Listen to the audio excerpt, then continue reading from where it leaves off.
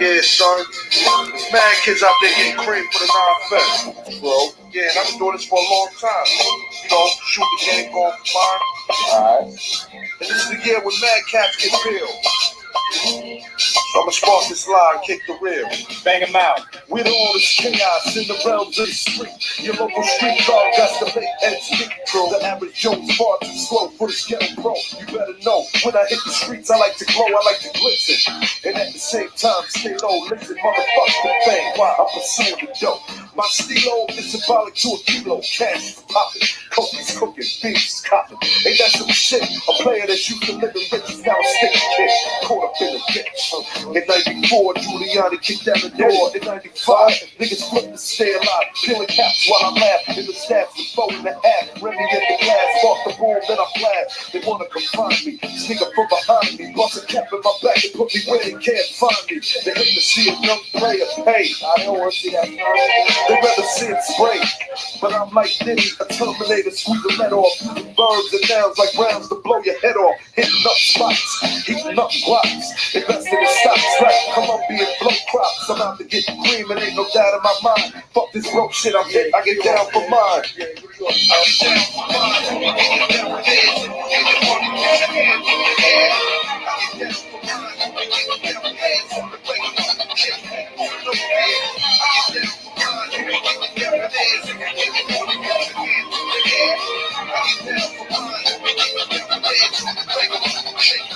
I hear you wanna be a player. I ain't some place shit yet. Let's play a game of real nigga roulette. With this a DOA as I spray the melee. Contact and punctuation is compared to AK. You in a day, overdose for pure funk. I'm fucking off like Tommy Gun. The carbons of booty smoke. Decapitating rappers in my trunk. I'm sick, pumping skunk, bouncing with my click, popping mega jump. I'm getting back while these clowns be zigzagging. Once you talk about putting keys, come on, you're nickel bagging. I'm blasting off wings and making dollars believe it. You see, I was packing heaters when jokers was bagging cheerleaders. Ain't nothing changed, it's still the same in the rap game. I'm known for banging rookies out the frame.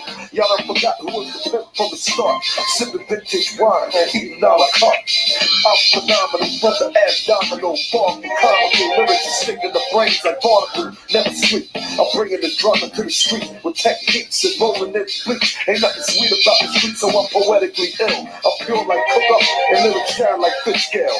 I got the banger at your throat and you ain't showing no signs. Can't deaf, let them know I get down for mine. I get down for mine. Tell me dance and the morning man in the air. I get down for mine. I get down for this on the back. Shake it, no fear. I get down for mine. I get down for this in the morning man in the air. I get down for mine. I get down for this on the back. Shake it, no fear.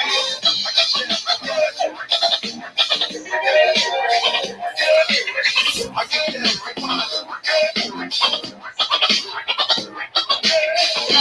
for mine.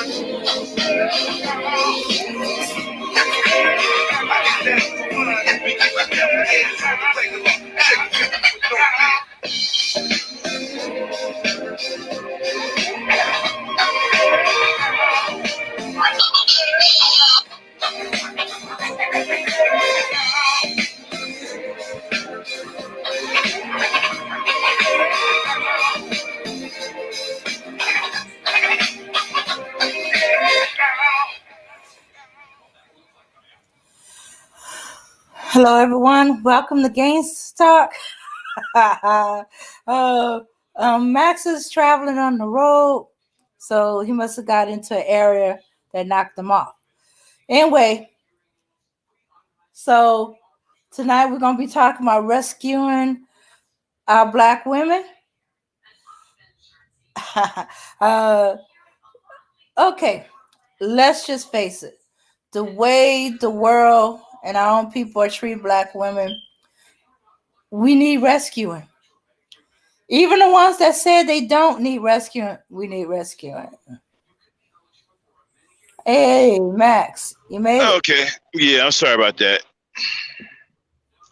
What's going on, everybody? Welcome to this edition of Gangsta Talk.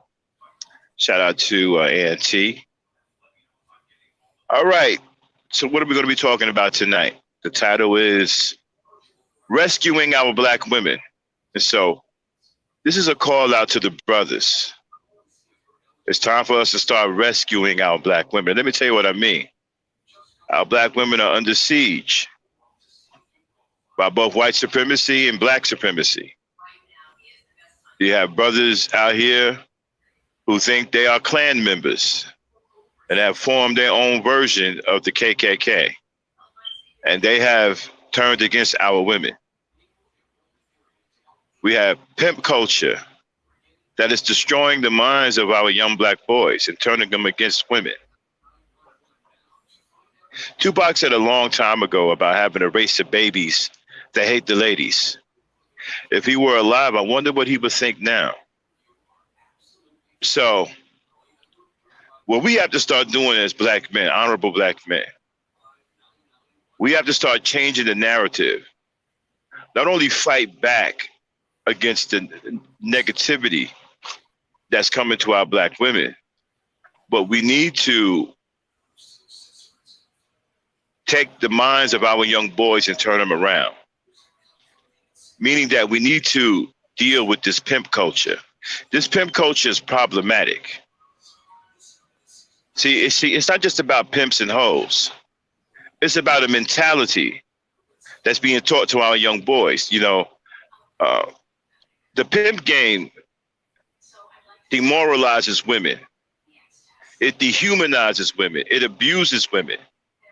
It defiles the womb of a woman. It disrespects women. And so by having traitors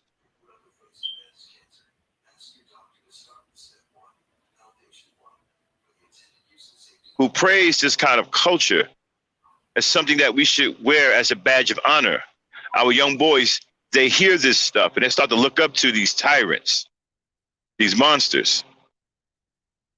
They have reputations. They have followings. They put out books. Books, the only purpose of those books is to divide and destroy. These Mac books, these pimp books.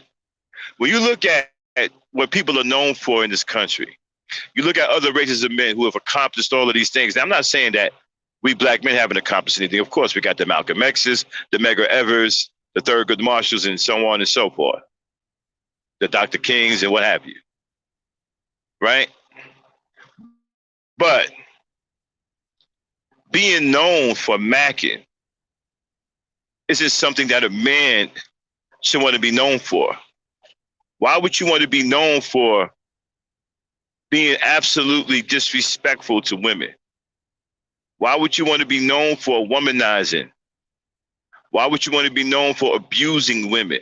Why would you want to be known for trying to destroy and defile the womb of a woman? The womb of a woman is sacred, my nigga. It's sacred. It is the gateway between the spiritual world and the natural world. Through that gateway is how a spirit comes from the spirit world and comes into the natural world. That is a sacred womb. It gives life. And pimp culture defiles what is sacred. Now, we have to stop allowing our boys to accept this kind of culture. We have to de-glorify pimp culture. You see, it is the men in our society that glorify this madness. You got men now in their 20s thinking they're pimps. They even calling each other pimping. You got leaders of this BS like Snoop Dogg. There's nothing good about pimping. And if you're a man and you think that there's something good about pimping, then you aren't a man yourself. See, we have to start separating ourselves from these demons.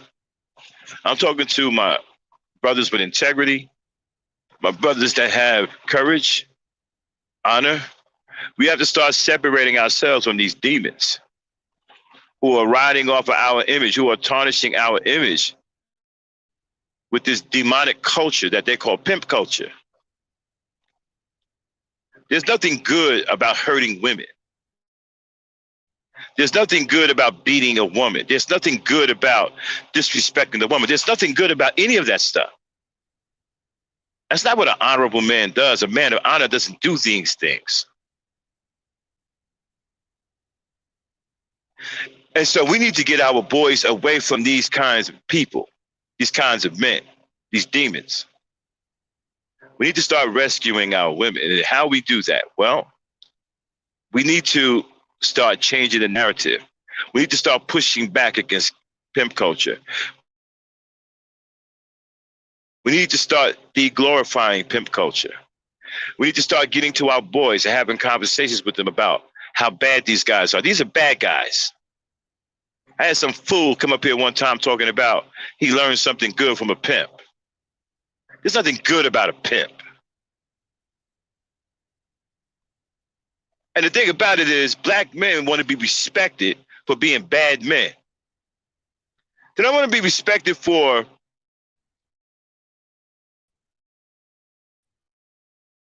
being a man of achievement.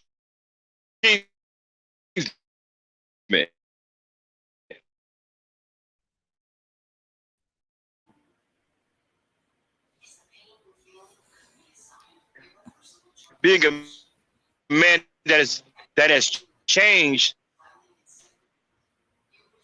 people's lives for the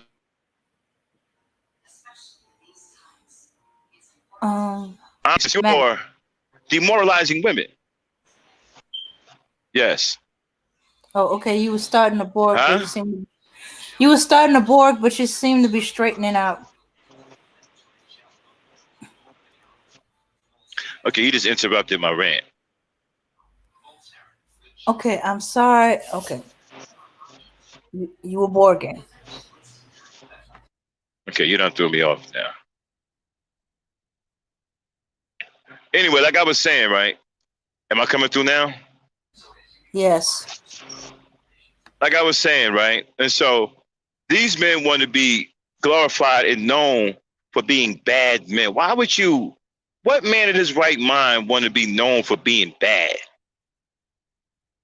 Doing bad things? What gives you the mantle of manhood for abusing women? There's nothing manly about that. That doesn't make you a champion. That doesn't make you a man that should be respected by other men. It makes you a lowlife. But yet we have a lot of men wanting to be a pimp. They glorify pimp culture.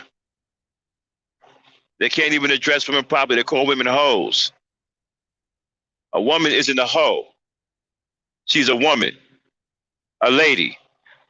Learn how to address her properly. Her name isn't hoe. It isn't strag. It isn't whore. It isn't prostitute. Address her by her name properly. And address the fact that she is a lady or a woman.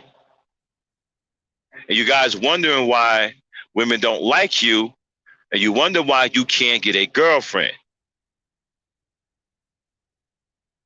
You can't even address a woman properly. And this is the fate of our younger generation of males. Growing up, hating women, demoralizing women, beating women, raping women. This is not a culture that we want to establish in our communities and in our society as Black people. We have to start fighting back against this. We have to start rescuing our women. And that's our job as Black men. I've said before, and people have heard me say this before, as Black men, we are the first, last, and only line of defense for our women and children. No one else is going to protect our women and children. That is a job that is solely up to us. And if you're not man enough to do it, then get the hell out of the way and let the real men do it. Stop being a part of the problem. If you're a coward, okay, fine. Get your ass to the side. But we have to start rescuing our women. We got to stop getting caught up in this BS, thinking that these things are cool. There's nothing cool about being a pimp. Understand something. Our black women are precious to us. The great Malcolm X said that we will only go as far as our women. He knows what the deal is. Without your women, you are nothing. Without our women, we are nothing. They are our greatest support system. You are a fool not to protect them. They are our greatest support system. They are the only support system that we have. There was no other support system for us outside of the black woman. Oh, do you think so? Why don't you ask George Floyd if there's a support system outside of the black woman? Why don't you ask all of the people who've been gunned down by crazy cops, by racist cops? Is there a support system outside of the black woman for the black man? I'm sure if they can speak to you from the grave, they would tell you, hell no, because the world don't give a fuck about us. The world has already deemed our lives worthless.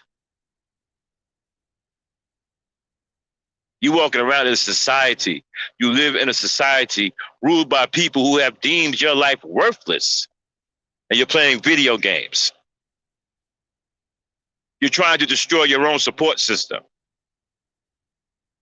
You've turned against yourself. Now, if you want to hate yourself, that's fine. That's your prerogative. But don't spew that hatred on our women. And so, brothers, the brothers I'm talking to you right now, we have to start turning this around. We have to protect our women and children. We have to start rescuing our women from this kind of hatred. It's becoming consistent. We have to change the narrative. We have to start speaking out against this. We have to start fighting back. We have to start pushing back. And we have to start teaching our boys and deprogramming them from this pimp culture. This pimp culture is devastating to our black women. It's devastating. It's a complete demoralization of our black women. There's nothing good about it. And you are a fool to glorify a man who participates in pimp culture. It's a demonic culture that's designed to destroy our women and defile the womb. They don't want precious lives coming into this world. They want other demons coming into this world, which is what will happen from a defiled womb. You start giving birth to demons, creatures. Some of you are already demonic and don't even realize it. You engage in evil so much that you don't think anything's wrong with it. Some of you don't even know what evil is, but you engage in it every day. And I'm telling you right now, the pimp culture is demonic, it's evil, it's pure evil. And we need to protect our women from it. It's not just about getting women out in the street. It's about the mentality that's spreading. This mentality of hatred and demoralizing women. Young boys think it's okay to take a skateboard and try to crack a woman's skull open for no reason other than hatred. Young boys think it's okay, 15 of them, to gang up on a young woman and beat her nearly to death. This is the kind of mentality that pimp culture creates. This is why us men who are brave enough, man enough, have enough integrity and honor need to fight this. This is one of the greatest enemies of our black women, pimp culture. Now, the black woman has accumulated the black woman has accumulated many enemies over the years, but this is the greatest. Because this hits where it hurts. This goes after the sacred wound, the gateway between the spiritual world and the natural world.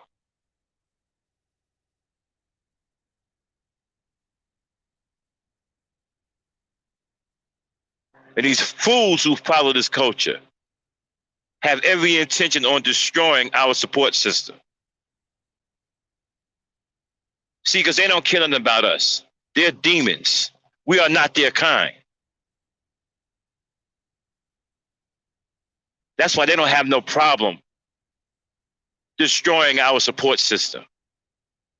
We can't let them do that. We have to fight back. We have to start pushing back.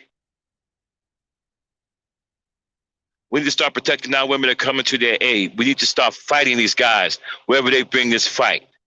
They want to bring this fight to our black women, then we need to step in front of our black women and shield them and take these dudes on. However, we have to do it. Whether it be in a verbal confrontation on social media or physical confrontation in the real world on the street. However, we got to do it. But we have to do it. And we have to start getting into the minds of our young boys. They are starting to develop this hatred because of pimp culture. They think it's okay to defile a woman, to take a woman against her will. Because pimp culture strips a woman of all her human rights. Am I still coming through? Yes, you're still coming through. Right. It strips a woman of all her human rights. And so they don't respect your rights.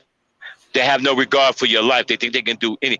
Pimp culture teaches them that they can do anything they want to you with no fear of repercussion, because pimp culture teaches them to devalue your life as women.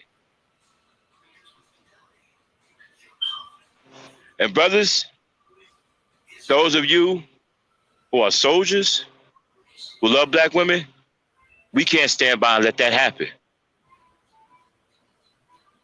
We got to start putting our foot in somebody's ass. Point blank is simple. Can't just sit by any longer and do nothing. This is getting out of hand. I'm starting to see teenage boys with this crazy hatred for women, for girls. And they're referencing these Mac books. They're talking about these pimp books and these Mac books. These books are teaching them.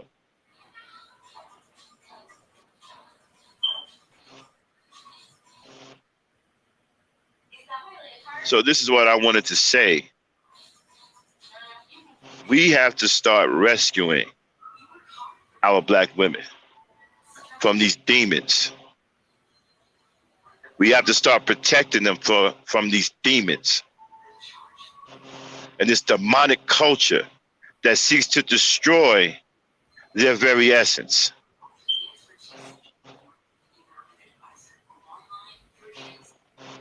Start thinking of your women as being precious. Start loving your women. Start showing black women that you love them, that you care about them, and that you are willing to protect them. You have to, because if you don't, they get rid of them. Guess who's going right behind them? us. Without them, there is no us.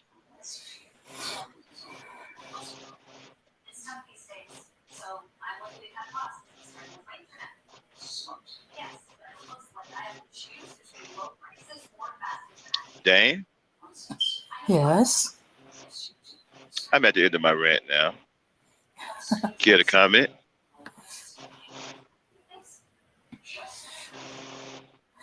Well, we definitely love y'all for saying that. Y'all, And yes, the pimp culture, the Mac culture, the player culture, all of that. it's all demonic. All of Mm, it. yeah. And don't be a fool, black man. It's demonic. All it does is turn you against your support system. The black woman is our greatest and strongest support system. Without her, we have no support. You want to get rid of your support system? What are you, some kind of fool? Yeah, Dane. Yeah. Yeah. Man can't be an island.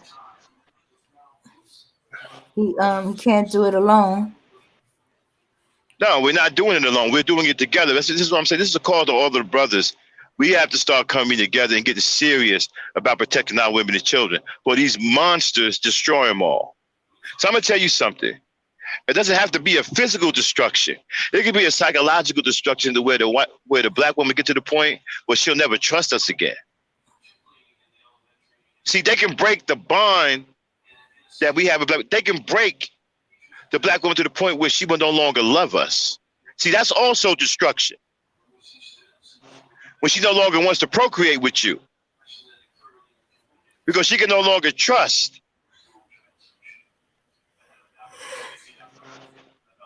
See, that in itself is destruction. And that's what this pimp culture promotes. Go ahead, Dane. Yeah, and some of it I've seen is starting to happen. 17, 18, 16-year-old girl, they not thinking about dating. They're not thinking about. I know it's kind of young for them to be thinking that, but usually girls are into guys. They're thinking about dating. You know, um, being away from, going to college and dating, and don't have to worry about mom being over the shoulder, or dad, or huffing and puffing. No, no, no, no. It's like I'm not even thinking about that. No, I don't want to date. I'm not trying to have any kids. None of that. And the most I've seen is they might be friends with a boy. They have friends. They don't have boyfriends. They don't have their significant other, their main dude. There's might be friendship.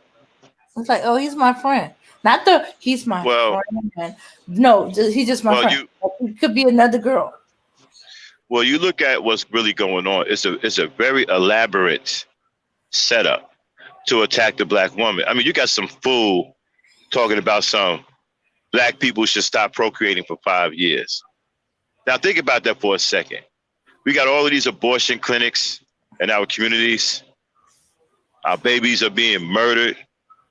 What do you think is going to happen when you comment when that right is combined with not procreating for 5 years?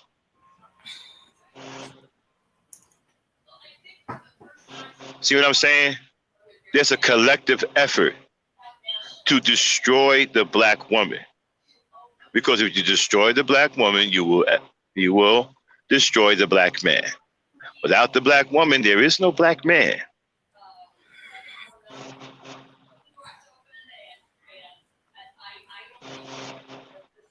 So unless you want to die out and you want your bloodline to die out, you better get on your job, brothers. This affects all of us. Our women affect all of us. We wouldn't let no one touch our mothers or harm our mothers if your mothers are still alive or when they were alive. So why should we let someone harm our women? I come from a background to where, you know how I learned not to abuse a woman? You know how I learned not to put my hands on a woman and beat a woman? My father said to his boys one day, he said, would you ever raise your hand to your mother? And we said, heck no. Then he said, don't raise it to a woman.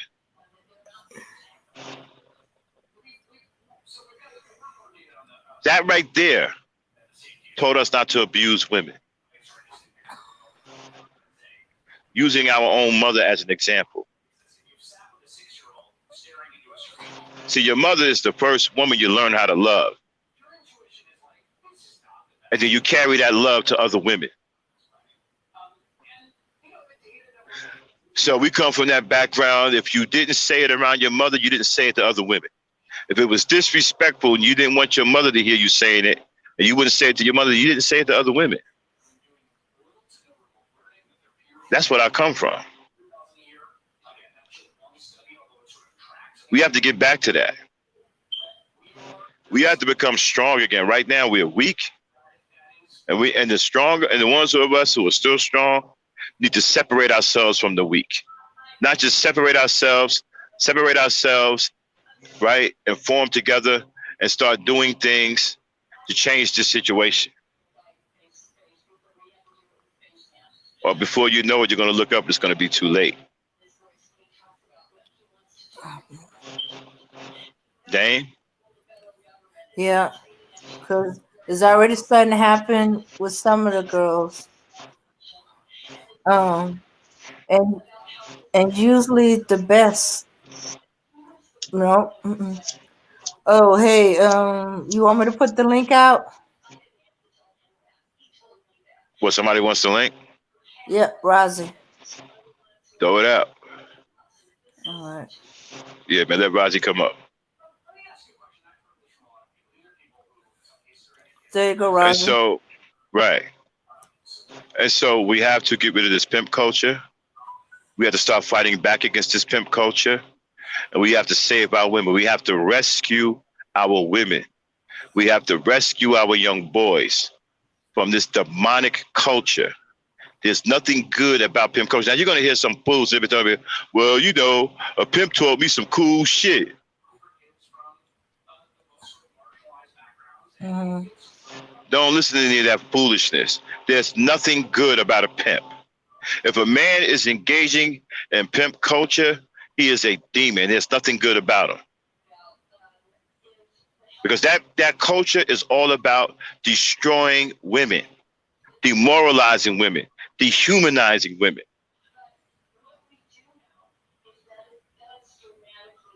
Got some fool running around with curls in his hair, dressed like a cross-dresser, beating on women, defiling women. But yeah, that's supposed to be cool. That's what niggas want to be known for.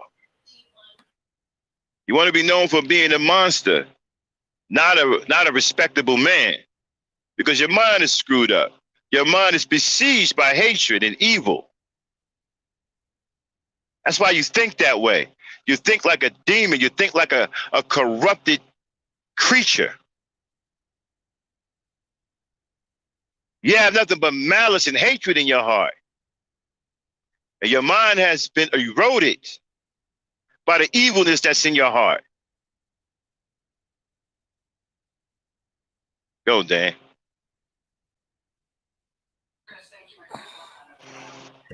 Yeah. So we got young men growing up trying to be all these negative things: the pimp, the Mac, the player, the thug. And you think about, you look at our young boys, right? When you look at, like, I overheard a conversation with some teenage Jew boys one time at a supermarket. And they was talking about starting businesses, building libraries, building schools, right? You didn't hear them talking about they want to be a thug. You didn't hear them talking about they want to be a gangster. Our young boys' minds are so corrupted that they aspire to be bad. They want to look the best out of the worst. They want to be the best of the worst.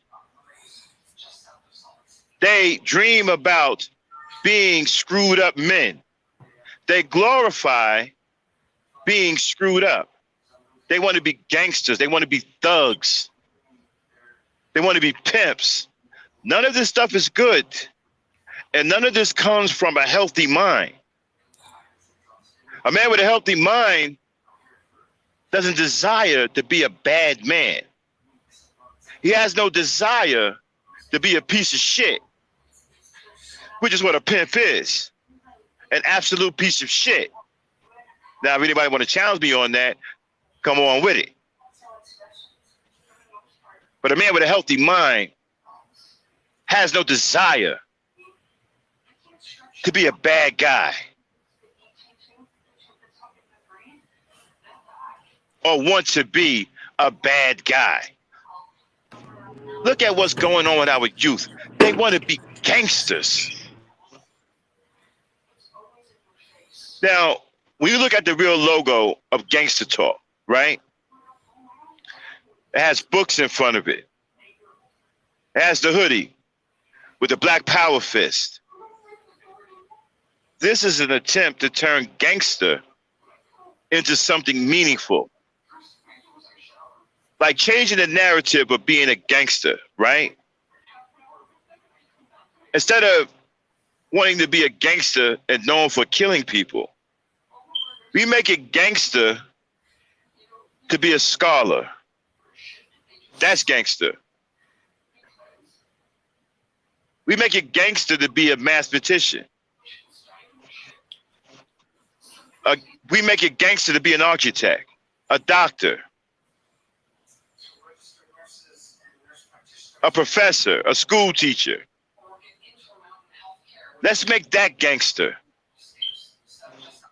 Let's make it gangster to be smart, to write books that are meaningful, that help change people's lives. Let's make that gangster. Let's turn the narrative around and change the meaning of being gangster. Because our young boys are so hooked on being gangsters, we got to do something to change the narrative in their mind. Or else they're just going to die young. They want to be thugs and gangsters and pimps. Nothing good. They aspire to be nothing good. They aspire to be lowlifes. They desire to be lowlifes.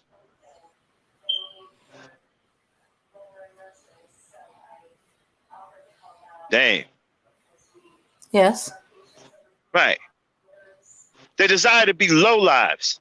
And as black men who care about our people, this is happening on our watch, and we have to do something about it. We have to start changing the narrative. Our young boys are desiring to be lowlifes. They do not desire to be successful. They do not desire to be somebody that people believe in. They desire to be monsters. They desire to be people that other people are terrified of. That's not the healthy mind of a male. That is a demonic, corrupted soul.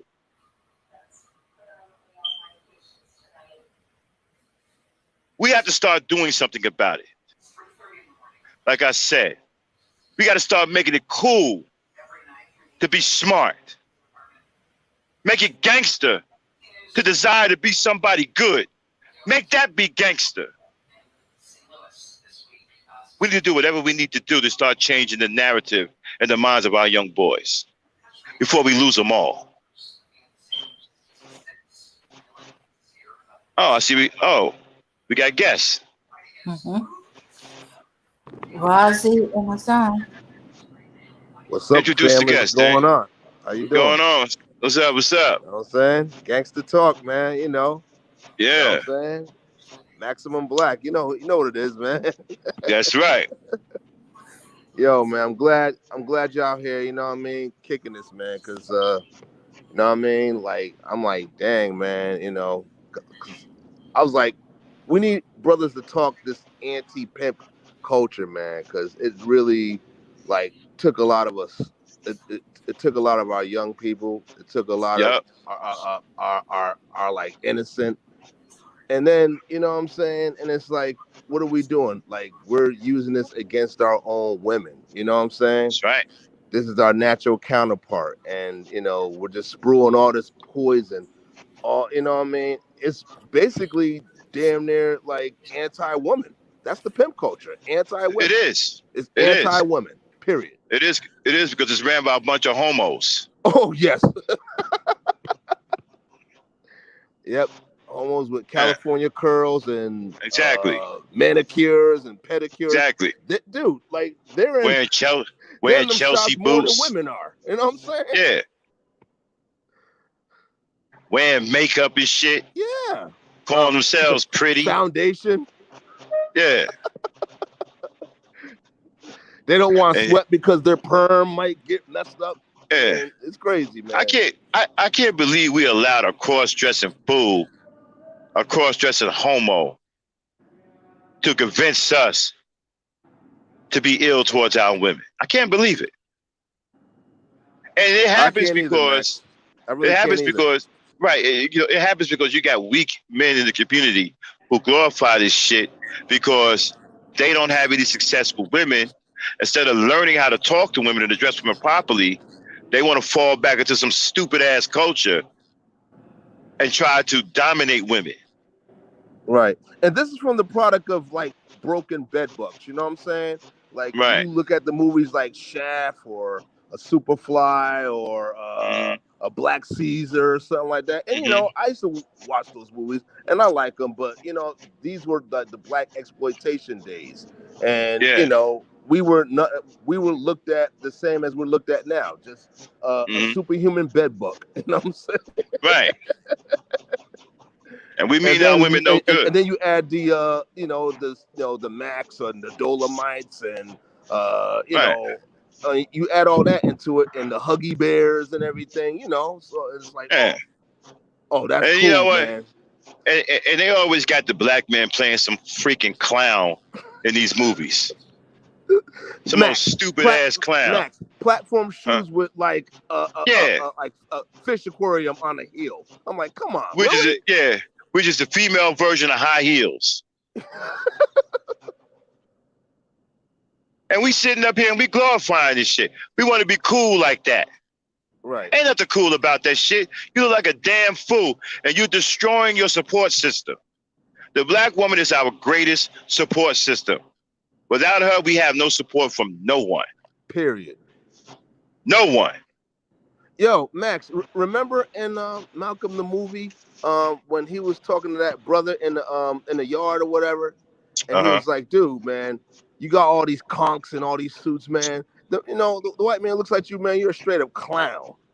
Clown. You're a straight up clown, yo. He laughed at you because he's a clown, right? He said because you want to be like him, and you're just a mockery. He's laughing at you, right? So you're a fool. You don't compromise. Yeah, you don't compromise your sexuality. You don't compromise your identity. You don't compromise yourself. Yeah, pretty much. Nobody gonna trust you. And like I said, I had some fool up here on the panel talking about, yo, man, some pimps taught me some good shit. Nigga, tired of niggas like that, man. They don't get it. They don't get it. I would never take, if I'm hearing a man tell us how dangerous pimp culture is to our women and our young boys, I'm not gonna then say, well, yeah, pimp taught me some good shit. I wouldn't say something like that.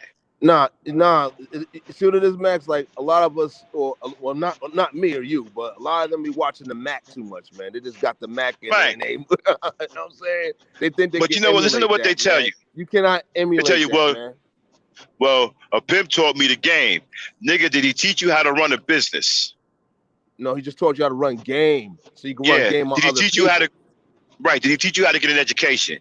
Did he teach you how to graduate from college? Did he teach you how to be somebody? And you said something interesting, Max. You were saying like you heard some Jewish kids at what 13 or like young teenagers talking about man. I owning was in libraries, owning stores, grocery stores. I'm like, what? Yeah. Okay, I was in New Jersey, and I was delivering into a shop right up there, and I was just hanging out. Okay. And the area I was in, right, it's a whole bunch of Jews that live there. Yeah. So I was up in the front chilling, you know what I'm saying, sitting down. And these young Jewish boys or teenagers were sitting behind me on the bench. And I heard them talking. Man, they was talking about businesses, starting businesses at a young age.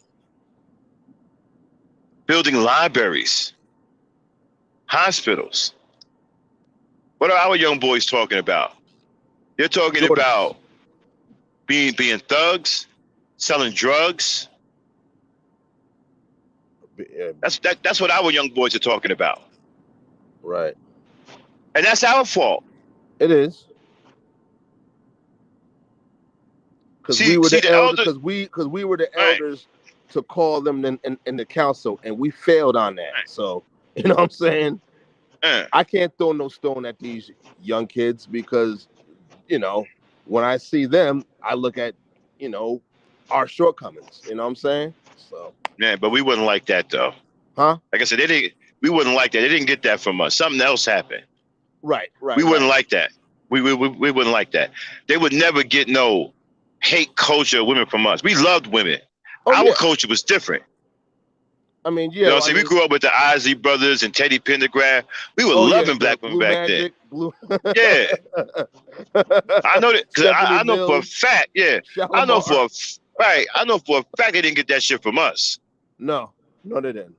You know, that shit came from somewhere else. Could have came from the crack epidemic. You know, and then these monsters saw an opportunity. You know, could have happened that way. They could have been victimized. Yeah. You know what I'm saying? Because crack. Yeah, because that crack destroyed really black cracked people. our foundation, man. And it fucked black people up. We haven't been right since. Nope. We really haven't. And I think that these demons they seize the opportunity. I think that's where it came from. That damn sure didn't come. We were nothing like that. No. We ain't like that now. No. That tells you right there that shit didn't come from us. No. You know. So, Razi up here. Hey, Roz, unmute your mic, man. I'm on the panel. What's up? I think yo, what up, my brother? It was good. What's good with you, man? What's up? Speak. Yeah, I was just sitting back listening to y'all. Mm-hmm. You know what I mean? You know, damn, where do I start, man? You know, about black women black women do need for us to rescue them. You know, we do need to rescue black women. You know what I mean? If we could do that, we gangster. If we could do that.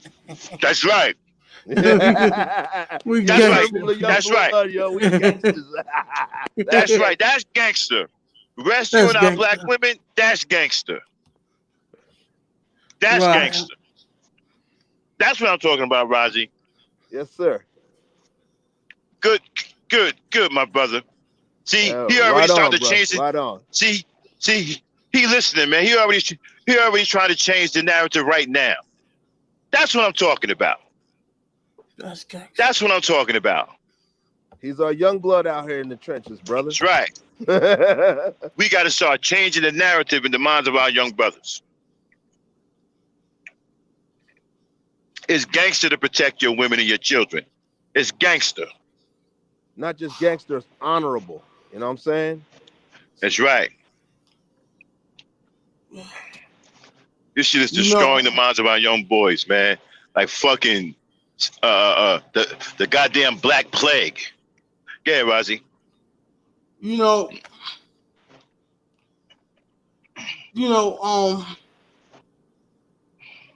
the one thing that I hate that us as the men are doing is that we are destroying. We're you know we are we're further dividing ourselves from black women. You feel me? We like we want to be further away from our support system. That's gonna that's gonna make our ship sink even more. You feel me? We already on a sinking ship, and you promoting more division. That's gonna make the ship sink faster. We need to be trying to come closer with black women, and stop promoting the hate and the divisiveness between us. You feel me? Can you hear me good? Yes, sir. Yeah, I can man. hear you Yeah, we really got you. clear. Yeah, man. I'm high as shit right now. Pardon me. You're on that medication. Nah, it's that can of milk. You don't know nothing about that. That can of milk. Well, all I know is we are each other's salvation. Black man, Yeah, of the course. black woman, the black man. We are each other's You salvation. know what? Can't make without Hey, each man, other. did y'all see that podcast I did the other day about these Negroes talking about the black woman need to compete for them? Hold on. Let me talk about that. Fucking dumb, Oh crazy man. niggas, man. Yeah. Oh my goodness. They need to compete for them. Yeah, talking about black women need to compete with non-black women for them. These niggas can't compete with Pete, okay? Come on, stop. These niggas is crazy, dog. Black woman don't compete. She don't need to compete. She has no competition. Thank you. Fuck you talking about? Thank you. Too much Yeah, cake Raji, cookies, speak. man. Ain't good for you. Too much cake cookies ain't good for Yeah. Niggas drinking too much of that bull juice. They fucking. It's like I said in the podcast, right? Oh man. They believe the shit that's coming out their mouth, but they just don't smell it. We can smell the shit coming out of their mouth. They can't, but they believe it. No, I'm sorry, man. I'm sorry. Niggas are fools, man.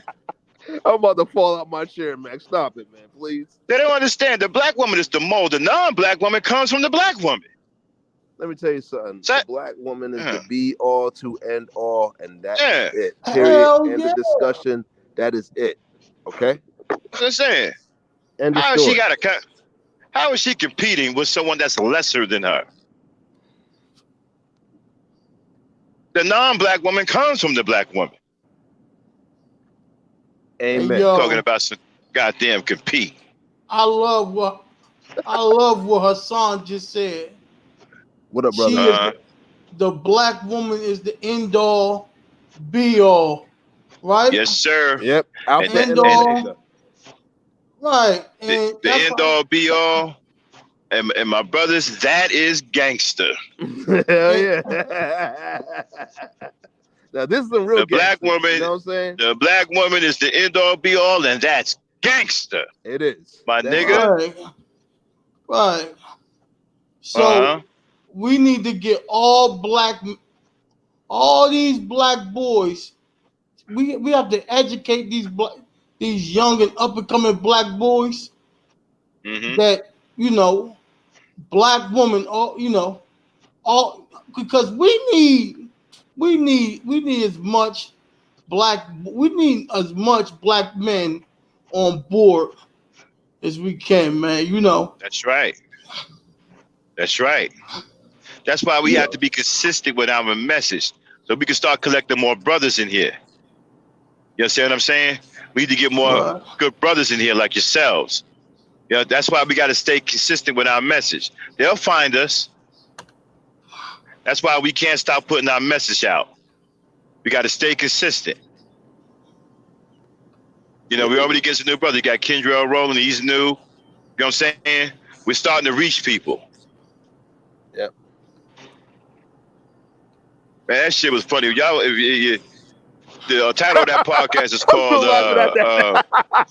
yeah, Black Women Need to Compete. You niggas is nuts, man. What y'all talking about? I'm sorry, man. That's when I said I was riding around in my HV. Hey, man. I said I was riding around in my HV. Hey, son, I said I was riding around the mean streets of YouTube in my HV SMC, my high-value social media car. Six-figure niggas in the house, right? Yeah. Six-figure niggas in the house.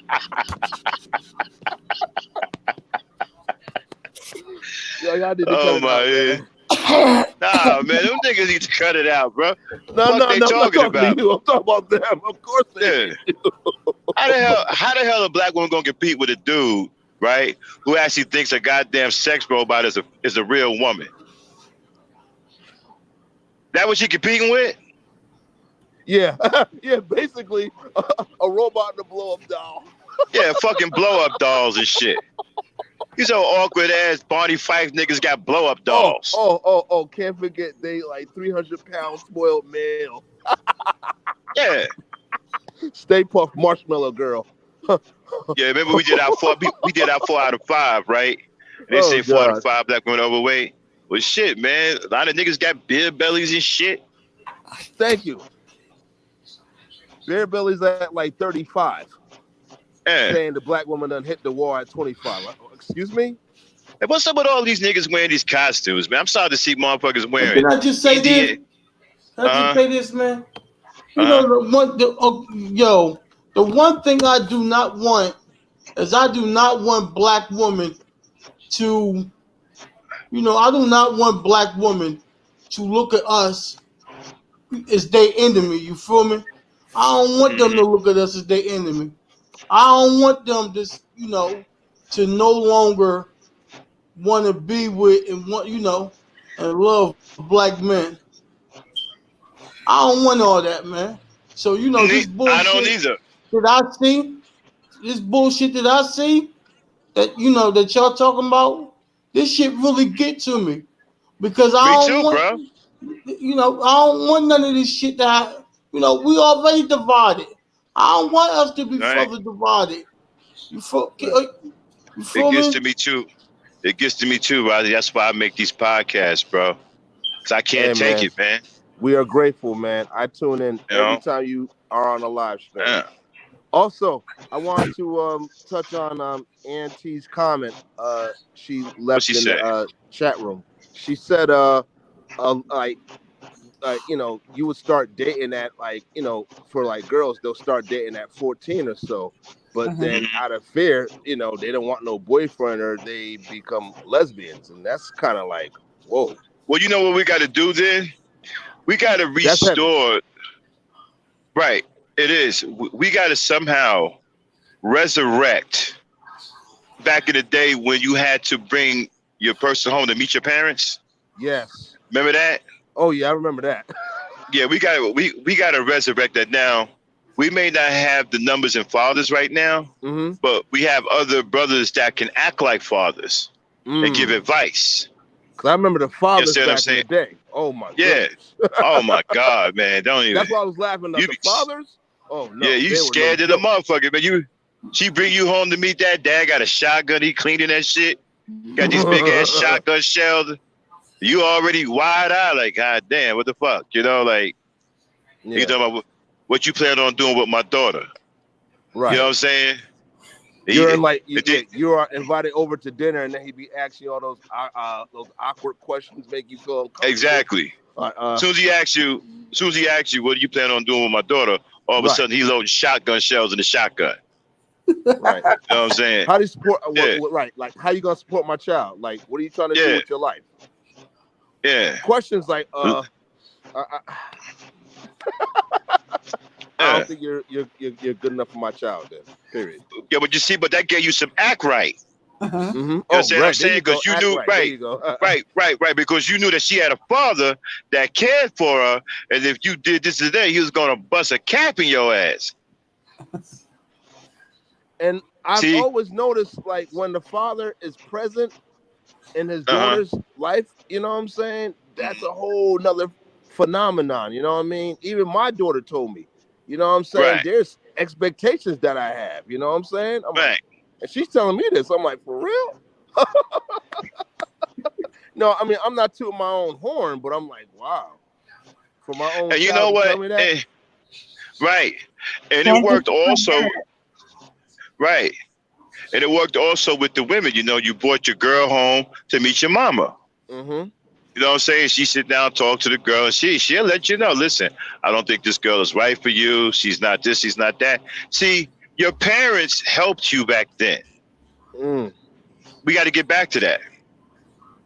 We got to get back to that. And we got to start getting our boys into some recreation. There's no more recreation. Remember, Hassan, we was growing up, we had after school programs, Yes, we we had did. Arts and swimming, yeah, crafts, public Pop swimming Warner, pools you can go to. Yeah, Pop Warner. You know, we had stuff to keep us off basketball. the Yeah, streets. like Yeah. These even in kids the don't have summertime, anything. even in the summertime, my uncle used to run like basketball camps. Yeah. Basketball camps. Yeah, We got to get back to that, man. We don't have it. These kids are in the street with nothing to do. Mhm. right.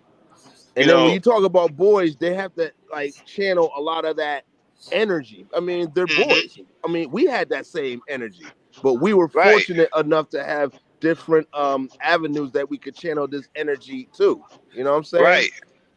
And a lot of us, man, you know, like most fathers had boxing gloves. You know, we would box in the Oh, backyard. that's right. You know, they teach you how to fight. You know what I'm saying? See, we come from a very tough. People don't understand where we come from. So Hassan, Yes, sir. we were hard men, bro. You had to Very, make your very bones much with your hard men. fists. Yeah, you had to make your bone with your fists, bro. We rolled with cats who had reputations for knocking niggas out. Oh yeah. Mhm. You understand what I'm saying? We was Fathers, straight up, big yeah, brothers, uncles. yeah. Man, I grew up with this cat named Jimmy Baxter. Mm. Man, nigga hit like a mule. Man, I remember one time he hit this dude in the right side of his rib cage and broke 3 ribs on his left side. Oh, wow. Yeah. Hard hitting motherfucker, man. That's the way it was Yeah. back then. Mm-mm-mm. Hard hitting niggas, man. You get dropped out in them streets, bro. Yeah. And nobody respected you if you picked up a weapon. You got no respect for that. Mm. You know what I'm saying? You had to be a man. That's right. Either you gonna take an ass whooping or you gonna give one. Choice is up Right. to you. Well, And now you got, nowadays they're afraid of the ass whooping. They quick to pick up a yeah, gun. yeah. Because they're cowards and they are effeminate. You know, they're Hey males with yo, female hey emotions. yo, hey yo, Uh-huh. we gotta bring that shit back. Bring Right. nigga, just put up your hands. Yeah. No gun, just put up your Mm-hmm. hands. We need to Yeah, bring shoot it that back, fair one. just all over Black America. Just pick up the hands. No guns, no knives, nothing. Just Oh, your speaking 10 of that, fingers. Right, yo, go speaking ahead. of hey, speaking of that, did y'all see Nate Robinson disgrace us to get knocked out by that white boy? Yeah, I saw that. Wow. Knocked him out. He put him to sleep. Yeah. That nigga was snoring, bro. The nigga woke up with snot coming out of his nose and saliva out of his cold in his eye. Yeah, man. That was a I was bad like, scene, brother. That was a yeah, bad man. scene, man. That shit was embarrassing, bro. And think about it, well, he was talking shit. They were talking cash shit before the fight. Nigga, you got knocked out like that? By a white boy? Oh, Yo, wow. man, tell him, hey, Hassan, tell him. Back in the day, if you got beat up by a white boy, you couldn't come back to the hood. Oh, no. Oh, no. Riding you hard. Nah, man, nah. You didn't look. Yeah. You was You an let the little exile. punk You was boy hood beat you exile. up. Yeah. Yeah, man, you could not lose to no white boy. You could not. Hey, man, you got beat Exiled up out out. the hood, indefinitely. Yeah, you got exiled. You got exiled. Nobody would want to roll with you nowhere. Nope. Nobody would want you on their teams. We playing No football. one, Nobody would fuck no one with wants you. you even around, man. No, no. Like, They don't even want you around, man. You got beat by a white boy. It's like you got the cooties and shit. You know? Telling you. That's when brothers were hard back. But you see, a lot of them brothers went to jail, man, because, back then, they fought against the system. They fought against police brutality, fought cops. A lot of them got thrown in jail. Got a brother right now named Black Guard. They've been in jail for ever since 82. oh, wow. You know what I'm saying? Damn, I was 7 years For old. dropping 2 cops. For dropping 2 cops that was trying to beat up his grandmother. Salute, man. Salute. Yeah. Salute, man. Yeah. Hell yeah. Salute, man. I remember this cat named Pieface I grew up with, man. He killed a motherfucker with a punch. They get hit so hard. Oh. And probably broke we used to call him nose. Pieface. Yeah. Hey, man, we ran with some hard Negroes, bro. Telling you, hard Negroes, man. Punks and these old punks punks down. Yeah. And these old punks, I hear these punks. Yeah, I hear these YT gangsters on here running their mouth. Yeah. You know what I'm saying? Talking about something. I'll meet you in the airport. No, you won't. Right. You ain't meeting nobody you ain't nowhere. got no money Shut to up. go to the airport, nigga. Jack nigga broke as hell. He got to borrow money from it. He got to borrow money from his girl to go to the damn airport. Nigga can't take an Uber cab to the airport. If she give him the money for that, you wanna go to the airport to go and do what? You ain't wasting my money like that. You better drive, Negro. And then the nigga, if he do get up there, he gonna be the only dumbass sitting up there till the damn airport closed because the other dude ain't coming because he a coward too. I'm saying these niggas kill me with this shit on YouTube, man. Yeah. And then they were talking about, yo, man, it's tough on these YouTube streets. I bet it is. Yeah. Too many cowards, huh? Yeah. It's bad when listen. It's bad when you a coward, right? And you get bothered by other cowards. That's bad. You a coward talking about other cowards. Talking, yo, you think it's a coward, but so are you. Right. It takes one to know one, right? Right. You're a coward too. You know what I'm saying? So. I mean, you got them trying to act tough, right? Niggas talking about they got PSTD and all this so-called Rambo shit. So-called trying to put fear in people's hearts. Tough Tony talk. Yeah. Like, yeah, all right, whatever. Pretty Tony. Yeah. Pretty Tony. A tough homo. Max, all you gotta do is slap him one good time, Max. Just smack him like, oh. Just smack him one good time, Max. I'll go old school and snatch a switch off between whoop one of their asses with it.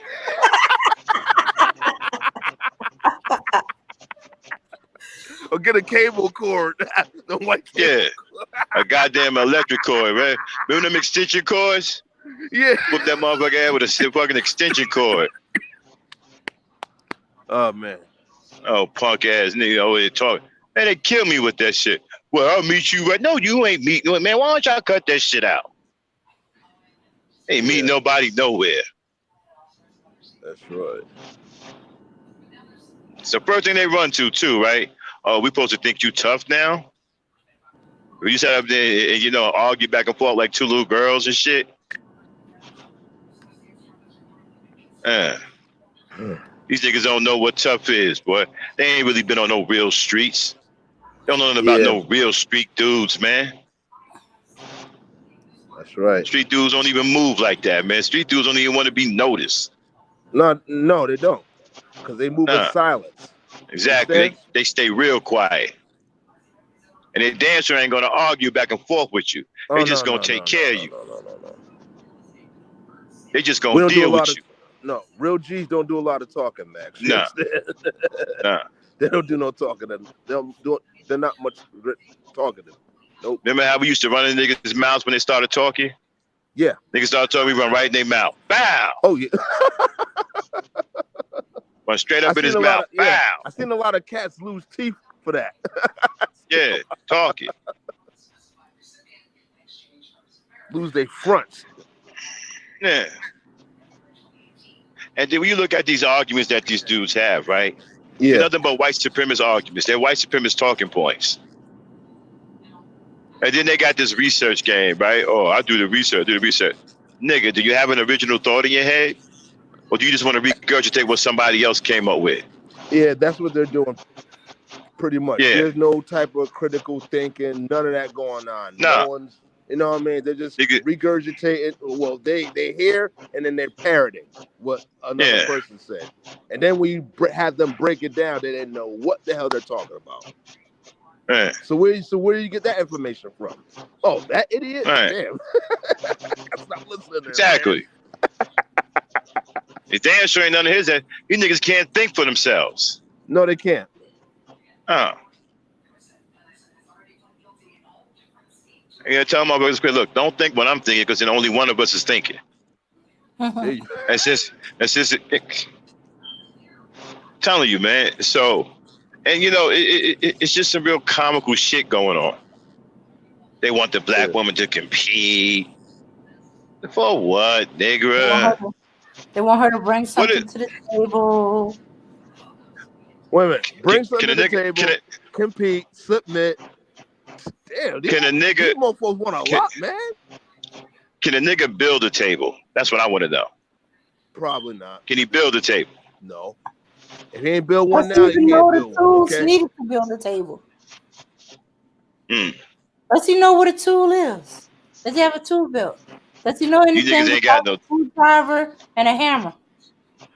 These niggas don't have no screwdriver and a hammer. Yeah. These niggas don't have any tool belts. Okay? They ain't even got that.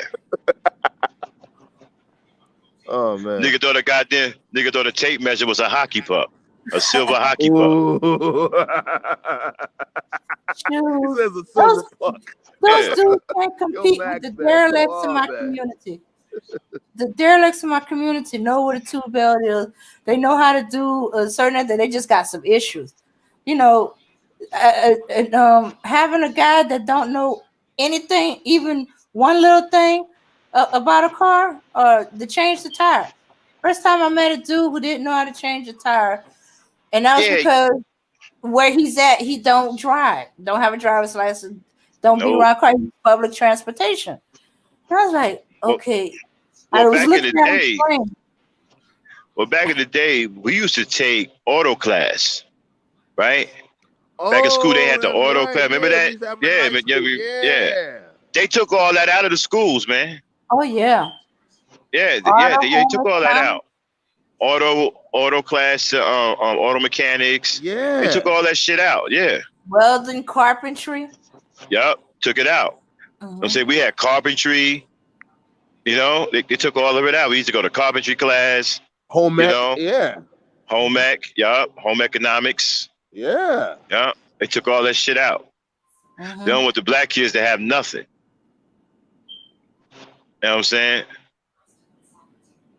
And then, like, you know, that's why a lot of black people now are starting to resort to homeschooling. Yeah. I talked to a lot of people that do homeschooling. Yeah. Yeah, my sister doing that with her daughter. You know what I'm saying? That's good. That's really good. That's really good. You know why she did it? Because she went to a parent teacher meeting and found out that all of her daughter's teachers were gay. Oh wow. Ooh. Yeah. All of them were gay, and she took her daughter out of school. Well, that's a good reason to take her out of that. Yeah, she took her out of the school the next day. Oh, I applaud her for that. I really do. Yeah.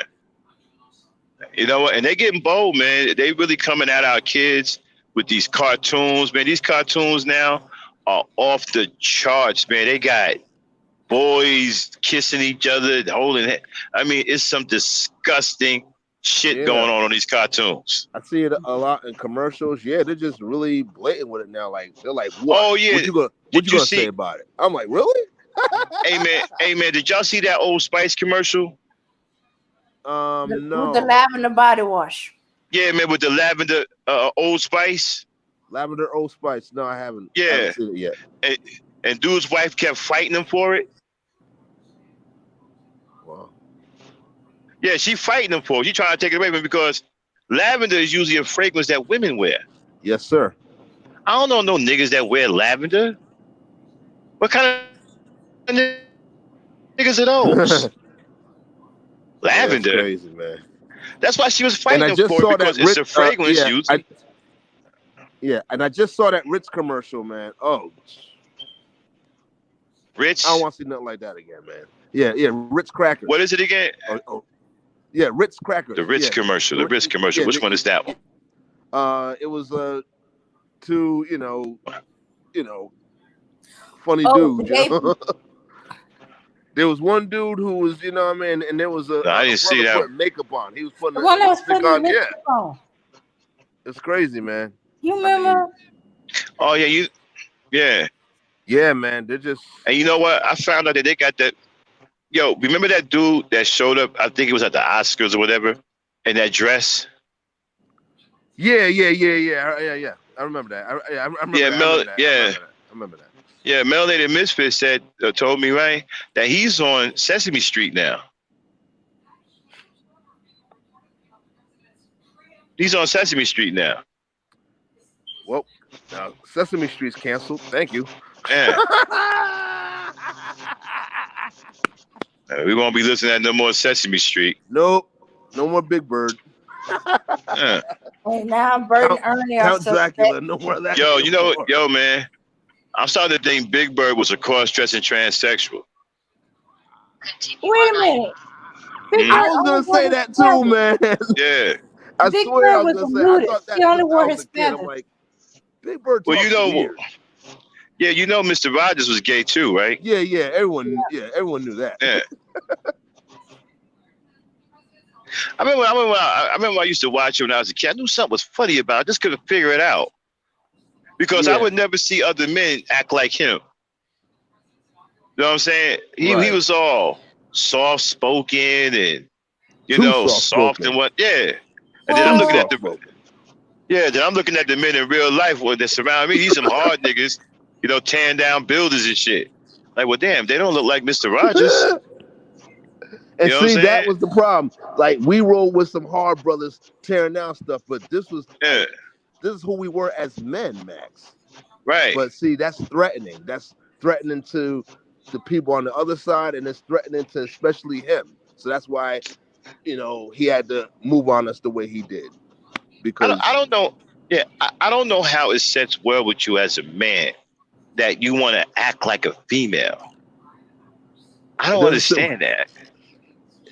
It's not natural, man. It doesn't make sense. Yeah. And I feel very uncomfortable when people around me are even like that. Like, I get, man. I don't associate with him. I step, no. I do too. I'm just like, what? Yeah, I step. I don't even mess with him like that. I don't even want to talk. I feel you. Yeah, I don't even want to talk. Don't even talk to me, man. I don't want to say hi, nothing.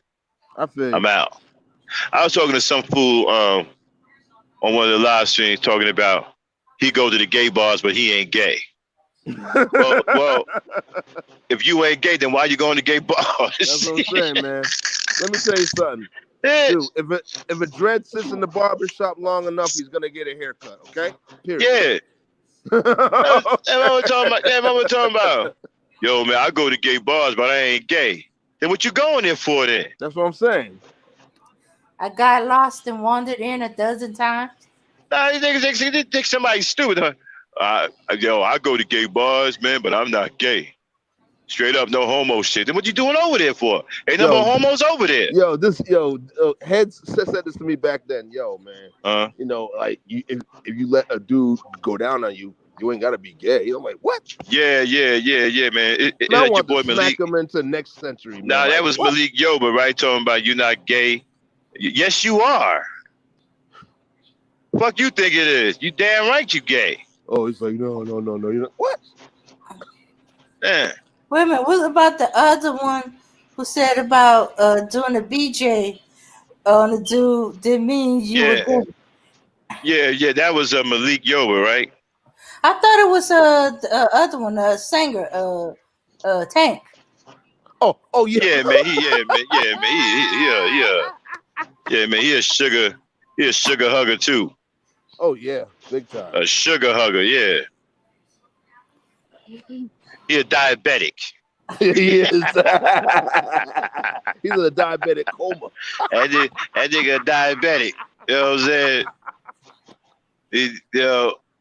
Yeah, so yeah, man, these cats is tripping. That's why it's important for us real brothers with the real manliness to start speaking out.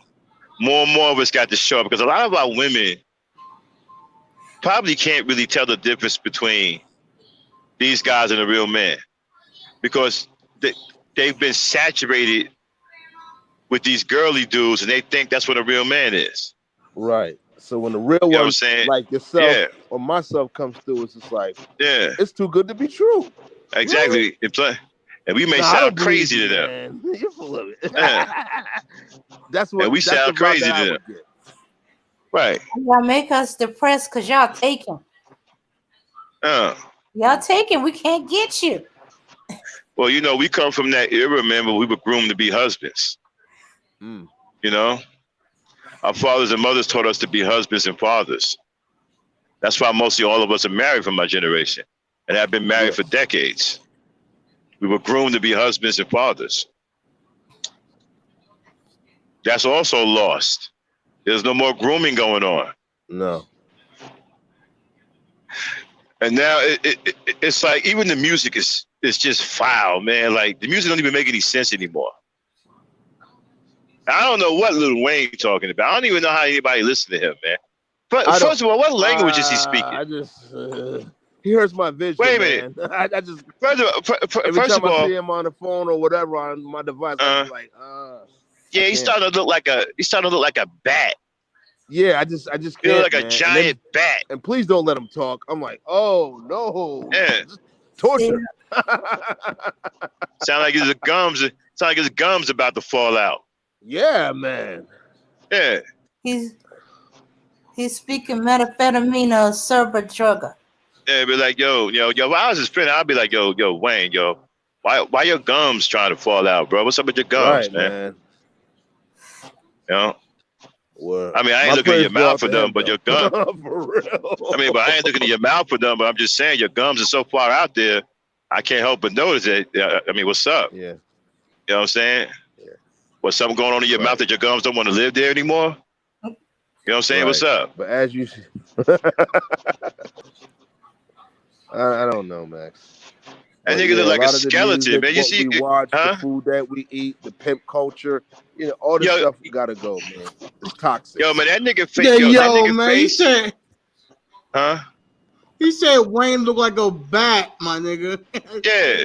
He said Wayne looked like a bat.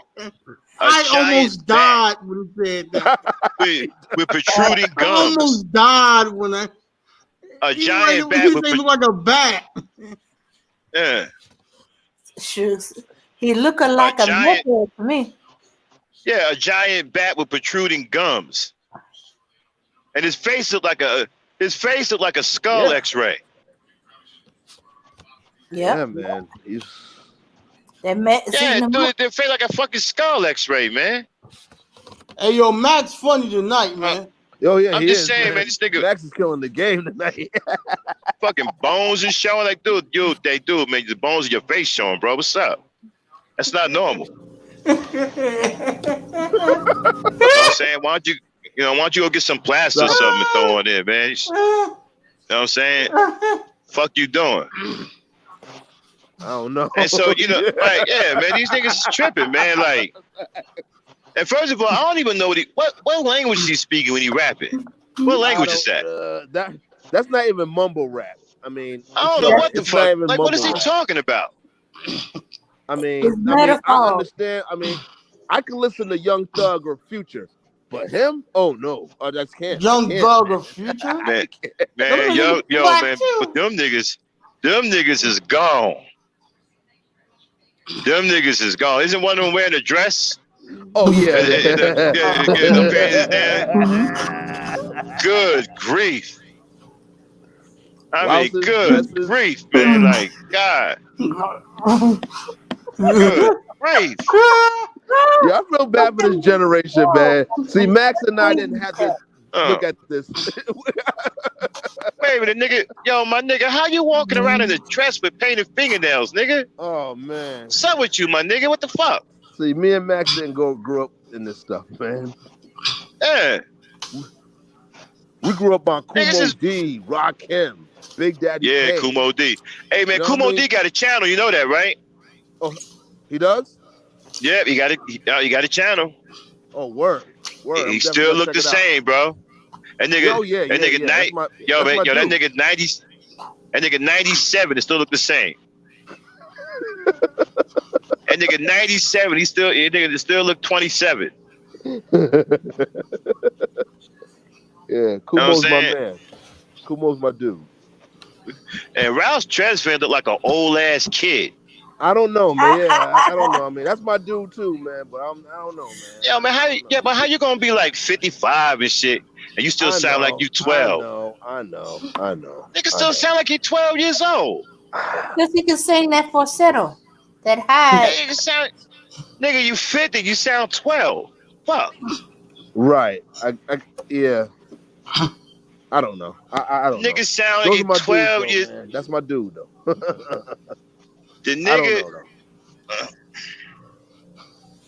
No, but Yeah, I know man, what you're these saying, cats. Max, because I asked the same question. Like, how does a 53-year-old man sound like a 9-year-old? Nigga, they sound like he's 12 years old, man. Yeah. What song were they made back then when they were real young? What was that? What's the song they made back then? Yeah, Candy Girl. Candy Girl and Popcorn Yeah, Love. nigga. Yeah. After that nigga talk, I still hear Candy Girl playing in my mind. Oh, like, damn, nigga, you ain't gonna ever. I mean, your voice ain't gonna ever grow up. Like, even Michael Jackson's voice got. You know what I mean? yo, man, Mike tried to have some bass one time. Hey, Tommy Mottola put bass in Mike's voice. Yeah, Mike was hot to the motherfucker, boy, because him and David Geffen. Yeah, because Tommy Mottola was practicing racism on his album Invincible, right? Yeah. And Mike came out on the mic with bass in his voice. Oh yeah, he was like, "Yo, Tommy Mottola is a racist." Yeah, usually he'd be like, "Oh, I just want to thank everybody, and I love all of you." And man, nigga came out and told man, Tommy Mottola's a racist. Yeah. He's a racist. Like, who the hell is that? Yo, that's Mike. Mike who? Michael Jackson. Michael Jackson. What the fuck? The fuck the nigga bought a new voice box? What the fuck? He got bass in his voice. Oh, Max was killing tonight, bro. Oh my god. Oh man. That nigga had bass in his voice, man, going after Tommy Mottola. I was like, damn, boy, Tommy must have did some wild shit. Mike got bass in his voice. Yeah. Mike wanted to whip Tommy Mottola's ass, bro. I think he was mad. He was mad as fuck. I think he would. He wanted to whoop his ass, bro. Know what I'm saying? But man, these cats today, Future and all that, I don't know what's wrong with these boys, man. These boys are screwed up. You know, I have no idea what's going on. Music don't even make any sense to me no more. Not the shit that I hear today. I really don't. I try to listen to some of this shit. I don't even know what they're talking about, man. The only kid that I like is Jacquees. Jacquees? Okay, I like, I like Jacquees, and I like Bruno. I can listen to Bruno Mars. Ralph McDaniels. Okay, Kendall. Yeah. Yeah, it's my man. Shout out to my man. Definitely. Hey, man, remember when New Edition broke up? Yeah, I remember that. I remember that. And dude with the broken Gumby thought he could sing. Yeah, I guess so. Who the one that had the broken Gumby, man? Fucking. I know who got the broken Gumby. That's my man. Who had the broken Gumby? Bobby Brown, the broken Gumby. Nah.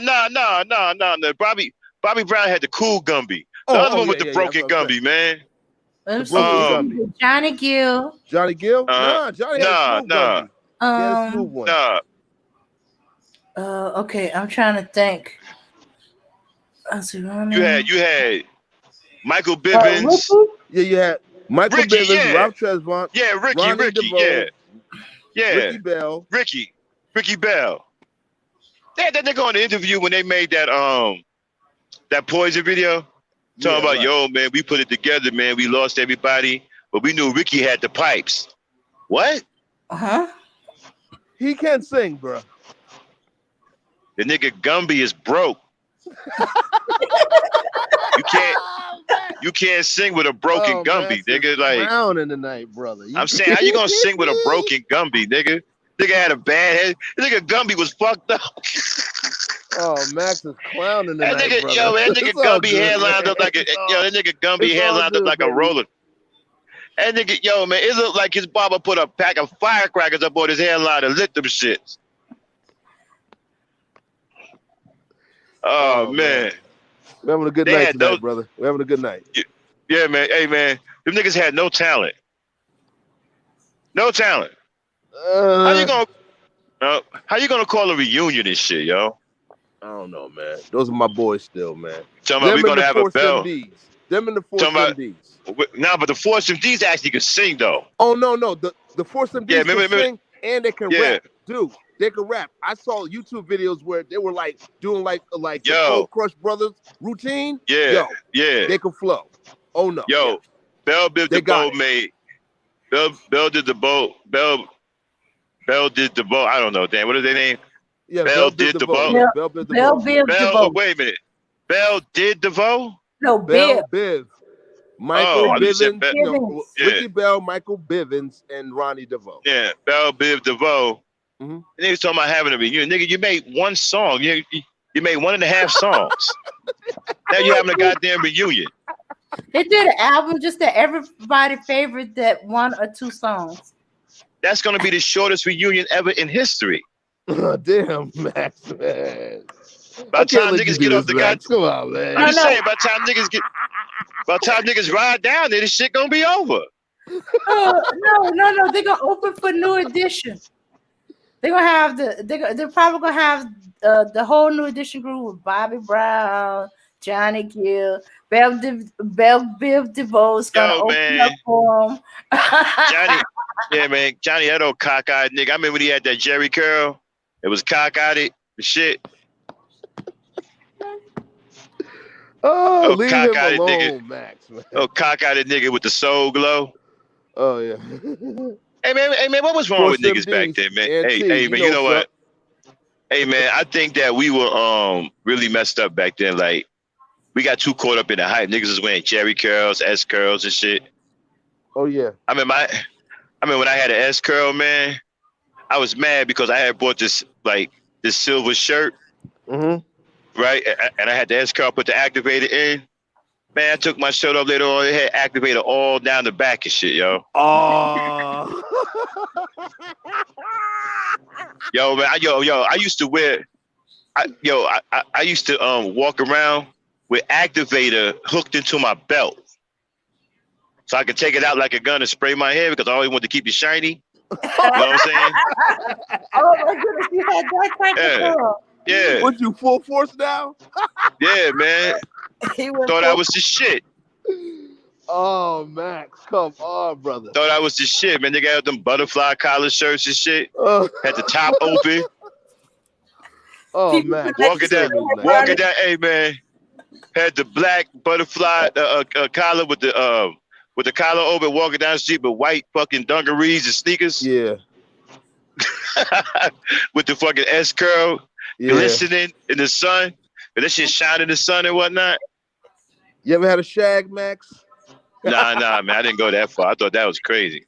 Really? I had a shag. Yeah, I had the curl though.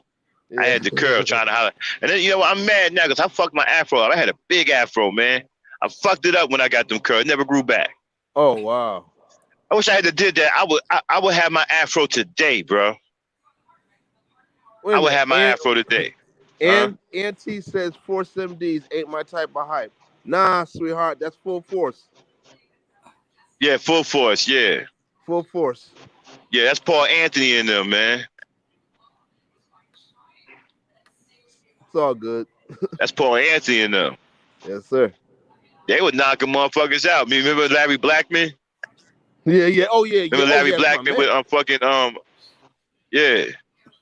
That's my Nigga man. had that big Cameo. ass fucking eraser flat top. Yeah. Hey, Yeah. that's why they call it the cameo. That nigga look like a black. What's the kid? Eddie Munster. Look like Eddie a Munster. black Yeah, Eddie yeah. Munster. Yeah, yeah. Facts, facts, facts. Niggas, yo man, niggas was wearing Kendall. Bruce Lee Facts. t-shirts. Niggas had S curls, white dungarees, and Bruce Lee t-shirts. Right. Niggas was walking around with a Bruce Lee t-shirt on, wet like a motherfucker from Activator. That's crazy. Yeah, yeah. And people, you know, it got to the point where, right, if you had that shit in, like, people's parents be like, nah, you can't come and sit on none of my furniture. I don't want that shit on my furniture. You know what I'm saying? You leaking on people's furniture, you put the spots in this shit. And then came the Gumby. Oh, The yeah. Gumby fade. The Gumby fade. I wonder who did that. I wonder who started that. The Puerto Ricans claiming that they did it before blacks. What? Yeah. Eva Longoria said it? Yeah, right. But the hell, man. Yeah, man, what is her problem? What is her problem? I have no idea, man. What the fuck wrong with her, man? Like, I have no clue. She's mad because her man left her for a black woman. Oh, that's what it is. Oh, there's always gotta be something, man. Yeah, you know that was it first husband, the black one she married. Well, Yeah. he cheated on her with a black woman. Yeah, wasn't he like a ball player or something? I think so. Yeah, right. Bro. Ladies and gentlemen, I'm at work, so I gotta get like wrapped up here. I'll probably be in the chat room or something, or probably jump on the panel a little bit later. All right, y'all. All right, my brother. All right, Yes, Hassan. sir. Thanks for coming up, man. All right, peace, family. All right. Yep. Yeah, man. Niggas had them Gumbies. Okay, I'm a little confused about Full Force and Force MD. I thought they were the same group. We talking about the real deal. Nah, the Force MDs made that song, Let Me Love You in the Moonlight. Full Force was different. That was Paul Anthony and them, man. Those were big niggas. Okay, which one was in the Kid and Play movies? That was Force. That was the Paul Anthony and them. That's Full Force. Okay. Yeah. Okay, and Full Force, are they the one that did the Tender Love song? Tender Love. Yes. Tender Love. Okay. Mm-hmm. Yeah, they were talented brothers, man. They were big niggas too. They would beat niggas up. I mean, they punked Larry Blackman out. He was scared to come to they were doing a rehearsal. They punked his ass out, took a studio time. Yeah, you had Bow-Legged Lou. Uh-huh. And that's when the Black Skeletor showed up. Wait a minute, who's the Black Skeletor? Flavor Flav. Oh, okay. But no. Public Enemy. Oh yeah, he was with Public Enemy. I was gonna say. Man, Public Enemy came on the scene hard, bro. They were hard, man. That Rebel Without a Pause, man, niggas, you couldn't go nowhere without hearing that. That's when Cash was driving them souped up 98s. You know what I'm saying? That was souped up on hydraulics and shit. You know what I mean? Mm-hmm. Everybody had that system in their car, bumping that Rebel Without a Pause. Mm-hmm. You know, everywhere you went, you went. Everywhere you went, you heard radio. I was like, damn. You know who else was like that? A song by a group called The Looms, called I Got 5 on It. Okay, I was wondering who sang that song. Yeah, man, they called The Looms. I still didn't quite get the song. Besides the sound, like you know who? I got a bet you know who destroyed their career? Too Short. Really? Yeah, destroyed it. Too Short got connections. Oh yeah, he get a lot of play. Yeah, he did get a lot of play in our area. I mean, check this out, man. Hugh Hefner and them used to play Too Short's music. What? Yeah, Okay. play his music at the Playboy Mansion. Yeah. Okay. Yeah. Have you ever heard screwed music? Who?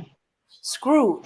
Okay, what they do is they take, okay, like one of the ones they like to do is Too Short. And you know how on the record play, if you put it on the different speeds, and one of the speeds slow the music Hold on, down damn. real slow. Hold on, there. I gotta go on mute. Keep Rozzy company. I'll be right back.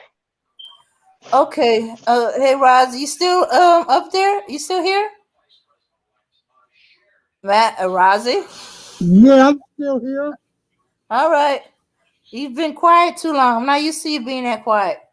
Okay. Well, okay, just so y'all know, okay, especially the few y'all that's younger, when we had records and record players, you had like at least 2 or 3 speeds on there.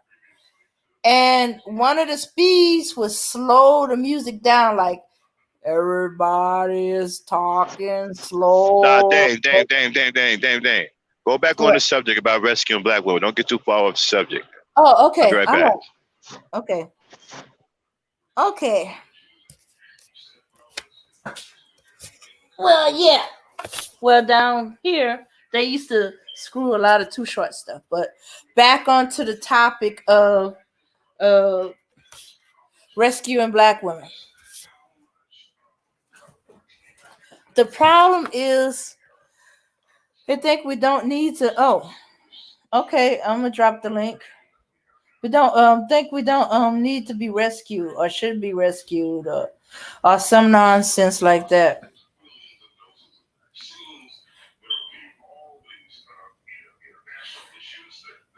Okay. If you say so, black women don't care about black men. Okay, we don't care about the messed up ones, but the ones that are real men. Yes, we care about them.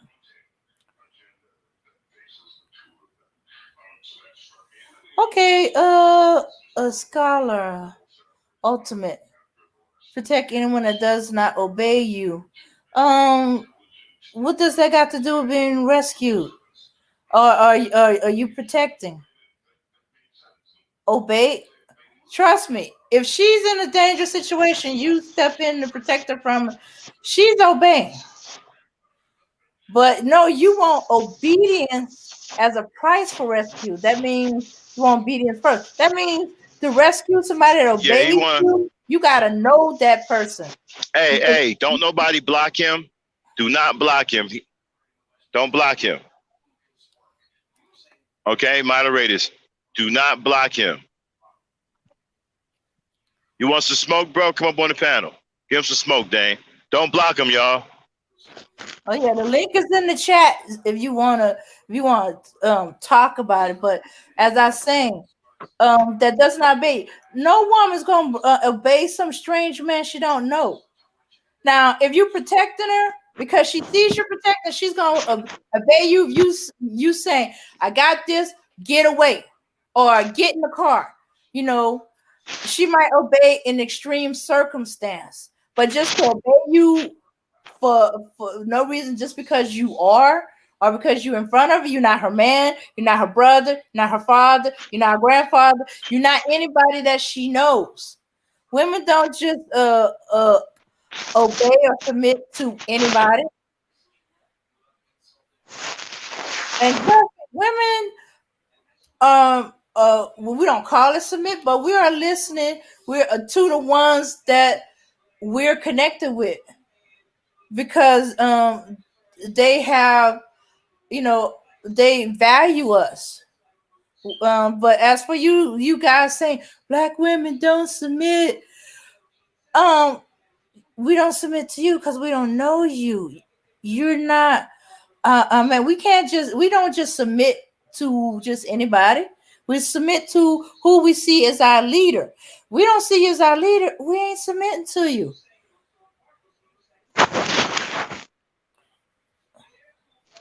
There's a hierarchy of submission.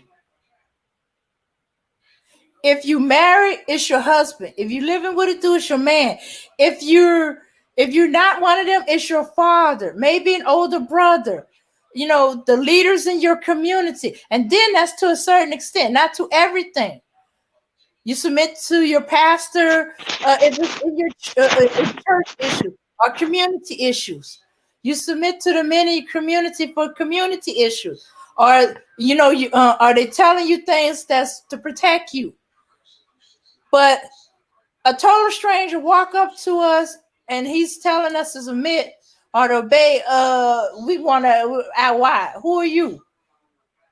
What is your connection to me? Do I know you? Now, dangerous situations, you know, then that'll just, yeah, dangerous situation. You coming in to protect me, and you telling me, get in the car and get out of here. Yeah, I'm gonna obey that because this is a dangerous situation, and I'm believing you're like me. You're my people, so you're looking after me because we are peoples. You gotta be specific on what you're saying when you said black women don't submit. What do we not submit to? Who are we not submitting to? And I bet you if we're not submitting to them is we don't know them. They're not our leaders. They have no connection to us. Or we don't trust them. Okay, let me see. You go. Dame. Oh, hey, Melanated Misfit. I'm sorry. I'm just talking. Oh, it's okay, love. See, I didn't even feel like talking about this garbage. Like I caught up. I thought we were going to talk about music, but anyway, so I guess Corinne Gaines, I don't know if we don't know this, but Corinne Gaines, when she was, because she was on like some sovereignty type shit. She was submitting to a black man. Notice, and I don't care if people say, "Oh, I need to stop making these false comparisons," because I don't give a fuck what they say. But Arab and white males are not telling their women, and Chinese males are not telling their women to obey them, or else they're not going to protect them. So I guess Corinne Gaines, submitting to her boyfriend's ideology of sovereignty, I guess she deserved to be, murdered because, she didn't do what he says, even though she did. I mean, I don't understand what is it exactly that we're submitting to. There's nothing to submit to. They're not even protecting themselves. What is it that, so we're supposed to die with you? I mean, because you're not protecting yourself. You haven't protected anybody. So I don't know. I'm confused, but he's talking about, oh, just admit that you hate black men and all that stuff. No, just admit that you're conquered and you want a group of women to submit to you and you don't have any power and any resources. Imagine if we did. We would be screwed. So yeah. And you saying you don't mind being your white boss. I had white bosses, black bosses. I had Indian bosses. I obey all them concerning the job. Anything outside he the said job. you obey any non-black man. First of all, non-black men write our paychecks, and here's the problem. I've never been employed by a black man ever in my entire life. So what does he mean you submit to non-black men? I mean, they're writing our paychecks, they're paying our rent, and they're keeping a roof over your children's head. The children that you left and who you're not taking care of, and you're complaining about the $50 a month that you have to pay for the upkeep of your own child. Those are the white men that are keeping us afloat. They're actually the white men that are helping us get educated and get away from you. So what is this bullshit that he speaks of? Actually, I don't even want to hear it. I called because I wanted to talk about music, but this is Max's show, so I'm not gonna, sway from the topic. But when is he gonna call? Because now I'm getting okay, irritated. Melanated. You can talk about music. We cool. Go right on ahead. No, I was just, no, it's okay. I just wanted to, like, if he's gonna get on here, come on, let's go, because I'm gonna rip you apart, and you're just gonna be You too somewhere with your cowardly. man purse. Let's, Yeah, don't break your nails. Just come on up and just talk because And hey, yeah. it's not our fault if Too you truly cowardly. believe that. It's not our fault that white men put us over you. We did not put ourselves over you. You said white men. So go take your issue with the white man that supposedly put us over you and stuff like exactly. And that. then not only that, we're both being oppressed. I mean, don't get me wrong. Of course, they're giving us a little bit more opportunity because their goal is to divide. So you are allowing that division to make you turn your back on us and say that we don't deserve protection. Why? Because I have more degrees than you. Why? Because I make more money than you. Why? Because I have somewhere to live and you don't. Why? Because I take care of my children and you don't. So now I don't deserve protection from you. What are you offering? You don't have anything.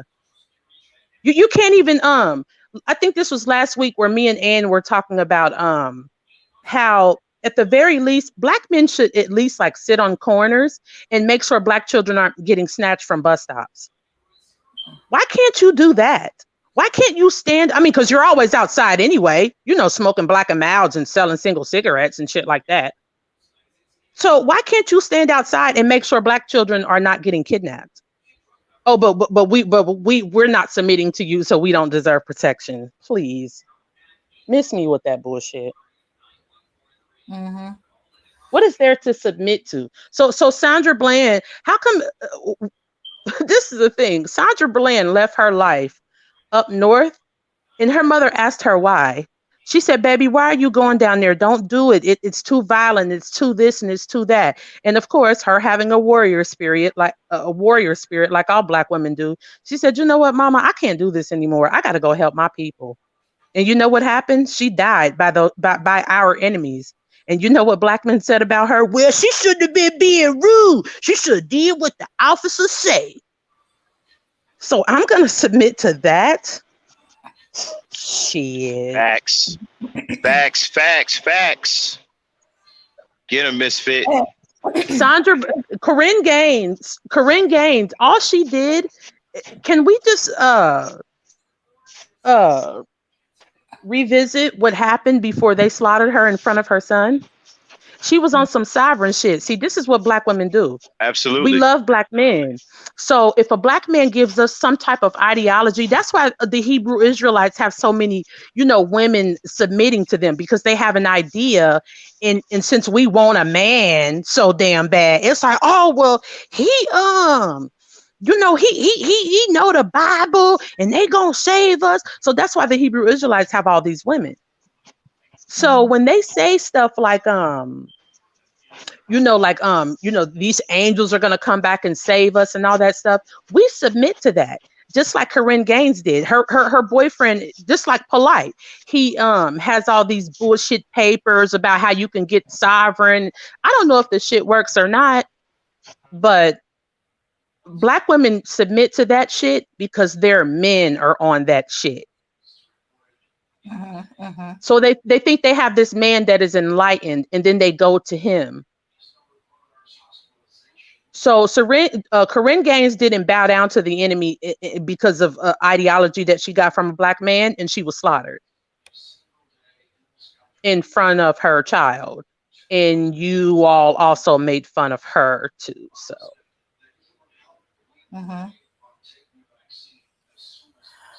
Yeah.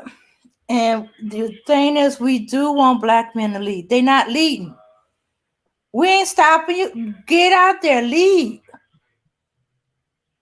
But no, you don't want to. Because being lead is scary. Being lead means you got to fight. Being lead means a butt stops with you. It starts with you, it ends with you.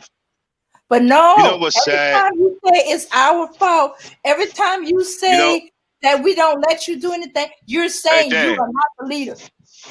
hey Dan, hold on 1 second. Misfit, you know what's sad about Corinne Gaines? What's really sad? Had she been another race of woman, those men would have burned that town to the ground. thank you. That was one of Thank the you. worst killings I have ever But seen. That broke my heart, man. Oh yeah. See, that woman get I done was like that. depressed. I was depressed for days. A part of me, I just wish that I never even knew about it. But it opened my eyes up to so many things. I mean, I'm talking about this woman was so fucking fearless that she asked her baby. She said, "Guess who that is at the door?" He said, "Who?" She said, "The police."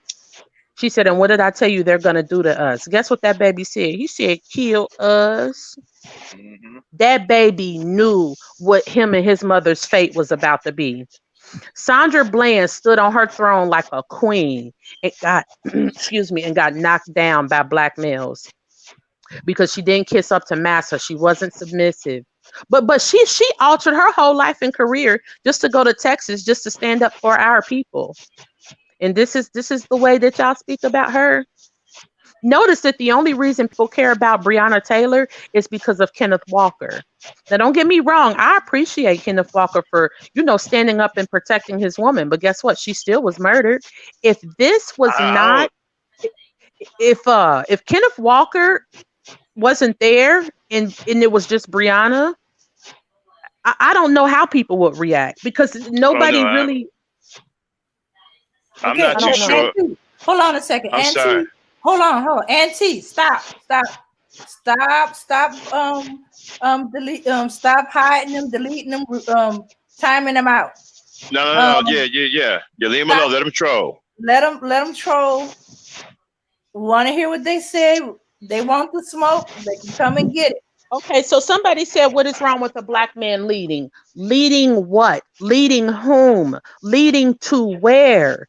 You're not leading But anybody to liberation. You don't have the finances, the economic stance, or the mental fortitude to lead anybody anywhere. You all well, don't do anything. that's why I keep saying I don't know why they keep talking about a patriarchy. You're not built for a patriarchy. You don't have any power. You can't sustain nothing. You have no resources. You can't Guess what? establish a 7 years patriarchy. ago, exactly, Max. 7 years ago, Dr. Umar came to Cincinnati, and that's when I still was believing in him. He talked to a select group of people, after his conference was over, and he's very personable. He'll sit down and he'll talk to anybody. And he said, who, once this is over, wants to sit down and talk to me one-on-one. So there was like a group of us. It was like 7 of us. And, a black man was saying this same thing, like, brother, how can we get our women to, to listen to us and to follow our lead? He said, brother, get her off Section 8, get her off food stamps, and find her a peaceful dwelling for her and her children. And I guarantee she will listen to you and respect you. He said, if her housing is being funded by somebody else, her food, water, and Medicaid is being funded by somebody else, how can she respect you? Can't. And the room was nothing but crickets. You cannot tell a man right now, why is your baby mama on Section 8? Why is she getting food stamps? Why is she getting? And then listen to this bullshit. They still on the plantation. Why you keep him from his rightful place? How can okay? See, this is. I'm gonna hang up in a minute. Okay, so this motherfucker said we're keeping him out of his rightful place. Okay, if you are the most desired. Okay, if you're the most desired, if you are on some kingman shit. If you are, the king of this planet, when in actuality, I'm not going to lie, I do think that, we are the original people. Black men are the original man.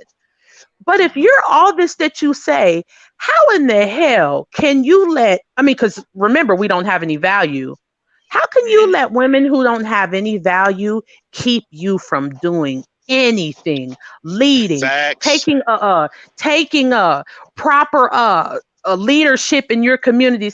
There should be nothing that a black woman could say to you. By the time you get done setting up your patriarchy and setting up your community in place the way you want it, she should either be eating out of your hand or getting ran the fuck over. And I don't mean literally, I mean figuratively.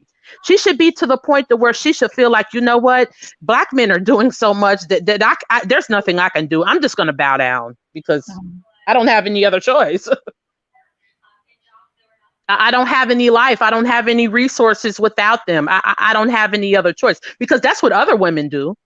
You think Arab women like being in the position that they are with their men? They don't have a choice. They got that shit on lock. Mhm. Mm. Is either follow. Mm-hmm. It's either follow or become a pariah. Mm-hmm. In the Middle East, if you do not do what Arab men tell you to do, you don't have a life. You don't have anything. In this country, and even in Africa, you can choose to walk away from the black man and and do whatever you like. You know why? Because the white man is going to provide resources for you to do so. If you have a man who ain't worth two shits and pennies to rub together, you can say, you know what? Okay, you need to go. I'm going to go to the housing place and get me an apartment because obviously you can't produce and you don't have anything and you're not even making life comfortable for me. So you need to go. So this is what she does. Most black women that I know, she goes to a housing place. She gets an apartment. She probably pays $50 a month for rent. If she has any sense, she goes to school. She gets a degree, and then she gets either she gets kicked off that housing program, or they raise her rent. And the more money she gets, the more they raise her rent. She keeps getting money. She keeps thriving in her career, and next thing you know, she's kicked off the housing program. But you know what? She's succeeding at the same time. At the same time, not only is she getting her government services relinquished, the white man's money, she's succeeding. So now she has built a life for herself outside of the males that impregnated her. And the white man provided all of it for her. Why is she supposed to be ashamed of that? Hmm. Okay. All right, Golden State R. To answer your question, there's nothing wrong with black man leading his community. Go out there and Why lead the does he community. keep saying that? I He said don't they know. act like it is shameful to obey a man, but you want them to protect you. See, here's the problem. If this is going to be your only dialogue, then guys, I think it would be great if we could move on to something else. I mean, I love y'all. I'm not trying to tell y'all what to do with y'all show, but when you keep making like having the same talking points, but you cannot build on anything, excuse me, that you're saying. You can't say why you deserve submission. You can't say why you deserve obedience, which I would never do anyway. I mean, don't get me wrong, What I would submit to a man, but I'm not going to obey you what like a is dog. what is his name in the chat? This one is Golden State Warrior. The other Hey, one didn't come back Golden yet. State, Golden State Warrior. You got 1 minute to get up on the panel. You're not up here in 1 minute. You will be blocked. Yeah, like you're One not minute. gonna keep saying, "Oh, well, what's wrong with excuse me? Oh, what's wrong with you obeying me? Obey you for what? What do you have?" In I don't know if it's Max can correct me if he needs to, but the 60s or the 70s, when black people were following the Black Panthers, you know why? They had resources. And they were doing It, stuff. it, it, it- exactly. They were If you doing can things give that a the black woman woman could see. Exactly. If you can give a woman, a family, or a group of people another alternative to what you're offering, they'll likely die and kill for you. They don't care because they want it's like, okay, you've given us an option, another alternative outside of white supremacy. Hell, we'll take it. These men give us no other option. Do they realize every woman that I know has came up off of welfare? Because welfare offers programs to help women enrich their lives. Hmm. If I can live in housing and get food stamps, and then next thing you know, they'll help me go to school and be an RN or be a construction worker or be an administrative assistant. You think I'm not going to get on welfare? Why not? In 2 or 3 years, I'm not even gonna qualify for it because I'm gonna be making money. Mm. Like they act as if they have notice they never come on here and say, "Oh, black woman, I got a community for you. I got a garden and a grocery store and a doctor's office and a school. You don't have to do this, black woman." They don't have anything. They want to do like Anthony Hamilton. We don't even need no groceries. We can fill up on love alone. We ain't got to worry about no money. We could just stay at home. And we broke, and you We broke. Like, broke, you broke. like, and now I'm hungry, and you too. Like, what the fuck? What the fuck am I? What do you have for black women? Nothing. Nothing. They got white supremacist talking points. And do you notice how? Okay, you just told him, and I'm not telling you how to block him, but you just told him. No, don't do it yet, Max. You just told him if you say something to debunk this. Why can't he say, listen, I have a community somewhere? Because this is all it will take. All it will take is for a black man to say, look, black woman, why are you not, why haven't you checked out, our program up here in New York City, or our program down here in Atlanta, Georgia? We have a farm, we have schools, we have a hospital, we have a birthing center. We have everything that you need to raise your children. Black women will be like, oh, okay, here I come, daddy. Because that's how we are.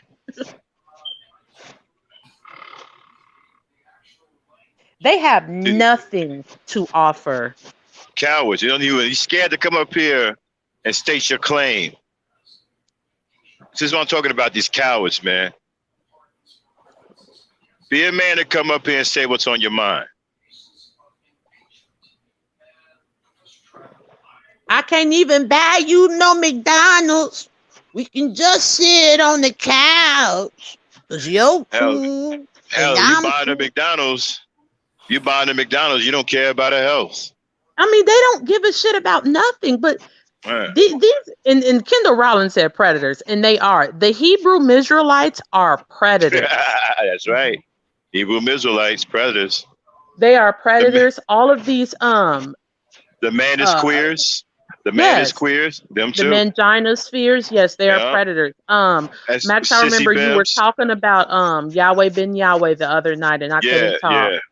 And that is the very definition of predatory behavior and people that are profiting off of black pain. Yeah, he was bad too, man. He was having sex with men's wives. I mean, how you gonna let another man lay down with the woman you just married and be okay with that? Well, you can't even be like Ray J and say I hit it first. Yeah, I mean, you didn't even hit it first. Yahweh ben Yahweh hit it first. That's. And why would you make your woman do such a thing? She was marrying you, not Yahweh ben Yahweh. But no, you tell her it's okay. He's the whatever it is, and obey him. Submit to a man that ain't her husband, ain't her father, ain't her brother. You see what you get when you make women submit to any man? Exactly. That shit is dangerous. And again, and I hate to keep bringing up other cultures, but it is what it is. Other cultures of women don't submit to men that aren't their husbands. I mean, of course, they'll take guidance and direction. I mean, I remember I was in the store the other day, and a brother was like, damn, sis, you don't have to carry all those bags. At least let me get one. I wasn't going to be like, nigga, get the fuck out of my motherfucking face. Like, I'm not that type of person. Yeah. But these guys, they always want to assume that all black women are these feisties, these feisty little ratchet women who don't know how to, act, and we don't know how to treat people. It's not that. It just makes them feel better to say that we're like that so that they can have an excuse not to protect us. Right. It's like I said, they're telling themselves a feel-good story. Yeah. Feel-good story. Failures. Cowards. That's why we try to change the narrative. It's time we start rescuing our black women from these monsters. A man who glorifies pimp culture is a fool. You're going to allow pimp culture to destroy your only support system. The black woman is our biggest and only support system. I told y'all, Paul Mooney said black women offered their bodies up Uh, to allow black men to pimp them to keep black men out of the streets from getting killed. He's not despite lying. despite our terrible behavior as men, the black woman still comes to our rescue, still comes to put herself in harm's way. Yeah, getting their faces shot off. And then y'all Right. giving white bitches the credit. Talking about, And see, then white women love us. you know what made me so mad about the Corey Gaines killing? Niggas didn't do nothing, man. They didn't go out there and protest. They didn't do anything. No. They should have burned it, man. And you had all of them sisters, all of them black women came out there when George Floyd got murdered. I know. It's so unreciprocated. It's the most thankless. Like, loving majority of these men is like, it's the most thankless job ever. It's Well, unrequited, it's unreciprocated, and it literally is futile. It doesn't do anything. well, brothers like myself, we sure appreciate it, and we receive it, and we Yeah, we give it back. appreciate y'all. That's why we're here. You know, yeah. And we trying to get more brothers to get involved. We got to start protecting our women. We got to start. It's like I said, brothers. There's simple things you can do right now to protect your women. Like I said, if you're out at the mall, you see some sisters walking around by themselves, just hang out. Make sure they get back to their cars. There's simple things that you can do to start the development of mindset of protection. Be consistent with it. Don't ever be afraid to protect your women and children. Mm-hmm.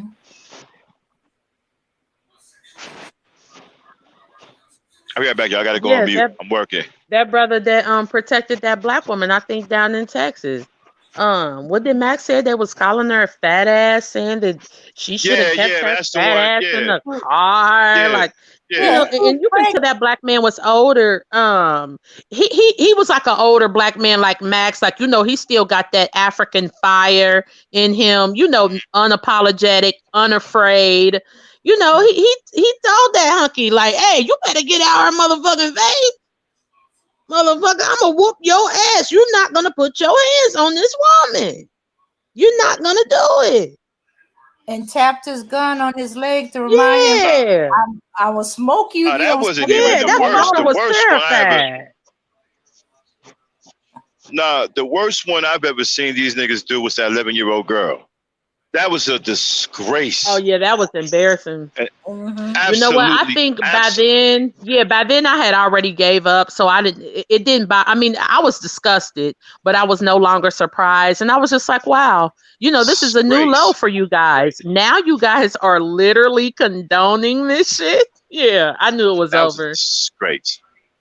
Yeah, that made me feel embarrassed as a black man. I felt embarrassed as a black man. It's a disgrace. And you got black women over there with them guys. There's black women over there supporting those dudes. Yeah. Yeah, because this is the thing. They think they're male identified, and they have this thing to where if I can be over there with them, then that makes me not like the black woman that they're talking about. Like, that makes me, that sets me apart from them. So, I'm not a ratchet. I don't cuss people out. I'm not, this, like I'm not this image that they're trying to portray. I'm different. I love black men. I respect them and I submit to them. Like, girl, please, he ain't gonna do shit for you. Yep. That's why they're getting dogged out over there. The most they can be hope for is to be left alone. Otherwise, they get dogged out. But just imagine the day that one of them decide to disagree with them. Imagine the day that one of them get enough balls to have their own mind and say, well, hold on, brother.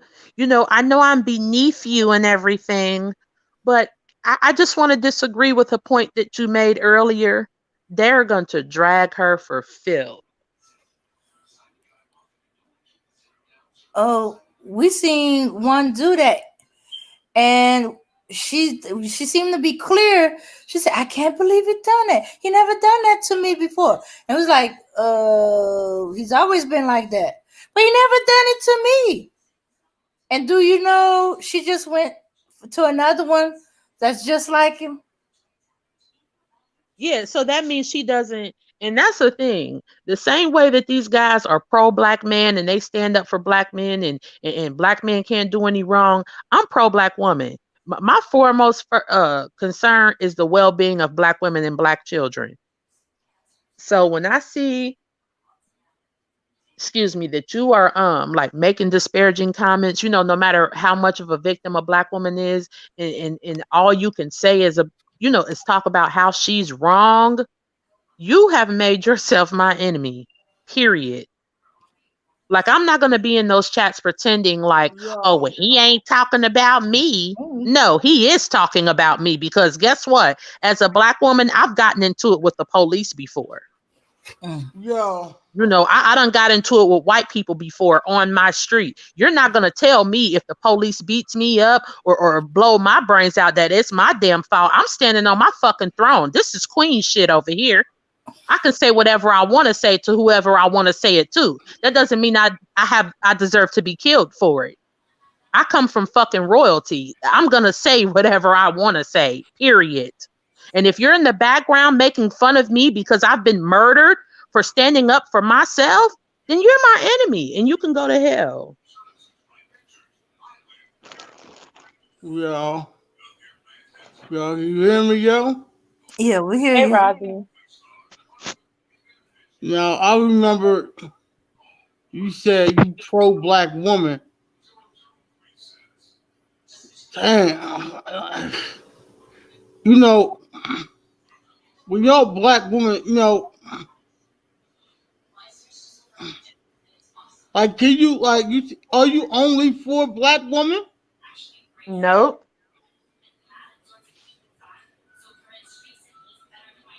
No, Rozzy, I'm not. So why you say you pro black woman? Because I've been privy to a lifestyle that is anti-black woman.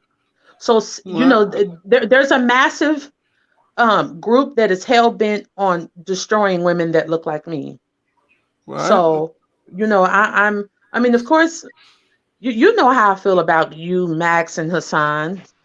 I mean, how I feel about my brother and, men like you all. Hmm. Razi, you should be pro black woman too. I'm pro black. This whole channel is pro black woman. We pro black woman over here. We pro black people and pro black woman. Right, yeah, right. Yeah. But see, me, oh yeah, I am. I'm for black woman, and definitely that's no, everybody know See, that. But I'm for us. For the right, woman and the man, right, right. But the change has to come from us, though. right. You see what I'm saying? It has to come from us. Well, see, here's the We have, thing. But here's the thing. You'll have black women who say, "Oh, I'm pro black woman," but they can give a damn about black man. So you have when to I hear, understand. But wait a minute. But hold on. Let me stop you. The reason why they're like that is because men made them that way. and Black women I do not come. Listen to me. Black women do not come like that. They don't come with their minds messed up like that. That happens from them being betrayed and abused over time. Black men put that kind of hatred in them. Black men create women right, like them. right, And I just want to right. say something else when it Hold comes to up, hold that. up, hold up. People, okay, go ahead. And I agree, right? But when I hear a lot of black women say that, you can't just be for black women, but absolutely don't be for black men. We come from each other. So when I hear black women say that, I'll be like sitting here like, damn. Well, you don't care Yeah, I'm gonna about get my other the phone. If it brothers. hangs up, I'll be back. Okay. Okay. Uh-huh. Okay, I'm listening though. Oh, okay. Uh-huh. When I hear black women say that, it makes me wonder. Well, if you pro black woman, well, do you care about black men too? Because a lot of black women don't when they say they pro black woman. You feel me? Yeah, but So you that's why I see, had to ask. right, that will change once we start doing the things And, that we're and let supposed me to just do. say this though, Max, because you Uh huh. got black. Because listen, you'll have black men that's they'll say they're for black men, but they don't even care about black women. So black people tend to do that shit. They'll say they for one gender, but they don't even give a fuck about the other gender. I mean I that don't. what I don't give huh? a fuck about the other gender. I don't What give a you fuck mean? about black men. You know why? What? You know why I don't give a fuck about black men? What? Okay. Go ahead. Because black men are supposed to be strong. Black men are supposed to be self-starters. Black men are supposed to be self-motivated. Black men are supposed to be builders. They're supposed Right? to make a way. They're supposed to be Right? protectors. They're supposed to be leaders in our society. We don't get to play victim. Right. Oh, well, it's for, but listen, yeah, okay. Now playing victim, I don't want it to play no victim, but I care about us as a people, the black woman and the black man. Now, because we come from, they come Hmm. from us, Hmm. and we come from them. So I care about our benefit. Man and woman. Right. I only care about brothers who care about our women and children. If you don't care about our women and children, I don't rock with you. You're my enemy. Right. Okay. I'm like that too. I don't rock with you. You know, and my thing is, without our women, we're done. Okay. Hey, we got a guest here. Uh huh. I hope I'm pronouncing it right. Slavet. Slavet. Hello, hi, how are you? Hi, Okay, how how are you you? pronounce your name? Um, love set. Love set. Slavet. Oh, okay, okay. All right. Yeah. Um, I've been I've been listening to your show and um yes. Yeah. And I just wanted to say, I'm pro black, but I'm pro black woman. And the reason why is because when black men don't reciprocate the love that we have for them, you have to understand it makes us angry. Because if we're putting our life on the line and we're doing everything and we don't get that protection from our men, it makes us angry. And then they turn around and say, well, white women are better, Latino women are better, you guys are nothing. It angers us because we're getting shot down right alongside you. And we've been having this history, even through slavery, through Jim Crow, with dogs, water hoses, and then we see our black men go to other races of women and say, hey, they're better than you. They're more nurturing mothers or whatever. That angers us. So now we're saying is we got to protect ourselves because we don't have anybody else. And we have a lot of some of my black friends are giving up on black men. They're going to white men and Latina men because they're saying you guys not building, you guys are not taking care of the community, y'all not doing anything like that. So it's becoming hard for black women. So now they're giving up the case. They're like, we're tired, we're moving on, we're divesting and doing what we got to do. We don't care anymore. And now, do you really truly think that white women are going to do it? I have black male friends that are with white women. They're not going up there to no protest. They was like, we're not getting involved because they know they're not going up against their white brothers. So sometimes black men got to understand you putting your woman in a position not doing it. And the place that I live at is predominantly white. These white boys are locked and loaded. I'm sorry, but I'm telling y'all black men right now, they are going to gun ranges and buying bulk of bullets, ammo. They are locked and ready to kill you. And I keep telling black men, you want to go over there with Becky? Go over there. They are ready to kill. That's what they're doing. And the thing about this is that, you know, when you have a black woman that speaks like this, you don't understand where it's coming from. Well, it's coming from you. You created this situation in the minds of many black women because you won't do what you're supposed to do. You won't protect them, and then you let other men lay hands on them. Other races of men will kill you if you put a hand on their women. And the thing about this is that, you know, when you have a black woman that speaks like this, you don't understand where it's coming from. Well, it's coming from. What the? Who is that? Somebody got their speak on, and they're a little bit on the delay. Right, and you know, and so the hatred that is coming from, the anger and the hatred that's coming from these women, that is what you put in them when you refuse to protect them. And the sad part about it is you don't understand. Women need love, brother. When you don't show them any love, this is what the woman is talking about. Reciprocating. It's not coming back. Women need love, brother. You cannot walk around here and not show women love and think that they're going to continue to have faith in you. Why would they? You don't love them.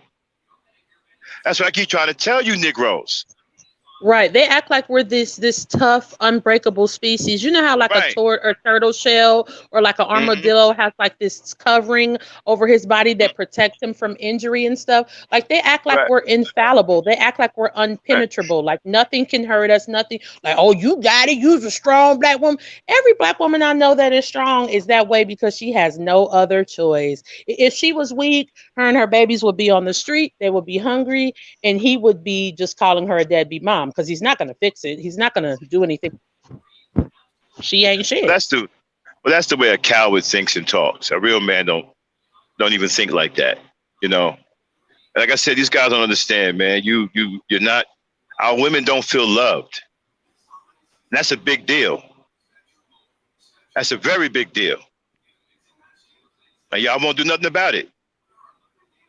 And you're wondering where these women are coming from talking about their pro-black woman and they don't want to deal with black men. They don't care about black men no more. Well, you don't show them that you love them. You don't protect them. You don't care what happens to them. You don't take care of you. You don't do nothing. What you think is going to happen? Spaces where black women have said, and these are those pro-black women spaces that I've delinquished myself from because I'm not going to be in, I've been in pro-black women spaces that love black women so much and hate black men so much that they don't even love black boys. So I took myself away from that because I'm like, hold on, bitch, I got 3 boys. I love the hell out of my boys. Like, I'm not turning my back on my boy for you hoes. So I'm done.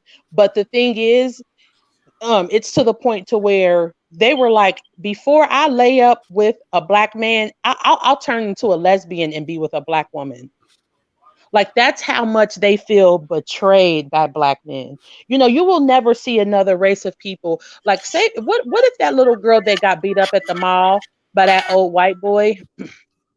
What if that was an Asian girl or a white girl? There is absolutely nothing that another race would have said in defense of him. Nothing. Every race would have said, I don't care. He's an adult. I don't care. He shouldn't have put his hands on a child. Black men are the only men that are like, well, she shouldn't put her hands on him. Like, what? Well, she need to keep her hands to her. Man, Asian men, y'all see the way Asians came stood in solidarity when Peter Liang murdered a Kai Gurley?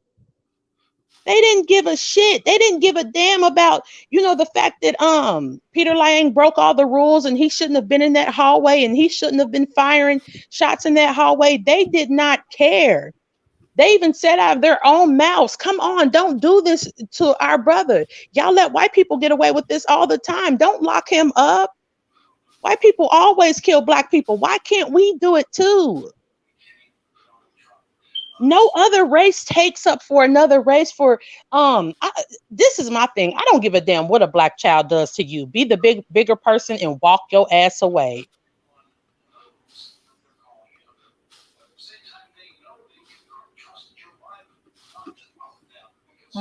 You will never see a white male or a Chinese male sit there. If that old white boy at that mall would have been if he would have been if that was a white child or a Chinese child putting their hands on another man, there's no way in hell they would have took up for that man. They well, even like look I at black said before, children. you know, if black men don't get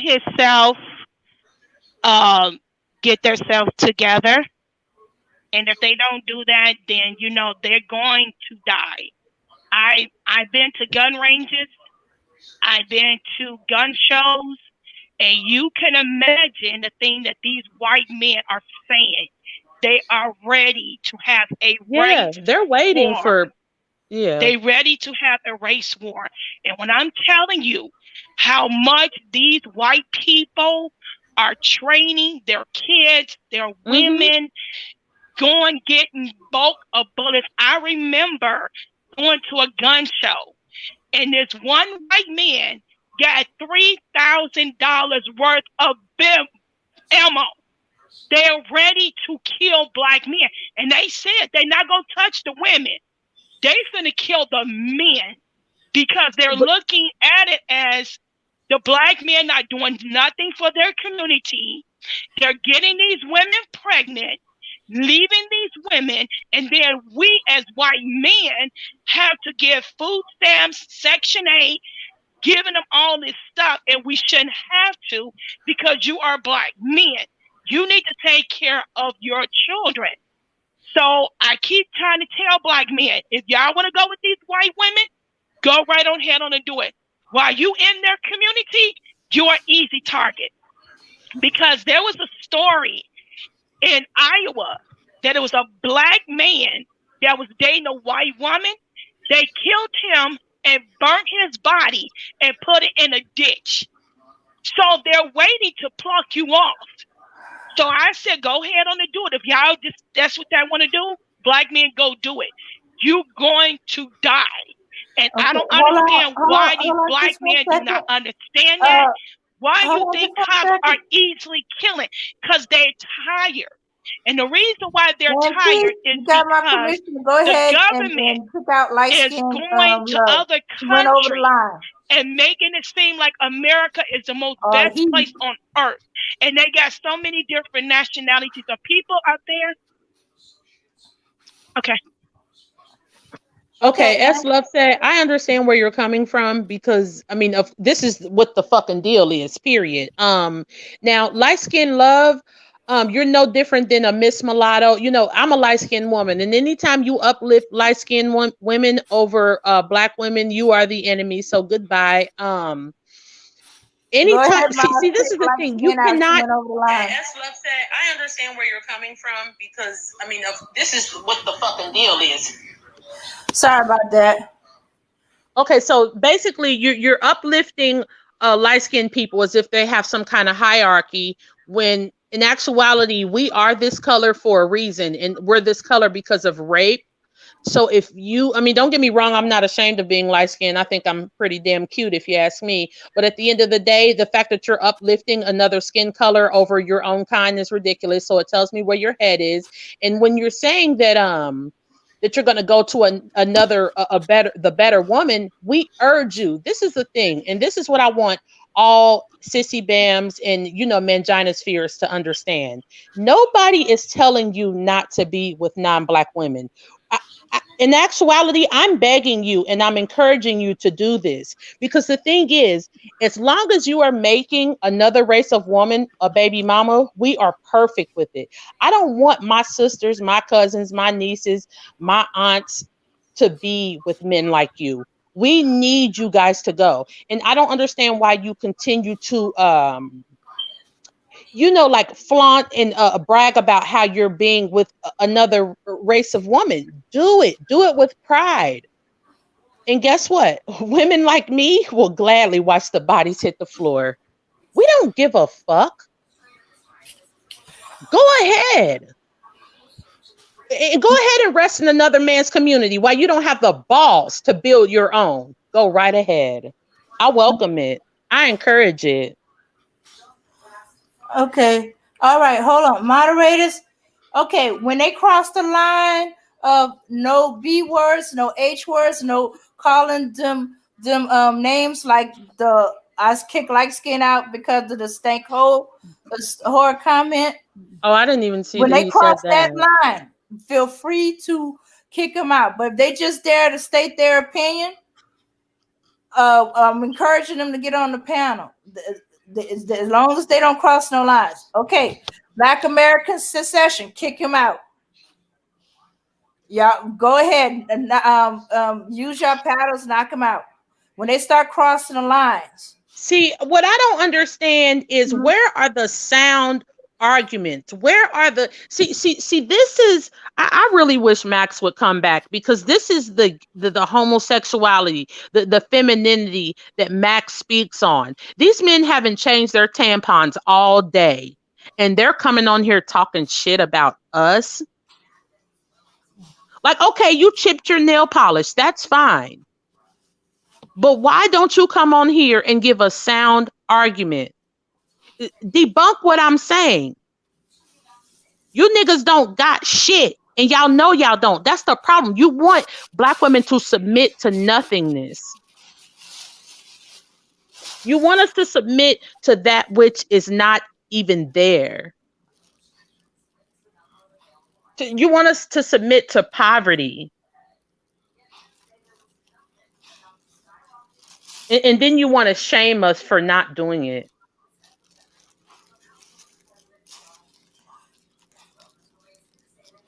I don't know where they think why they okay, so basically they're flooded. I'm sorry, Dame, for interrupting you, but they're flooded now because somebody said that somebody needs to tell these hoes to shut the fuck up. I know. I'm trying to kick them out as soon as they get here. Okay, like this is funny. Like, don't get me wrong. 510 of y'all. Oh, okay. Like, I know y'all don't want this on y'all show, but I kind of like it. It's funny to me. I mean, I guess because I'm from the motherfucking hood. Like, you know, stating their opinion, but once they start and calling people the H word, the WH word, the B word. Hey, fuck all of these hoe ass niggas. Hey, like, y'all are not hurting us. Hey, you called my sister? Oh, Matt, yeah. Some this of the perfect are crossing the line of what we allowable, and the moderators are a little hesitating. Yeah, moderators, you know what it is. You know what we are allowing here. An opinion, and when they start cursing us out, so they gotta go. Okay, this is what I'm saying. They're doing nothing but proving Max's point. Their man bag is on the floor. You know, their fingernail polish is chipped. Their tampons are oversoiled. So now they're coming in here and it's like, oh, these bitches need to shut the fuck up. Oh, these black hoes. Like, are you kidding me? That's not hurting anybody. But the thing is, you don't have the intellect to debunk anything anybody is saying, because what you would do is you would come on the panel and you would embarrass me. And I want you to do it right now. Come on. I'm going to rip your sorry ass apart. Oh, they too cowardly to come up here. You know, one of their arguments, right, is that Black women have bad attitudes. Black women are angry. These are their main arguments. Ain't nothing wrong with being angry. Emmanuel Briggs said, fighting to nest in a community that doesn't want you and never will, you will suffer the same fate as every traitor throughout the history of man. You will be used and discarded like trash. Thank you, Emmanuel. Like, and then he thinks, do you know this bastard had the nerve to be like, because we just gonna go to a better race of women. Bad motherfucker. You're gonna go over there and get smoked. That's what's gonna happen. Your ass gonna go over there and get beheaded over that bitch. Yeah, man, the mother So raising I'm men don't play that encouraging it. shit. I want you to It's do already that. starting to happen. Have they been ignoring the news all this time? How many black men are being killed because they trust the Becky? They in the community with the Becky, and somebody in that community don't believe they should be there, and they getting smoked. Didn't a police officer just get murdered by his Becky? Yeah, Because he he was was cheating saving, on her with a black woman? I just mean, but he saving was himself. resting, but he was resting with a better woman. So why did this happen? You know, who cares about the fact that she looked like Andre the Giant and she had some big ass shoulders? You know, who She cares did. about the fact, you know, that she was chunky and looked like a mini deep freezer? Nobody gives a fuck about that. Damn, I ain't You know, even let's see just her. focus on the fact that this bitch is white. I didn't even see it. She look like that? Damn, I didn't That even see fat her. bitch, she looked at like, short, you chubby know, woman. she Okay, looked at like Peter Griffin. And then she looked at Wow. like Peter Griffin and he was cheating on her with a black woman. Wow. And then let's revisit the black man 2 years ago, excuse me, who was murdered by his stepson. See, this is the problem. You'll tell black women that, oh, I'm not gonna be the cleanup man and I'm not gonna be a stepdaddy to your bastard kids because you're a single mom. But then you'll take your black ass into a white woman's home and raise all of her mutts. But What this about is what the about thing. the Go ahead, Negro Max. coon? What about the Negro coon that got smoked by the cop for trying to break up two white people from fighting? Oh, but he That loved black women. That's not our problem. uh-huh. I mean, He he tried loved to break white up. women. That's not our problem. He even Yeah. told us, he said his white family was responsible for his addiction to white females. I try not to call white females women because black women are women. White females are just a female species of Neanderthal. Right. This is why But she can't tell the yeah, difference between a man and an animal. exactly. And that's why she has open season for men and animals. I mean, she will cock her legs open to animals. Yeah. So you got this coward, and he talked. Keep in mind, he disparaged his whole black family on the internet. He was like, you need. Oh, and he talked about what you're always saying, Max, about how you need to raise your vibration and your get out of your lower self. Yeah. You know, to him, because that's why black men are getting killed, because you know they need to raise their vibration and get out of their lower self. So I wonder what vibration he was in when he was murdered by the very people that he loved. It must have been a low vibration. It must have been low. Yeah, I mean, he wasn't vibrating in his higher self. So he was reaching the higher state of consciousness. Yeah. And then when he got killed, he was trying to protect the Becky from her Brad. Hey, no better for him. I'm not like everybody else. I'm not that, oh, you don't speak foul of the dead and all that shit. When you're a traitor, you mean nothing to me. Your life meant nothing when you were alive, and it means nothing when you're not. I don't care about that kind of shit. I'm not that. I'm not a Christian. I don't care about none of that shit. Facts. I echo those thoughts. Yeah, there was a black guy. This was about 2 or 3 years ago. His white stepson killed him. And it was funny because the only reason he killed him was because that's what he get for giving birth to a demon. Well, he didn't no, that's what he gets for being a stepfather to his enemy's child. This is not your child. So you know, this little fucker, I mean, he's been indoctrinated to think that, you know, this is the thing. They teach their children early to hate us. They teach their children early that we are beneath them. So no matter, even if you feed, bathe, clothe a child, you keep a roof over your enemy's child's head, they will never, ever stray away from what the white society has taught them. And that little fucker, he woke up one day like, hold on, you know, I'm not going to be letting this nigger tell me to take fucking trash out. Fuck him, dude. Wow. And he blew his fucking head off. You know why? Because you're black. I don't care that you're my stepfather. I don't care that you're my mother's husband. You need to get your black ass out of my... I don't want niggers telling me what to do. Wow. But we someone don't said, just, deserve. wait a minute. Did SYSBM come to his rescue? Did they go I and don't fight for recall that? Did they because go and yeah, protest? I mean, I doubt it. I mean, there's no telling. I don't even I want mean, to that's they. imagine. Yeah, I I mean, don't want that's to they imagine the mans in them. pussy popping. You know, I don't want to imagine the Yeah. twerk wind that was in those chats. I'm sure the Hey, twerk wind was stanking and. Hey, SYSBM, that's your mans in them. You ain't gonna back your mans in them. What's up? Exactly. I mean, come on. He went with the better woman. He tried to be a Yeah. father. I mean, come on. He lost his life. You know, loving a cave baby. What happened? I mean, are you guys not gonna cape or march for him at all? You gotta understand, they save yourself. They didn't say I'm gonna save my brother. No, it's save yourself. It's individual. There's So no saving yourself I from mean, this but beast. imagine trying to save yourself from a group of women that's done nothing but love you and care for you and shield you. Black women are literally shielding black men from white supremacy. You know, Yeah. allowing thugs and losers to come and lay up in their homes like, hey, I know life is hard for you. I know the way they treat black men. You know, you can come here. I'll help you get on my feet. There are black women out here giving black men their whole fucking income tax checks just to flip. Yeah. And they Like, oh, you and they can flip buy my and they check. You a buying king. and they buying video games, weed, And skinny jeans. yeah, skinny jeans, looking like a punk. Looking like Lil Wayne, like he just crawled out of a fucking coffin. Oh, that nigga look like a giant bat. Y'all see what he's starting to look like? I mean, he looks like a fucking bat. Remember on Vampire in Brooklyn when he bit Kadeem Hardison and Kadeem Hardison turned into a ghoul? Yeah. Yeah. That's who Lil Wayne looks like. Lil Wayne is a ghoul. Yo, his And gum's he's gonna Steven fall out off his the mouth. Django.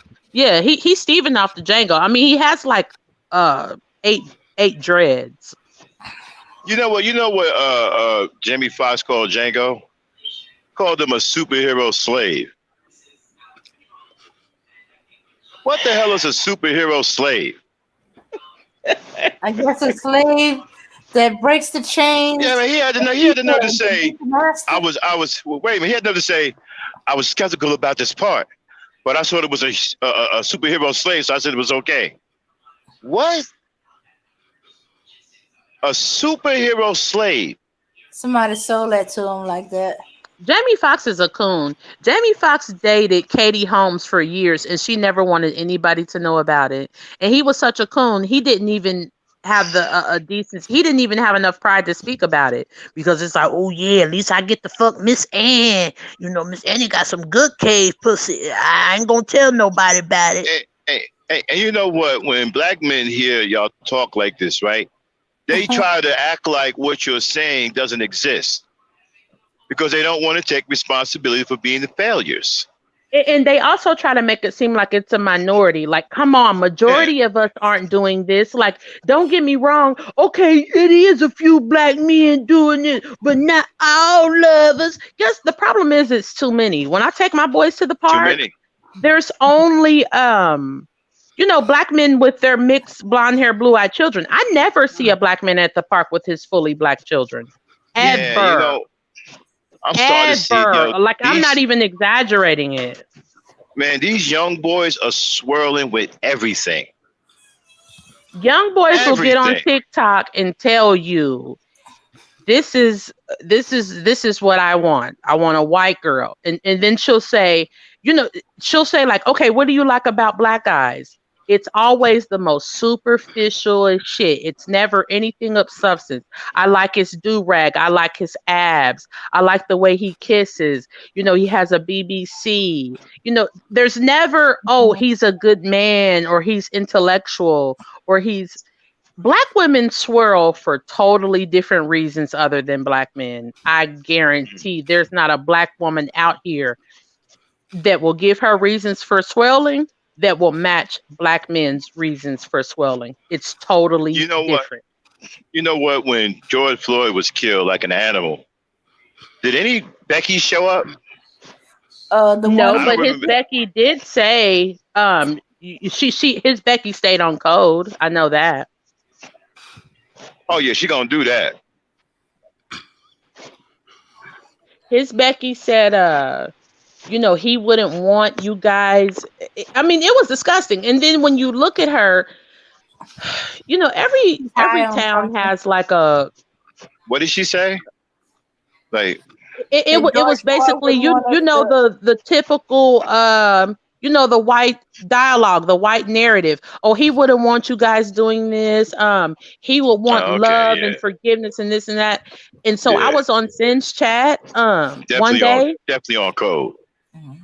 I was on Sin's chat one day, and I loved when Nyla said, she was like, you know what? Why don't we give him his wishes? He wouldn't have wanted this. Stop tearing up shit. He would want forgiveness for his enemies. They murdered him. He loves everybody. He thinks that we're all God's children. Let's honor his wishes and stop destroying shit. And I don't can't. get it twisted. That white bitch looked like Darlene from Roseanne. She looked like a Mm, fucking heroin addict, and she looked it horrible. Mhm. I can't believe black people keep falling for that. His family was on code. Told her to shut her effing mouth. She don't speak for them, and she need to know her place. That whore has never once said another word about George Floyd ever. She Because doesn't even. Did You she know how even? like Did she go to the during funeral? political I- um, I don't think his family let her, or if they did, they made sure she kept her trap shut. She Wow. was there with the family. They laid into her, Becky. They was pissed off as hell. if you see this, Becky, you will. It's like, don't get me wrong, I will never ever condone the way that George Floyd was murdered, because again, that could be my ex-husband, that could be my brother, my father, that could be my boys. Mhm. So that shit, I understand the way that, because there's a sector of YouTube that hates black men, and even when they die, they don't care about them. I'm not that Right. woman. I am pro black woman, but I cannot bring myself to stop caring about shit like that. Like I can't do it. So like when I All seen right. that, Mm-hmm. I was like, okay, this really hurts. Like, okay, now I'm super enraged. All right. Well, I'm But gonna let when you she ladies got talk. on there, Hold on. I'm gonna just. I'm gonna go back down in the chat. So, hang on. I'm gonna let you ladies talk. Anybody bring any smoke? I'll be right back up if anybody will start the trouble. I'll be in the chat, y'all. All right. so when she was saying what she was saying, I'm like, okay, should I be mad? I mean, because I'm still mad. I'm still hurt. I'm enraged. I don't want to sit and watch a black man get the life sucked out of him like this. Like, this really hurts me. But like, black women who are worse than me, people can say that, oh, I be on some bullshit. Listen to black women who don't have any heart. I have heart for my people. Those women were like, oh, well, fuck him. He shouldn't have been having a bad check. He shouldn't have been having a fake $20 bill. Like, they literally did not care about the fact that they watched a black man get his life sucked out of him. But I guess I can kind of understand when you got a white bitch that looks like Darlene off of Roseanne. She looks like a meth head. And she's saying that George would have wanted you guys to forgive them. So. Yeah. Oh, Oh. and Auntie said they probably weren't together that long, but she wanted to snatch the attention away from the actual family. This is what they do. Hey, Yeah, and the family they wasn't probably having it. did dope together. Yeah, they were Yeah. probably just, they probably met in the trap and, probably got high together. Yeah. But George Floyd is friends with a black man that doesn't like black women, so I don't know what to say about that. He's friends with a black man that don't like black women. Yes. Oh, okay, I didn't know that. But he's famous with he's friends with a famous basketball player. Anybody in the chat, do you all remember Let me see. Auntie said it was a bad check, not a $20 bill. They shot him over a bad check. Okay, does anybody remember that there was a basketball player that was saying to black men, like, look, you guys need to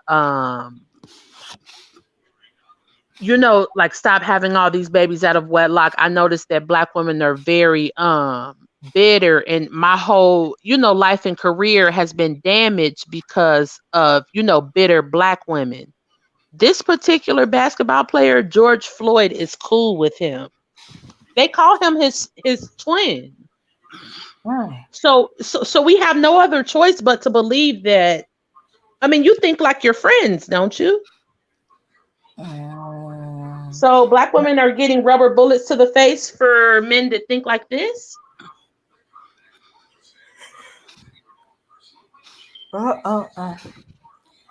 Yeah. It looks like it. I guess that's why we're seeing so many videos of if they want to go their own way and they get killed, let them go their own way. And don't be going to bat for them. They wasn't going to bat for you.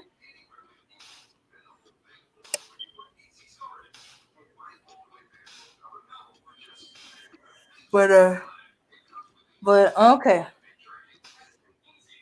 But I think at the moment of when they die, all we see is we don't see them anymore. We see the men that they could represent. We could see our husbands, our men, our fathers, our brothers, our sons.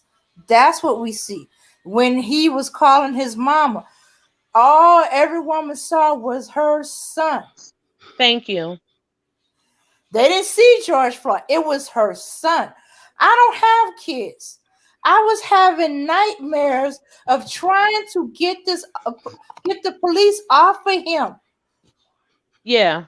I was responding to it so strong. I don't have no kids, so I don't have that response to mama like a mother does. And yet I was killing myself in my dream. I was fighting the police, doing anything to get them off them. They were shocking me. They were threatening me with a gun. They were beating me. Yet I was still trying to get to the cop that was on his neck. And in my dream, when I was successful, I grabbed him by the hair, and as the cops were pulling me off, had him by the hair and in a headlock. So when they dragged me, they dragged him to get him off of him. I was having dreams like that for months, and I was Dame, you know what that's called? Dame, that's called trauma. Mm-hmm. That is black trauma. Mm-hmm. And let me see what Ann just said. Ann just said something. Okay, let me see. Was black and not 20? They probably weren't together, but she wants to snatch. Let me see. They say look alike. Okay, so Nikki said yes, they look alike. Okay, so I don't know who. I cannot think of this guy's name for shit.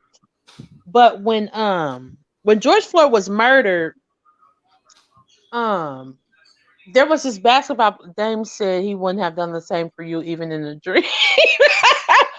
But yeah, mm-hmm. So when I can't think of this basketball player's name. I mean, he's so damn irrelevant. But at the end of the day, it's funny because he made it his business to make sure that he told black men to stop having babies by black women because they're very bitter and they're going to get you for child support. And he looks exactly like George. So people were saying like, oh, that's his twin. And keep in mind, they were really close. So, I mean, you can't help but to think that they have the same ideology. I mean, people that I'm really close with, like I've developed relationships with a very small group of people. And that's because they think like me. So there's no way in hell that he doesn't think, that George doesn't think like him. There's no way. Especially since George also has a daughter from a previous relationship with a black woman. I think it's yeah. She's a little black girl. So that meant to think like this dude, he had experienced something similar, or what he believed was similar. Oh, Miss Miss Louisiana says Steven Jackson. Okay, yes, finally somebody said it. Okay, like yeah, it's funny because he is a George Floyd lookalike. This is what I don't get. I mean, I would like to think that Stevens had a few dollars.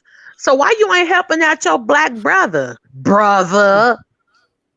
Where all this NBA money? Oh, I guess it's tied up in child support. That's why George was in a store, trying to pass off a fake a counterfeit $20 bill like a fucking dope fiend. I mean, ain't that some 90s shit? Or he could at least stood up and said, hey, this was wrong that happened to my brother Floyd. You couldn't give money, you could have gave lip service.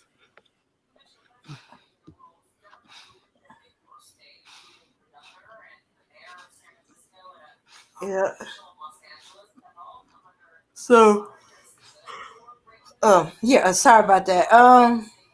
Yeah. Oh, hey, yeah. It did happen in a dream, but my dream eventually changed. It became my baby cousin for some reason. I guess because he was in New Orleans, and for some reason that particular area makes me think of some part of New Orleans. Don't ask me what, because I'm not from there, so I just it's just fixated on my memory or something. Yeah, and I didn't see George Floyd anymore. And the next time I started having the dreams, it was my baby cousin. And Well, had George Floyd been a black woman, black men would have said that if George Floyd was Breonna Taylor, they would have said that she shouldn't have been having a fake $20 bill. She shouldn't have been passing a bad check. She shouldn't have resisted, and this is all wait of a her minute. fault. That's the thing. Those Sis Ben Manosphere, they were saying that. They were saying that bull crap. Oh well, he shouldn't have put the counterfeited 20. He shouldn't have. He shouldn't have doing something illegal. They were saying that. In their minds, because they've already submitted to the system. They've already handed their whole balls over to these people. I feel sorry for anybody that has children by them, because they're going to let your children, like whatever happens to your children by the hands of the enemy, they're going to let it happen. They're not going to do anything. So good luck to those women. Shoot, they're already not taking care of. They're letting the enemy take care of them. They keep complaining about the welfare system and stuff like that. By you not taking care of your children, you letting your enemy take care of your children. If you were taking care of your children, they wouldn't need this. They couldn't Damn, get Auntie said, she just said what you said, Dame. She said some of them did. The SYSBM said, how dare he Yeah, see, they have. So I ask again, the trolls that were here who have probably went and used some feminine wash for their genitals. Um, y'all have totally submitted. So what should we be submitting to? How dare he disrespect Massa? How dare an impoverished black man go to a store and try to You should pass a submit bad to check me. or do a That's fake who. 20? Me. You should Rosa? submit to me. Oh, you want us to submit to you, Rosie? Submit to Rozzy. You're damn right. Okay, Rosie. Mm-hmm. Okay, I didn't know I you mean, at was least he agreeing. cares about black women. I mean, shit.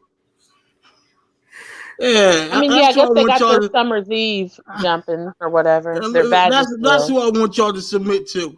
Submit to me. Now, what do Submit. you mean by submit? Submit to this.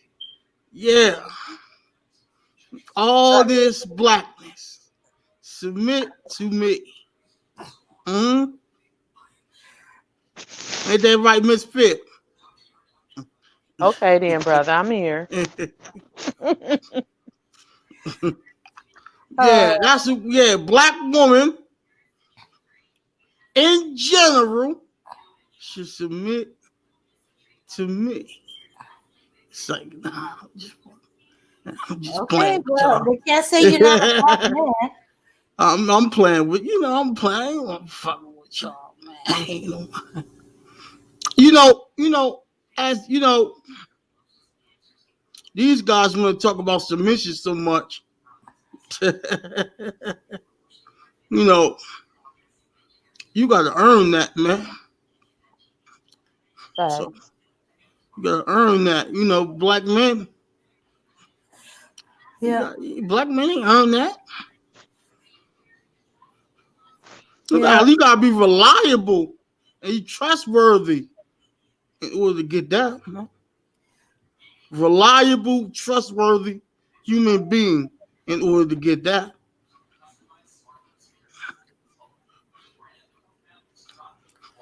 okay. Well, as for the Hebrew Israelite, you want And black women. you have to you got to set standards. You got to set standards in order to get submission. What standards do a lot of these men set? Do these men set any standards?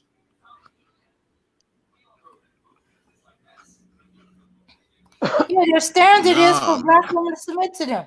But as I was, I'm saying, but besides that, you know what I'm saying? Like these dudes have really low standards when it comes to the woman, right? You know what I mean? But these men with these high caliber women, but they set low standards. But they want this high quality woman. You feel me? So OMG. I just thought about something. Where's Max? he's somewhere down in the chat. Okay, I wanted to talk to Max about this. Okay, there's this beautiful, radiating black woman from Ghana, right? We don't necessarily know who she is, but she's a black activist and she is stunning. Not only is she beautiful, she's like an activist and she's famous over there in Ghana. She was decapitated. I mean, literally beheaded in a national park by like a metal gate. And the non-swirler said that that is her karma for being with white males, for being with a white male. you talk about some Fuck, foreign. You talk fuck about the some fact that foreign she was shit. fuck the fact that she was fighting for her people. Nobody cares about that. Fuck the fact that she was fighting for the rights of black women and black children. She deserved. The anti-swirlers were saying, well, this is what happens when you beat with the enemy. Karma come quick.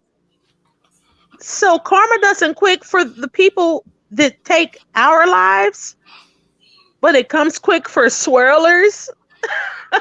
I can't. I just can't.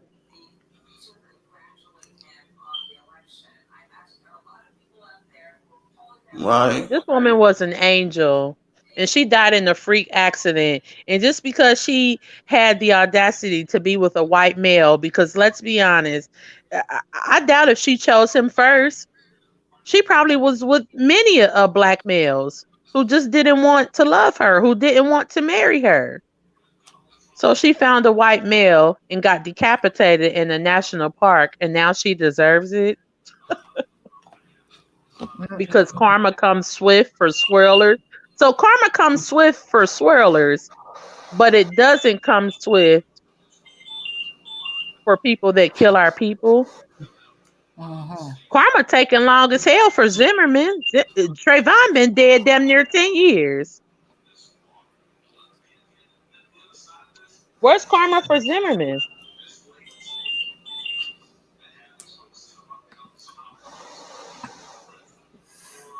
Well, But hey, Zimmerman has to do the route of Cain. He has to wander away from his home, and every time he's about to settle down, somebody recognizes him and drives him out, and he has to go to another place, and another place, and another place.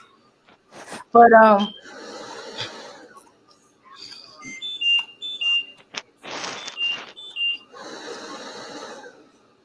yeah.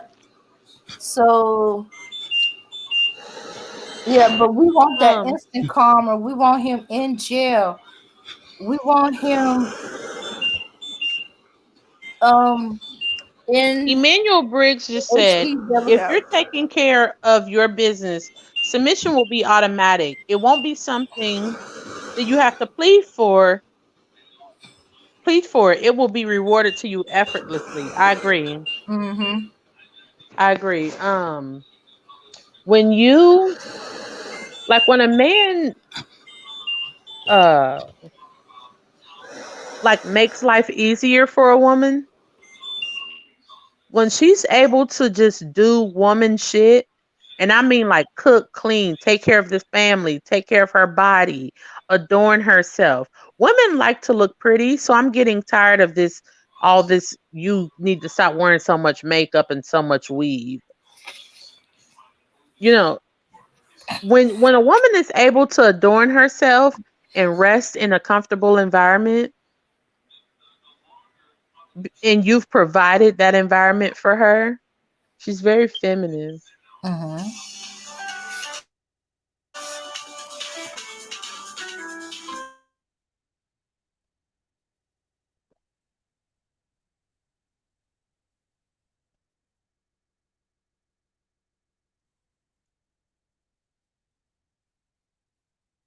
Oh, Kendall said he has no sympathy for swirlers.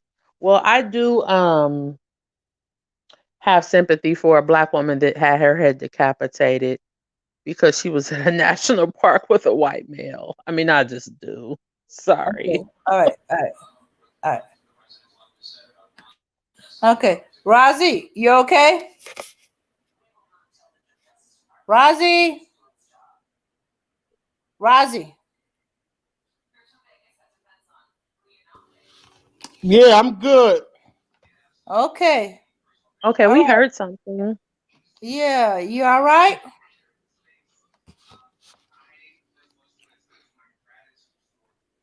I Just getting find it myself very together. strange. Hold I on, said, hold Are on. yeah, you Stay. okay, Roz? I said, yeah, I'm just getting myself together. Okay, we Okay, here, brother. okay. We was hearing alarms. Okay, I'm sorry, Miss Vic. Go ahead. No, it's okay. But my thing is when I hear and that's what's so weird to me. You got a black woman who is Mm-hmm. stunning, who literally is the picture of queen shit, who is fighting for her people, Mm-hmm. but yet she gets decapitated in a freak accident in a national park and she deserves to die because she was laid up with a hunky. I mean, Well, if I was her, would I be laid up with him? Most likely not. mm-hmm. But she chose to go where she was valued. I mean, let's be honest. You can't say that she has not tried to have a relationship with a black man. It didn't work. She didn't feel protected. He didn't provide.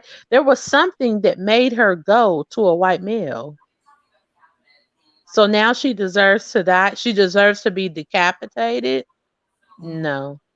We when we lost her, we lost a real one because she fought for black women and children that were being oppressed in Ghana. And 9 times out of 10, these bums that feel like she deserved to die is because they offered nothing. They could not give shit to her. They could not provide any type of life, any type of security, any type of any type of comfortability for her to rest in. And that's why she went to a white male. And now she deserves to die. Okay. All right. Okay. Miss Fit, you can't use that H word Oh, for okay, sorry. Yeah, but she deserves to die because she chose to be with another race of men. Interesting. but if that was karma, do you know how many oh well maybe that's happening. How many headless black men would be running around? I mean, my thing is karma is racist as hell, and she's very selective about who she chooses to visit. Well maybe she's a mammy. No She's wait a minute. not though. Um She's not though. She's not a mammy. Karma is Oh, very selective. That's how you know it doesn't exist. mhm. Yeah. Now, if we've been going around that it was karma for Tim and George and what's that other man name again? The guy that got killed by the cop trying to help break up a white couple fighting. What's his name? Anyway, then we would be getting in. They'd be all on top of us, jumping up and down. You hate black men. How can you say such a thing? Okay. Uh. And said, I don't care for swirlers, and it's sad what happened to her, but you're in the presence of your natural born enemy, and they are the lawless ones. Male or female, neither gender is safe with them. I agree, but how does a white male stop a gate that he didn't, a metal gate that he didn't see falling on his woman and decapitating her? Like, I don't know. Like, I, I don't know. I just want black women to be happy. So, I mean, I would never lay up with these people, but when I see black women happy, that's what drives me. I mean, black women are race first. So when they break out of that mode and they say, "You know what? I'm just going to go and be with somebody else. Somebody that doesn't talk about my hair, somebody that doesn't, talk shit about my skin, somebody that doesn't call me a black bee." Or maybe I'm just or maybe she was into the other way.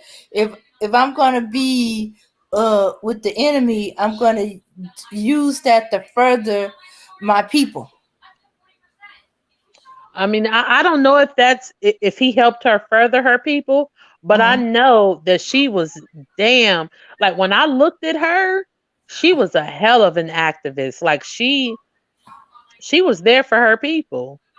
She was um I mean, I just cannot imagine.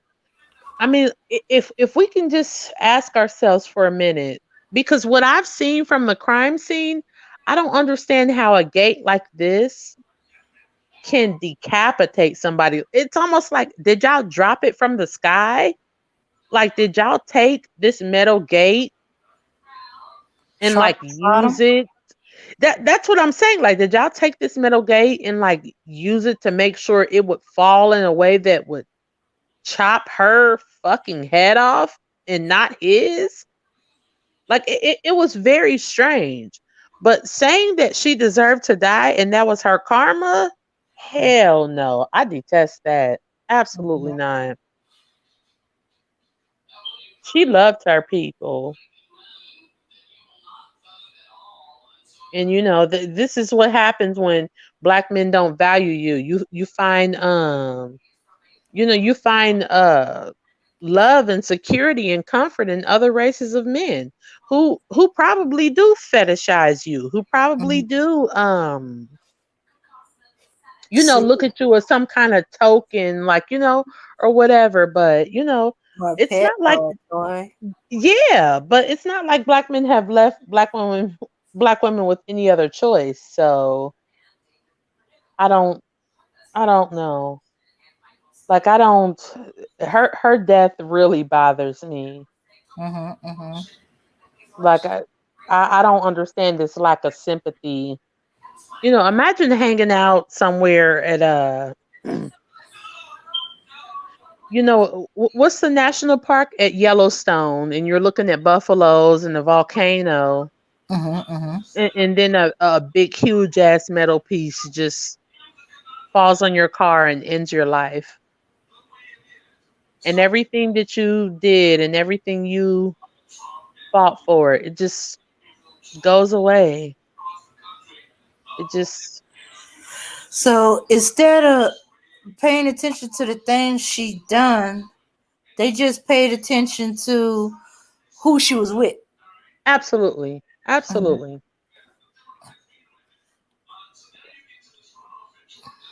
Kendall said, so if she loved her people, then why was she with a white man? Just because she was with a white man doesn't mean she was happy. Mhm. I agree with both points. Now, Kendall said because she was with a white man, then okay, so if she loved her people, then why was she with the white man? Because, and I don't mean to sound like an excuse maker, Mm-hmm. but I know that our women can feel unloved by black men. Mm-hmm. Like I'm not attracted. Uh-oh.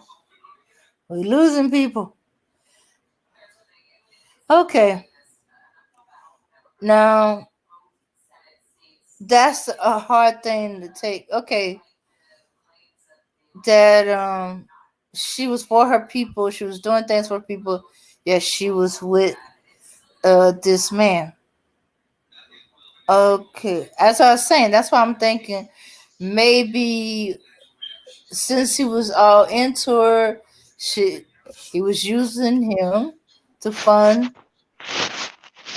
and and do things for people. We don't know that. We don't know what was But going my on thing is, what if in she their head in their wasn't doing bedroom. that? What if she just brought him along for the ride? Oh, Like I don't know. I'm not. okay, exactly what was her activism? Was From what I she? seen, Uh huh. can you hear me, Dame? Yeah, I can hear you. From what I seen, I think she was like bringing clean water and employment opportunities to black women in Ghana. Okay. Oh, okay. I see. So I mean, I don't understand how she Okay, it's like deserved to die. Like, okay, they were acting to her the way the men here act, the men in the states act to feminists. As far as they concerned, in their eyes, she was a feminist. how are you a feminist because you care about the lives of black women and children? How? Never got that, but it don't make sense here neither. Because we take advantage of the stuff that the feminist movement was doing. Like, hey, if that means we get more money, that don't mean I'm a feminist. It means I'm enjoying the benefits that they wanted. Equal pay. I'm all for equal pay. I want to get paid more money.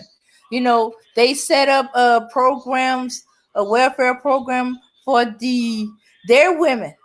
Okay, because they didn't specify or they couldn't specify, it wasn't allowed them to specify. It took forever, but I needed it, and now I can get it. So if it's see Thank my you, children Nikki. starve and be out in the street in the cold and the rain and whatever, or be in this welfare program, I'm going to be in the program. But did I join the feminist movement? Oh, no, no, no, no. I just took advantage of the opportunities that they open up, the doors they open up. That's it. Well, thank you, Nikki. At least she gets where I'm coming from. Like, I don't know. I think most black women, because most black women are race first. Like, we want to be with black men. But I'm at the point now, ever since Corinne Gaines and Sandra Bland, Mhm. like I'm not gonna be saying, "Oh, how dare you be with another race of men? What are you doing being with this male?" Like I don't care. Like I want you to be happy. As long as he's not disrespecting you, reenacting slave narratives on you and calling you the N-word, then just go ahead and be happy. Be with who you want to be with. Like and you can't tell me that she didn't try to be with a white male. I mean, with a black male. But She melanated, just but melanated. We're trying to get black men and women together. The and I know you in this. You upset because they are fixated on who she's with and not what she was doing for her Well, people. you have to. Mm-hmm. Well, you have to look at it this way. This is what I mean by black men don't want to accept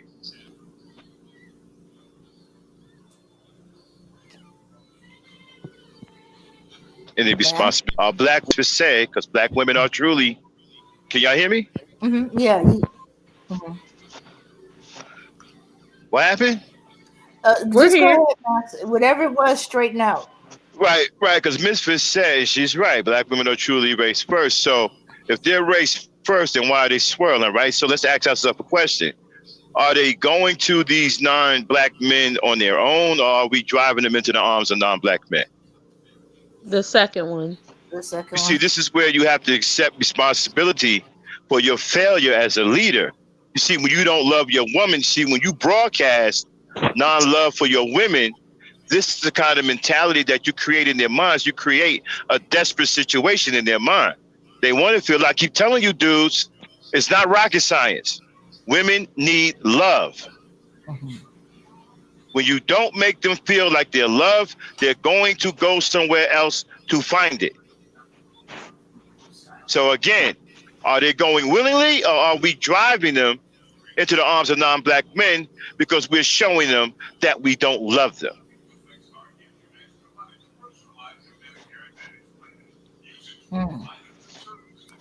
Well, they definitely driving it by uplifting these other race of women. So if the other race of women are better than us, then you're saying the other race of men are better than you. Now So we lost keep people from going in that direction. a beautiful black sister that was doing what she thought was right. Because the reason why, you see, let me tell you why you guys are having a problem with sisters saying that they pro-black woman. Because you don't understand that they're targeted right now. There's a war going on black women that you're not doing anything to stop. You're not even in a fight. You are allowing other men to attack them. You're allowing all of this stuff to go on. So they feel abandoned.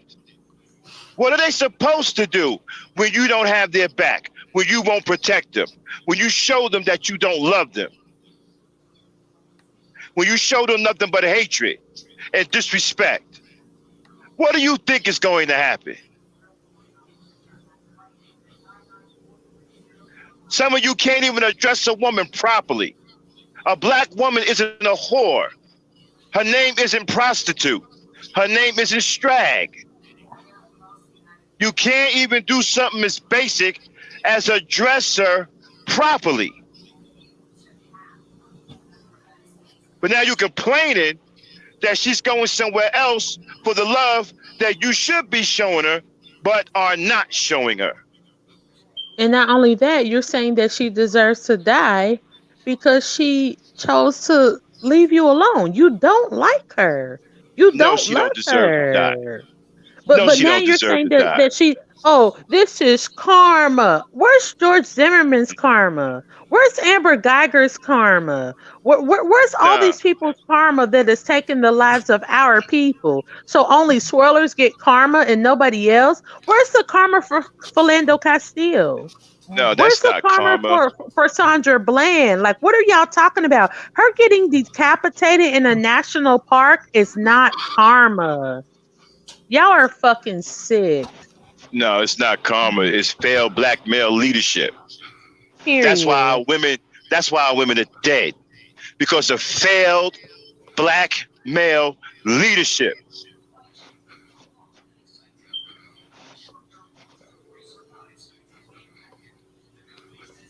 These are women with. I keep telling you guys, women do not think like us. They are different. These are women. They need love. Y'all don't get it.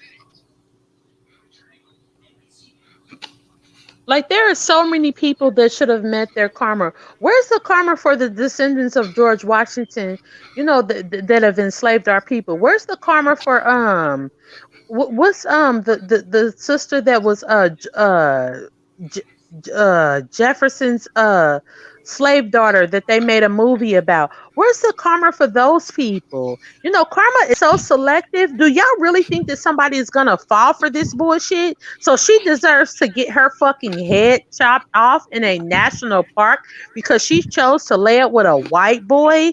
Are y'all serious? Y'all would have never embraced her. Y'all would have never gave a damn about her. The same way y'all don't give a damn about Gabri Sidibe because oh yeah, Hassan Burns said Thomas Jefferson. Yeah, because like where's the karma for his descendants? You know, and speaking Like of that, speaking of that, I'm going to cut you a misfit, but it's remember fine, man. Whoopi Goldberg, right? Men questioned her about, well, why did she go with a white man? You know what she said? Because the black men didn't come calling. But the thing is, they know this is what pisses me off. Because why ask that question when you already know the answer? You are not checking for her. That's just like, okay, let's look at Steve Urkel, the guy from Family Guy. What's his name? Shit. Jaleel White. Jaleel White. Okay, I don't find him attractive or whatever. I mean, even when he's not playing Steve Urkel, I don't find him attractive. So if he was to like be with a white bitch, I'm not gonna get on the internet like, so black women ain't good enough for you. No, because I don't care if you want to be with. I don't want to fuck with you. Like I don't like men who look like him, who act like I'm not trying to be funny because I know there are black men who look and act like him who are successful and they have, monetary gains and they have resources or whatever. But I like certain types of black men, and he's not my type. What kind of black man he's not my type, so I'm not gonna be like, oh, Jaleel White only like white bitches. No, I don't care. That's who he need to fuck with because I don't want him. Misfit. You know what, Roger? You said something that was really powerful, right? You said that black men don't set a standard. You see, if you set a strong pro-black mindset, right, in your community, and you create that salubrious environment for your women and children to thrive in, right, you won't have this swirling going on. The black woman won't want to go nowhere. She will believe in you. Right, that is What's true. That, Rod? I'm here. You said what kind of black men are you attracted to? Like super manly, like black men. Oh, okay. You like the ones with the toxic. You know what? The sad part about it is I don't have anybody because I don't know. I don't know. The sad part about it is a lot of y'all don't even understand because you don't understand the nature of women. That black women are so easy to get along with. They're the easiest women to get along with on this earth. Facts. You don't understand that because you don't understand her nature. Because you're reading too many pimp books, too many Mac books that teach you to disrespect them and demoralize them. That's why you don't understand their nature. That's why you think they have an attitude. They don't have an attitude. Well, all women have attitude, but not the way you think. Y'all don't try to find nothing out about them. You don't court them. You don't put no time into them. You don't invest no time in them. You don't do nothing. You don't care about what we like. You don't care about the fact that that we want to do certain things, like small little meaningless things that don't mean anything to you, but it means something to us. You don't give a fuck about the fact that we want to feel like nurtured and loved, and it doesn't make you a bitch at all. Like you think that caring about black women makes you a bitch. That's right. It's like I had, Misfit, when I had my other show, I was talking about my corny list. And I had all these things on my corny list, like flowers, candy, long walks in the park, holding hands, carving your name in the tree. That's what we used to do back in the 70s and 80s. Women love this stuff. They love when you make them cards and things like that because you're thinking about them. These little things score big with women. Big. Like I said, y'all don't get it. That's why my marriage fell apart. My marriage fell apart because I didn't need my husband to just pay bills and, fix shit in the house. If we can't hang out and have fun and you don't care about what I care about, we're getting a divorce. Fuck you. I mean, you dudes won't even do something as simple. You dudes won't even do something as simple as cook your woman a birthday dinner. because they think it's gay. They think that you're being a simp because they think that you're bowing down to a woman. And they feel like, well, Lord forbid, I bow down to somebody because they think that black women are beneath them. Mm-hmm. So I'm not bowing down to that which is beneath me. So I'm not going to do it. Hey, Dave, remember when I was home, right? And I was on, right? And you asked me what I was doing? Remember when I told you I was cooking dinner for my wife? Yes. Yes. Max, I remember when we were on the phone on Thanksgiving, you was like, guys, I'll be back. I gotta get this dinner together. Yeah, I'm cooking dinner for my wife. Mm-hmm. Why are you cooking dinner for your wife, man? Because I love her. Duh. Mm-hmm. Yeah. That's my sweetheart. I'm cooking her dinner. Yeah, they don't think that like they want black women to be workhorses, help them with bills. As a man, if you want a woman to help you with bills, don't ask her to submit to you. Please don't. You can't even put a real roof over her head. Renting an apartment that's owned by another man is not putting a roof over your woman's head. That is called temporary shelter. Your woman can't nest in that environment because she has to worry about being put out every 30 days. She can't relax in her femininity because you haven't provided a real roof over her head. Exactly. You haven't provided an opportunity for her to rest. And I think Nope. that they think that when they do it, they're going to lose. But what black men don't understand, black women are such nurturers. Like, we're such mothers and wives that remember And you that know, song by that song by Life, and he was saying like you will make a ghetto apartment feel like a castle, because that's what we do. Like, we will make the most impoverished bullshit environment feel like something, as long as yeah. we can have something from somebody. Like, that's the problem. I mean, I'm not trying to blame black women tonight, but I really do need us to up our standards, because we are letting Well, guys who don't care about us make us feel like, we need to provide environments of comfort where it's not even deserved. Like, I'm glad. we need to stop this. I'm glad you said that because I talked about that on one of my shows back. When I was growing up, black women had high standards. Like, you had to be in school. If you wasn't in school, they wouldn't talk to you. If you couldn't put a sentence together, they wouldn't talk to you. And you was gangbanging in the street, they wouldn't talk to you.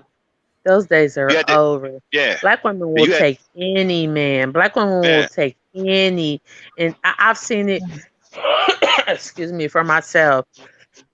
We'll take anybody off the street. And if we believe that he has potential, we will allow him to just be around, because it's like, oh, he's smart. Like, yeah, the thing is, he got a record, so don't nobody want to hire him. Like, I'm a pay in a cut for him so he could get a job.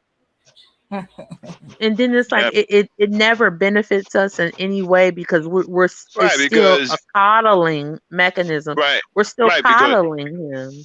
right, because most of them niggas just want to sit around and be crybabies and be patted on the head like little boys. This is what I keep trying to tell black women too, right? And this may sound harsh, but when you meet a black dude and he ain't got no job, keep it moving. Keep it moving. Or you're going to be stuck with raising a grown ass child. A man is supposed to have means. A job, finances are essential. If he does not have a job or a business or whatever, don't waste your time. You're asking for a world of hurt.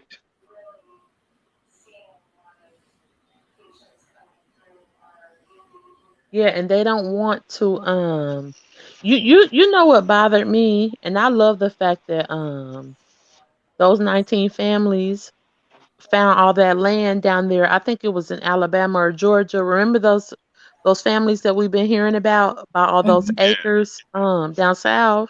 yeah. Guess who thought of that? A black Huh? woman.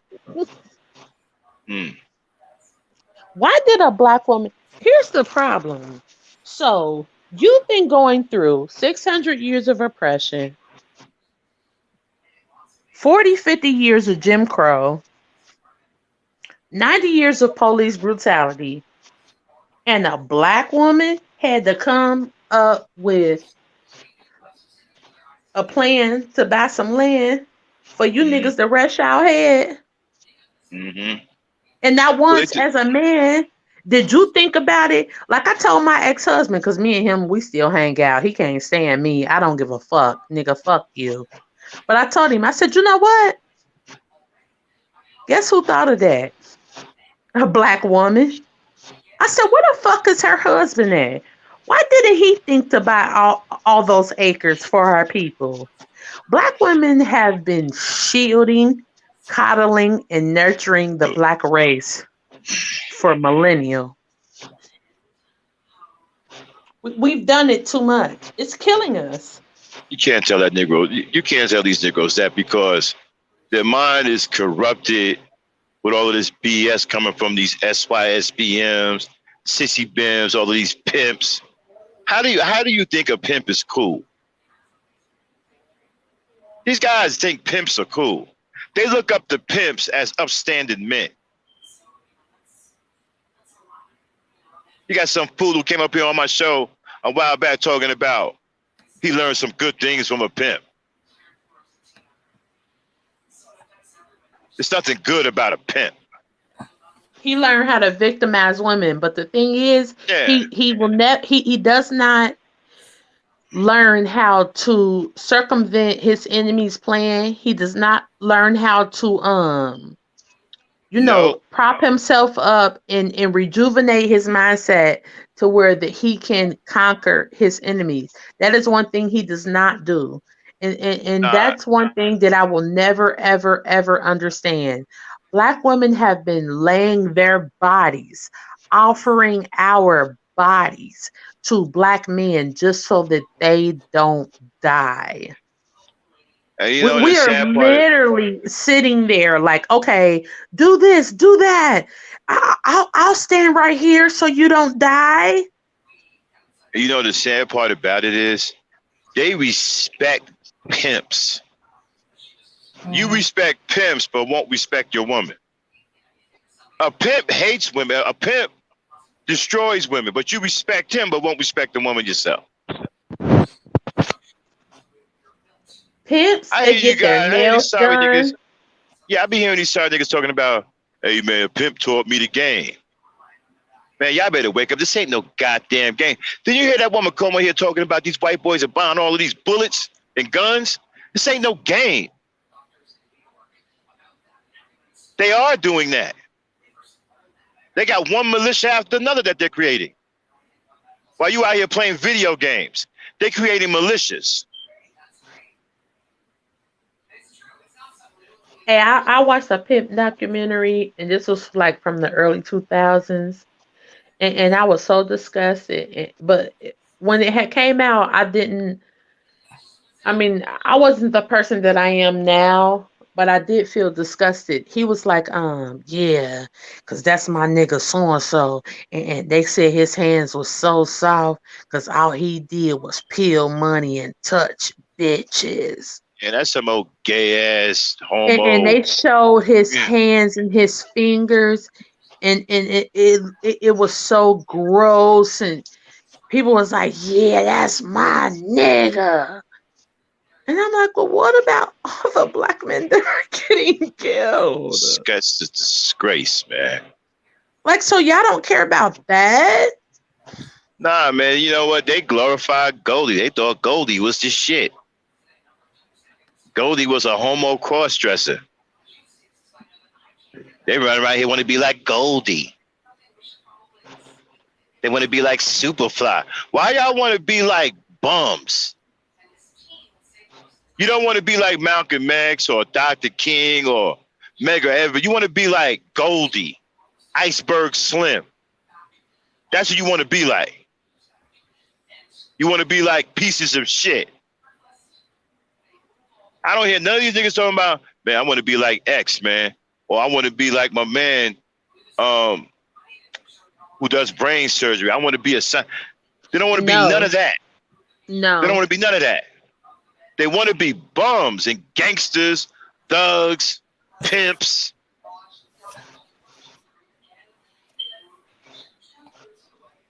It's like we know it's like they know the enemy that lies up against them. Like all you have to do is watch Roots and Goodbye Uncle Tom's Cabin and Yeah. hear like slavery stories and like what the white man can do to you.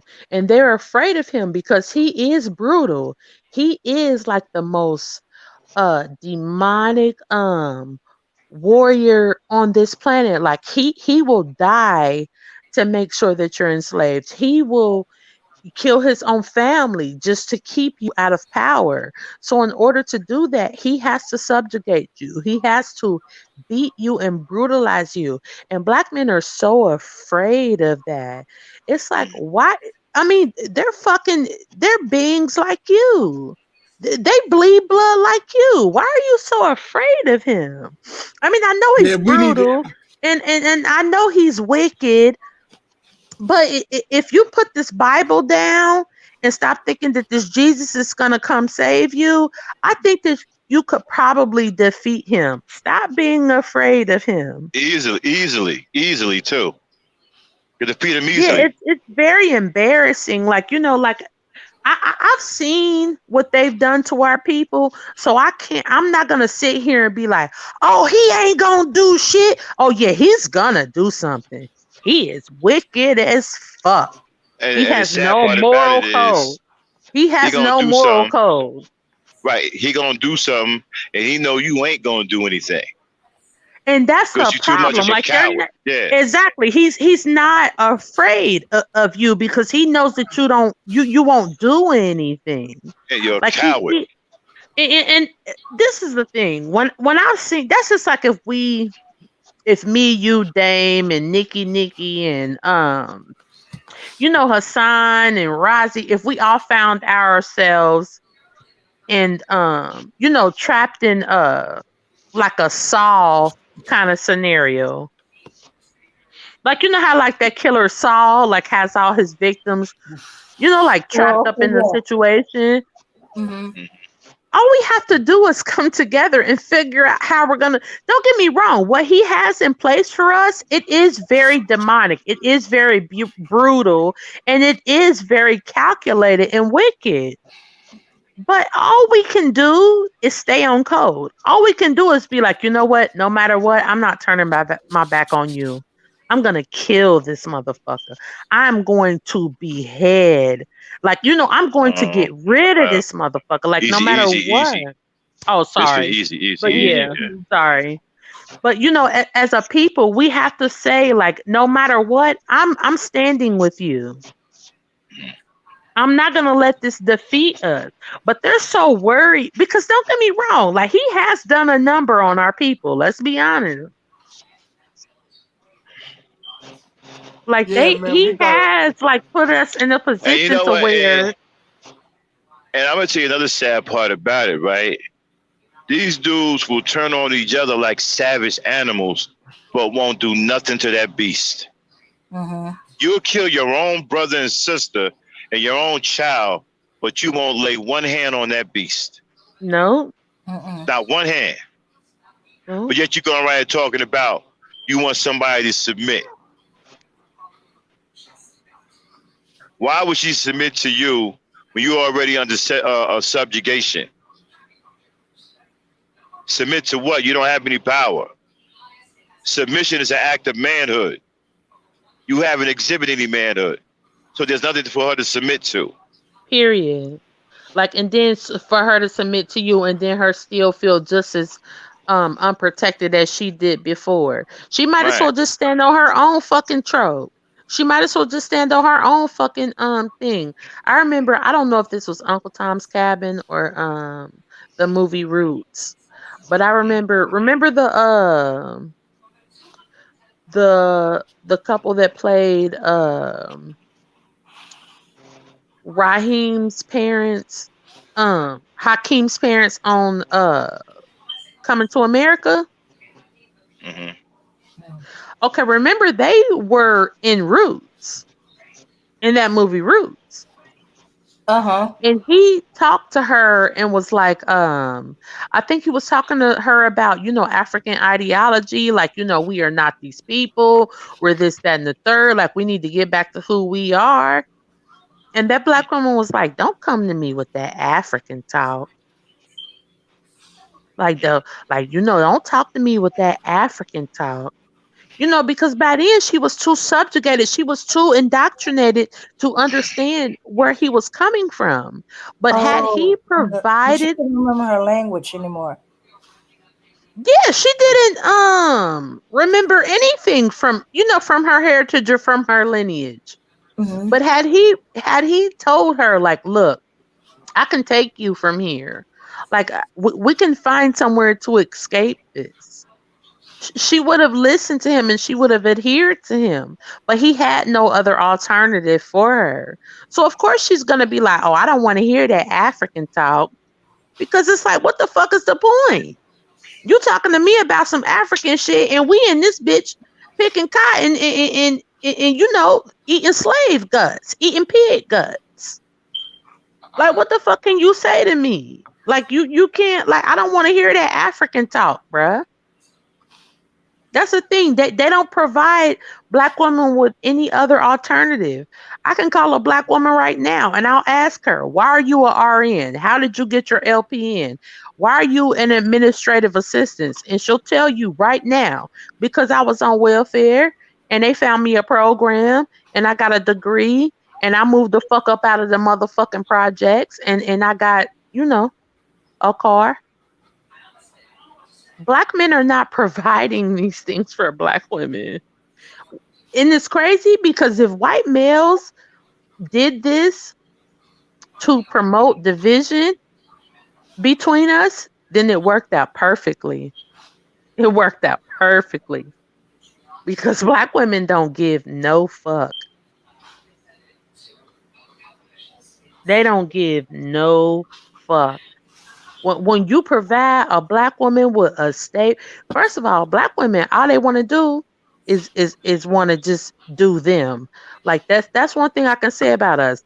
We will like be there for black men when we can, and sometimes that's our first and foremost priority until we have children.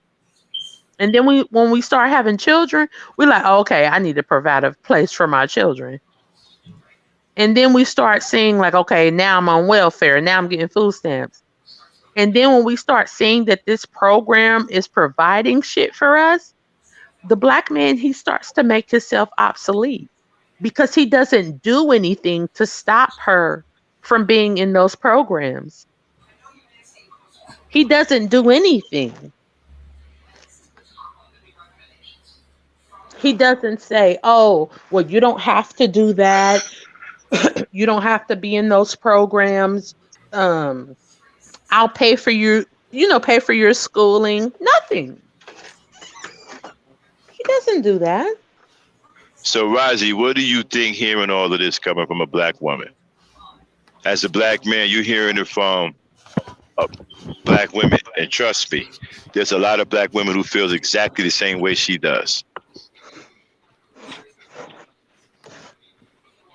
Would you Is say? What Razi do I there? think? Yeah, you Yeah, hear me? Like, you yeah, hear I me can hear you. good? Can you hear me clearly though? Yeah. Well, I've already talked about how the black woman have to depend on the white man for her survival. I've talked about that already. So what I think is that needs to be overturned, and we need to, you know, be the ones that provide black women with housing, jobs, and cars. We need to be the one that she looks for when she needs things. That's very important. And but we have failed to do that. And so I talked about this already. Um, it's crazy how the black woman got to go to her enemy just to give resources. That's a bad thing right there. Because this white man is still the enemy. First of all, point blank period. So black men, just going to have to really, get to the point where we, we be the leaders in within these neighborhoods. We be the leaders, and we really start providing to the max, and not just some, what's in between our legs. Really for real.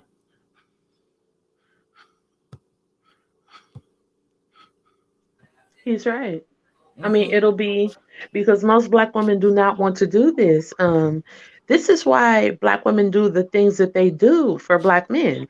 This is why black women put cars in their name for black men. This is why black women rob banks for black men. All you gotta do is look at the show For My Man. Black women kill people for black men. And I'm not saying that, this is should be applauded or anything like that, but it's almost at this point in life that black women will do anything for black men to be on top because we love them. Mm-hmm. And it's like, okay, if I have to do this for you, black women give black men their whole income tax checks. You can get on Facebook right now and around income tax time, just look at the memes. Just look at the memes of people making fun of black women giving black men their income tax checks. This is what black women do because it's like, okay, if you are not going to take this kingmanship for yourself, then I'm going to give it to you. Just be it. Just take this leadership. I'm going to give you this leadership. Like, just do it. Even if I got to use my own money, just do it. And they still don't do it. There's even a meme out here now that'll be like, yeah, your face when you fucked up your baby mama income tax money and you don't got nothing to show for it. Like what? How could you do that to her? Mm-hmm. She loves you and depend on you so much and she wants you to be somebody so much that she'll give you everything that you've earned. Everything that she's earned just for you to turn around and fuck it up. Mm-hmm. Shooks. Don't forget the lady that brought some property for her man for his birthday, and he was whining about he wanted a Rolex. Yeah, he didn't like it. We'll sit back and realize that they don't want leadership, that they don't want kingmanship, and then we'll turn around and try to give it to them like some dummies. Like, oh well, I know don't nobody want you to be a leader or want you to be a king, but you my king, you my leader. Here goes some property. Here go this. Like, come on, lady. If he could have done that for himself. Mm-hmm. But let's be honest. Maybe he couldn't because you're earning a weekly paycheck and he's not. There's a difference between dope boy money and working money. A black woman can go to work all day, every day, and she can guarantee herself that she's going to have this money every single week or every 2 weeks. It comes like clockwork. A dope boy don't know when his money gonna come. Sometimes it's good, sometimes it's bad. Sometimes it's non-existent and sometimes it's great. Mm-hmm. But as a black woman, she's like, well, shit, I go to work every day. I know that I can give him this money and help him be successful. But he doesn't care. He doesn't care. He starts getting jealous of us. Believe me, I know. I've been there. They don't care about that.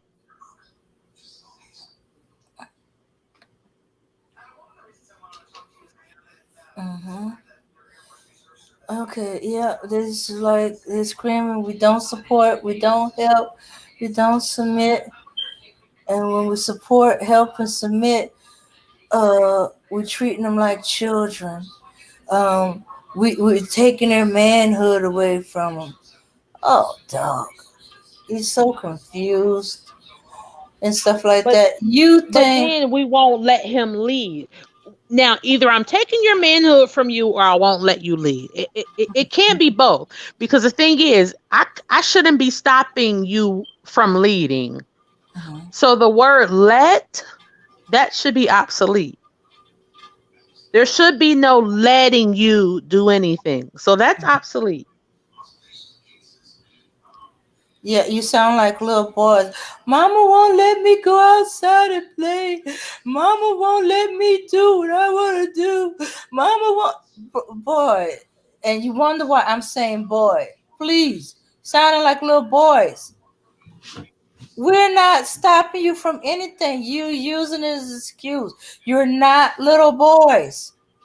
You're grown freaking men.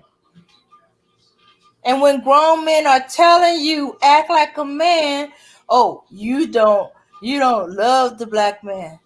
You don't care for the black man. He's trying to tell you to act like a black man. No, he's not supposed to love you. He's supposed to respect you. Your love comes from your mother, your woman, your daughters, your sisters, your aunts. That's where your love comes from. But you don't want our love. Oh no, our love is smothering you. And then when we back off and we say, okay, go your own way. We don't care anymore. Do what you want to do. Just leave us But the out of it. problem Stop is, making our even if we mistakes. do that, okay, so let's take the flip side of the coin where we do choose to mother them and build them up. They take everything that we've built for them and transfer it to another woman. Now, this has never happened to me because I cannot get my ex-husband away from me. But my thing is, when you help a man reach his highest pinnacle, you remind him of when he had nothing and he feels ashamed because he knows that you helped him do that. So he goes to someone else courtesy of that shame. You know, you're doing nothing but building them up to be with somebody else. You're not building him up to be the best man for you. You're building him up to be with someone else. But that's the thing. We're not supposed to build them up. We're supposed to support them as they build. Exactly. Because for one, they're already supposed to be building. So the fact that they're coming to you, like, oh yeah, I'm trying to get this business and I'm trying to do this and do, like, okay, motherfucker, why you ain't doing it? What the fuck you asking me for? Like, I don't give a fuck like that. I don't got nothing You're to do with supposed to me. come up to me and say, this is what I'm doing. This is what I'm doing, why I'm doing it, and this is where I expect to go with it. That's Exactly. And you know, I would like for you to encourage. Don't get me wrong, there's nothing wrong with encouraging a man. But once you got to start putting your few little in your checks, like this is the thing. As a woman, I have 4 children. 2 of my kids are grown, 2 of them are school age children. I only put my money into my children. I have not and will not ever find myself contributing to a man in his business ventures. Like, you know, I'm not going to be like, oh, well, I put a few dollars in there. Don't get me wrong. I'll encourage you. Like, yeah, you can do it. Go ahead, buddy. Give it your all. But I'm not going to financially help you. Fuck you. What the fuck were you doing before you met me? Like, I'm not giving you anything. Like, and then all he's gonna do is take, because the thing is, he wants to go to another woman ready made. You know, like when you're with him, he looks at you, you know, like a build a bitch. So he always feels shame because he knew that you know you helped him get this shit. So he feels ashamed when he's with you. But when he goes to another woman, he feels ready made. So it makes him feel like, oh, it makes her believe that he's already had his shit together. Like, oh yeah, I always been a businessman. I always had, you know, Balenciagas and no, this guy didn't have anything. Black women, stop helping men build, baby. Build yourself. So if only you all supposed to be do a not support. work, yeah, You're at the not end of the supposed day, to so that if blame. you all don't work, you can still be the badass woman that you was when you met him. You lose nothing, Uh-huh. and he leaves with what he came with. Do not help no man build nothing. He needs to build it himself. And if he can't, that right there just goes to show that he's not worthy anyway. Black woman, what you look like working in the doctor's office or, being an RN or, working at a tech center, whatever you got going on for your life. And you're sitting up here chipping off money from your checks, from your lifestyle, helping some man build his empire. Shit, he should be ashamed to even be coming to you needing your help. And then you turn around and help him build it, and then he leaves you. Either for another race or woman or just for some random woman, period. No, don't do that. Uh-huh, uh-huh. Yep, and stop living with no man that ain't your husband. Okay. Uh, yeah, stop living with no man that ain't your husband. I'd be like, look, you have your place, he have his. You know, you thinking, okay, I'm going to help out, support you. You stay with me. Save your rent money to going into whatever it is he's going into. But as I said, we supposed to be support, not building you. Exactly. Yeah. Nikki, yeah, this is gross. So Nikki said, my friend and her man both worked at Walmart. Both were in college. My friend comes from money and helped her man financially and got him a car. When he graduated from college, he left her. That's why I said, women, when if a man come to you, if he don't have a job or no means of finance, keep it moving. Keep it moving. And don't help That's him not build either. That's uh, that's disgusting. that's Yeah. not a man you want in your life. All he gonna do is ruin your life Mm-hmm. because he's in the process of ruining his own. Exactly. He needs some company Hmm. with his ruin. Right. Mm-hmm. And you know what? And I agree with what Miss Fish said. Man, you have to build first. You have to have something for the black woman to support. You can't come to her and say, hey, pick up these bricks and mortar and let's go build this building. It don't work that way. You got to build first. You got to have something established. You got to show her that you have something there worth supporting. You can't come to her empty handed. That's weakness. You're either going to be a man or you're going to be a boy. Men build. Boys want to get taken care of by their mamas.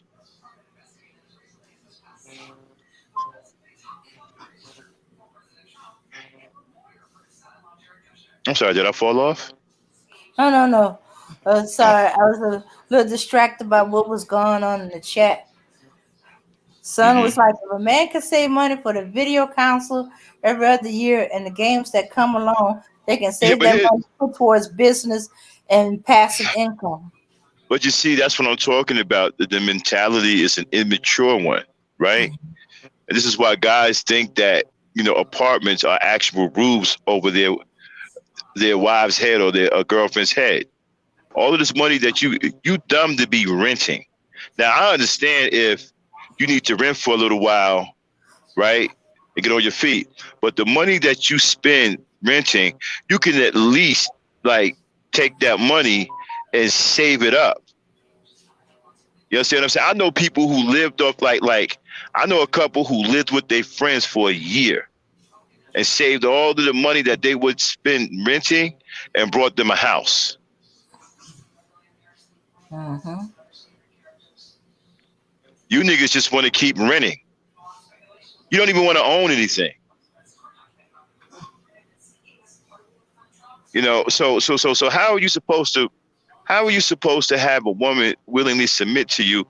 You don't even want to own your own living dwelling. You don't even want to own your own living dwelling.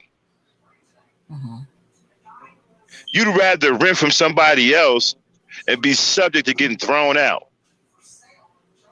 Your woman can't relax in an environment like that.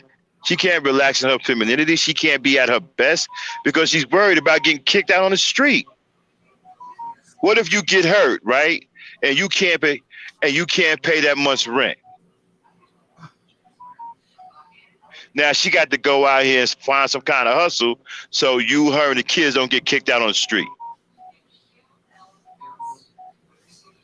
And you sitting on your ass on Facebook thinking that that's cool.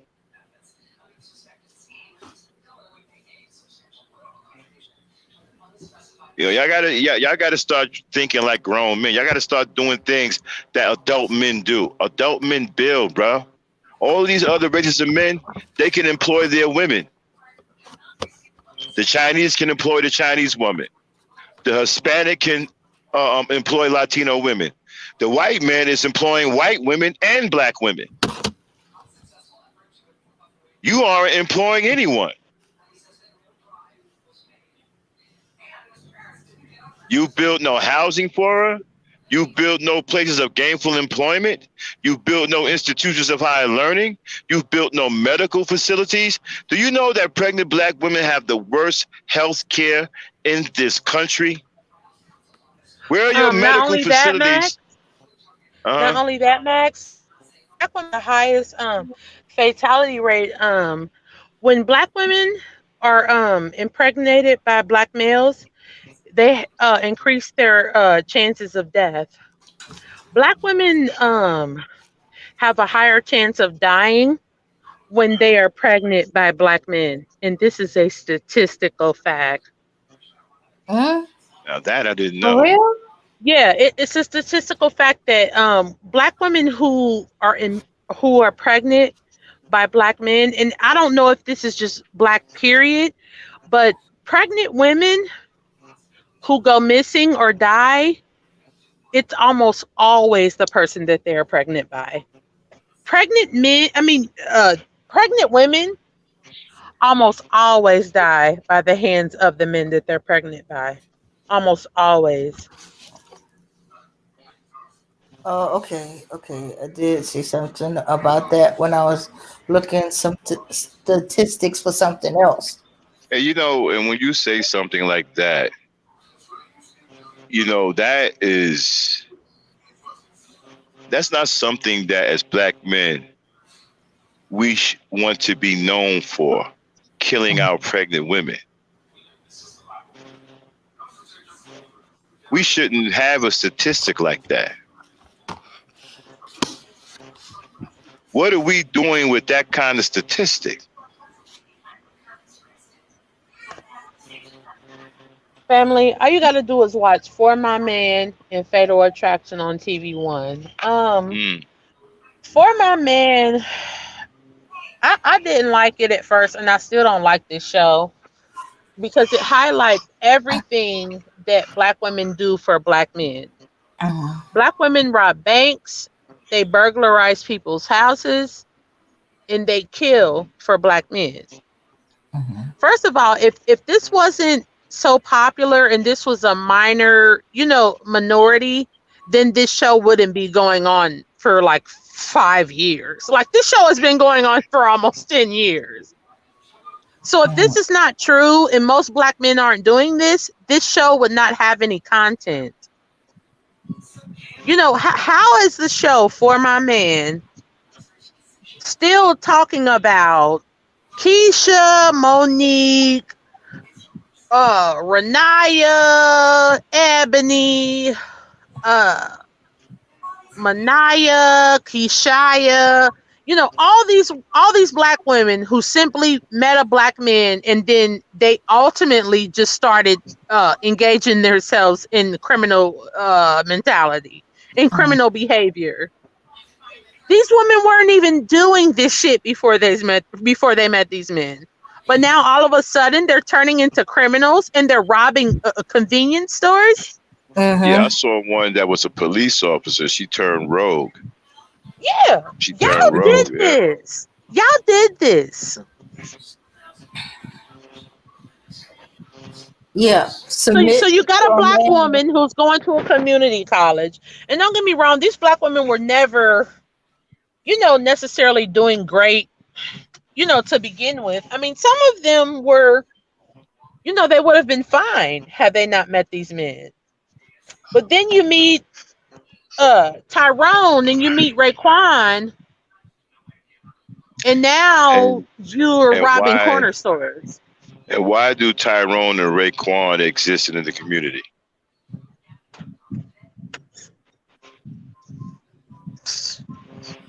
Anybody want to answer that? Because there's no leaders in the community to kick them out or Right, set them because straight. there are no fathers properly raising their young boys. I Or their seen a black daughters. woman who I think she nursing school, and she met a guy, and this was so embarrassing. Hmm. Did she Present. get cut off? I think she's going in Melanie? and out. Yeah. She's going in and out. Yeah. Mm-hmm. Yeah. See, fellas, when you fail to raise your boys, this is how you create these bums. It's like I said, you let these boys saturate the community, and so now the women don't have many good men to choose from. So you put her in a situation where her hands is tied, and she has to pick the best from the worst. And many of these Exactly. and many of these boys are corrupted. They have a criminal mentality, so they corrupt the woman. Mm-hmm. Yeah, so she meets Or you're not this there for guy, your and daughters to he's become selling a standard.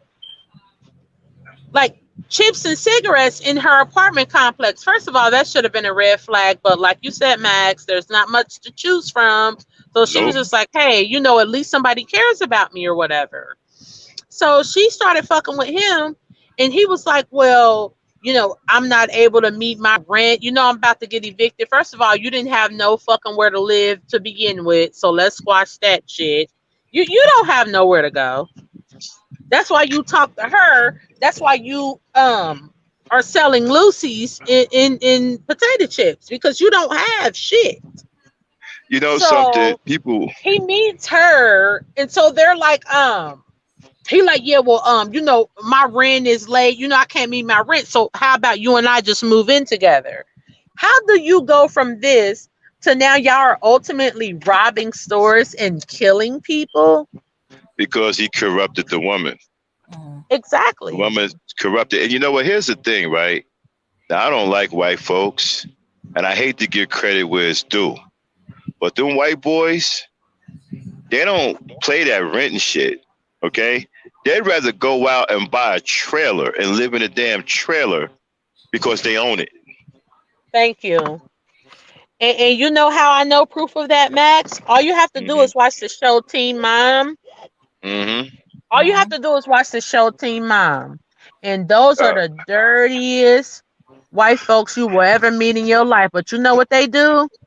Once they get one of those little white girls pregnant, the next episode is, hi, my name is Rachel and I'm pregnant, and me and my baby daddy, we don't have a job, but his grandfather owns 65 acres out in the woods, so we just bought us a trailer and we're just gonna yeah. raise our son out here, I mean, I see. immediately. You ever see them shows where they're buying these containers and they're turning them into houses? Yeah. Yeah. Yeah. I've seen those. Yeah, because You see, what it is, they'll come together with their own family. See, here's the difference between white people and black people. A white boy can tell his white father that Mindy is pregnant, and his white father will say, well, god damn it, you guys are going to get married. I got a trailer out there up in bumfuck Indiana. You guys can live out there and raise that baby. We'll fix it up for you guys. Yeah. Black And people you don't do Negroes, that. yeah, you Negroes won't do nothing, man. I mean, y'all are some of Black the people don't sorry. do that. It's some of the sorry. This batch of Negroes are the sorriest men I've ever seen in my life. And I'm 53. I never. If you would have told me this back in '79 or '80, that black men would be like this, I would have thought you were crazy. Because I'm coming out of that pro super black era, Black Panther and all that. You would have told me that black men would be like that. I'd have been like, get out of here. I would have thought you was nuts. This is I've the seen shows. sorriest. This is the I've seen sorriest. shows. Yeah, it Uh, is where there are the dirtiest, most filthiest white people that you would ever see in your entire life. And the moment somebody gets pregnant, the family comes out of the woodworks. I mean, they literally crawl out of their caves and they say, you know what, Billy, you're going to make this woman you're going to make her an honest woman. We got 3 acres out back. We're going to fix this goddamn trailer up and you're going to make a life for you and that woman and that baby. That's what you're going to do. Yo, your voice is And that's hilarious, exactly what they do. And you know what happens when black men impregnate black women? None of that happens. None of that happens. White people do not play about their children and their families. They don't play. They don't care how dirty, how nasty, or how filthy their family is. That mutt, he's going to grow up in a family structure. And he's going to have land where he can play on. He's going to have something for himself where he can be a child and have a mother and a father. We don't do that.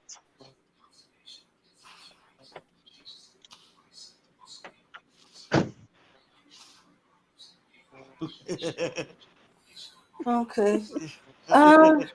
Yo. Okay, but Misfit. don't Misfit. pedestalize these people. They have their opposite. They got their other side to them too. So it's just like we have our other sides. I've seen. Oh, so yeah. Mhm. So please stop that. They not on a pedestal like that. Yeah, there are some that be like that, and then there's some that don't be like that. Just like we have it on both sides. We got both types here, they got both types there.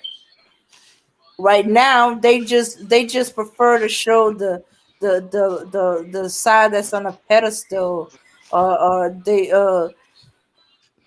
them but there's that opposite side, the side that keep hitting. hmm the crazy uncle in the attic, or the basement. and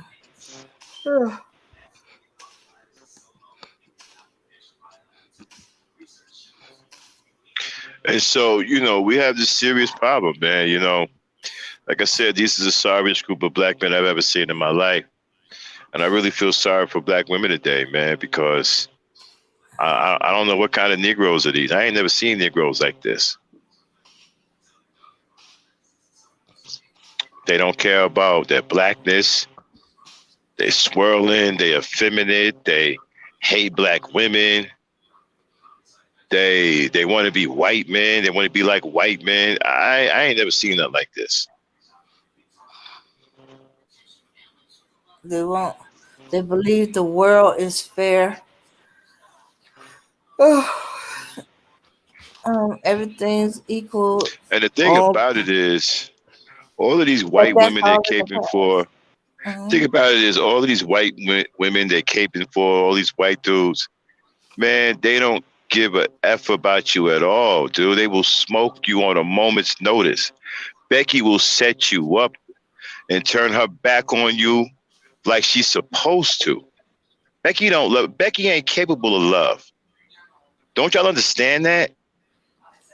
A person that will lay and have a sexual encounter with a four-legged animal is not capable of love.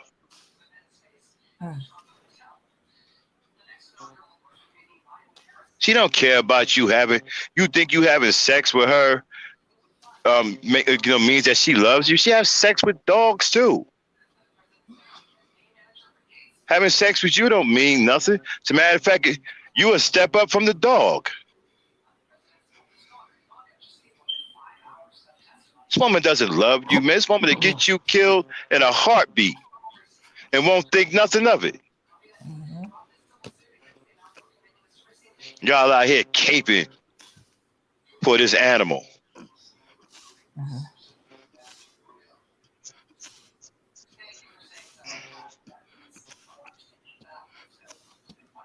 I wonder when you take her shopping, do you go to regular stores and the pet store?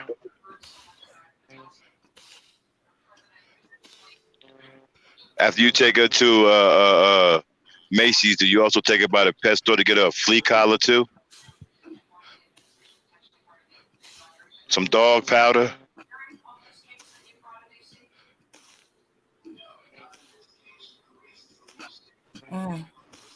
Shit, whoever in the chat said that about Sister Harriet, like our Queen Mother, Harriet, she knew what she needed to do. Like she was fully aware. Like imagine living in those days and you're living in total subjugation and dehumanization. And you're trying to get your people to, be like, come on, y'all, let's go. Let's get out of here. Like like like like let's escape. Like let's get rid of these motherfuckers and live our lives. And you got your people like, no, you need to follow the rules. We got a good master. Imagine how Queen Harriet felt.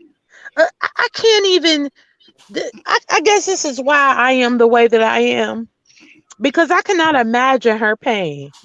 I cannot imagine her living in that subjugation and her being around these type of motherfuckers. And she just tired. She just want to, like, look at pictures of Queen Harriet and the wear and tear on her face. She is one of the most beautiful women I've ever seen in my life. She couldn't even be who she wanted to be because of these hoe ass niggas. She kept a shotgun for these hoe ass niggas, man. You know what? It's a disgrace when you fail as a leader, right? And you don't want to provide anything, and you blaming the black woman. But then when one woman is trying to step up to do what you're supposed to do, and she dies in the process, you have the nerve to say that she got what she deserved? Yeah, exactly. Yeah, that's why I encourage black women. I understand where black women are coming from, and we want to be warriors, because I got to give it to us, man. We got balls that can wrap around this whole fucking globe. I'm talking about it's part of the reason why I can't even get jobs now, because I done had police pull me over like, hell nah. And I turned up on them. I'm talking about to the point where they were like, ma'am, if you just shut the fuck up, we'll let you leave. Just shut your goddamn mouth, ma'am. Because, like, I don't know how to bow down to these people. Like, I understand. I know a guy in Georgia, right, who was riding with his wife on 285. He got pulled over by the police, right? And the police officer dissed him and punked him out in front of his girl. And so when they left, when he got home, he beat her up. What the hell? You know what? I seen that on a show, and I think they took that show off. I think it's called Underground Railroad. But yeah, I've been with men, and I'm not trying to empathize with him or anything, but I've been around men where they were like, damn, could you please just stop? Like, just stop it. Stop talking like that. Like, just respect him, just so he can just let us go. I'm like, no, fuck that. Fuck him. I'm talking about, don't get me wrong. I've toned it down, as I've been getting older, because there's a chance that I won't make it out alive if I keep talking to these people like this. But I've been around. You know what? I know exactly who you're talking about. Because black men are terrified of the police. And when their women speak up to them, it makes them feel like nothing. Believe me, Max, I've been there. Yeah. And you go beat her up. She had nothing to do with you getting pulled over. She had nothing to do with you getting humiliated, but you want to go beat her up. She was, because she was standing up for him. The one and only black man that ever employed me, I used to work for this black man, and he was running some kind of scam downtown. Like, I didn't even care. He was paying me. So, he was doing well and he was paying me well. And the police had pulled us over. And I'm like, I'm not trying to be funny, but I'm not like you. Like, if they disrespect us, there's going to be a problem. And he was like, no, please, like, just let them say whatever they want to say. Give us a ticket. Like, they didn't even have a reason for giving us a ticket. Like, every time I asked the reason why, there was always this made up reason.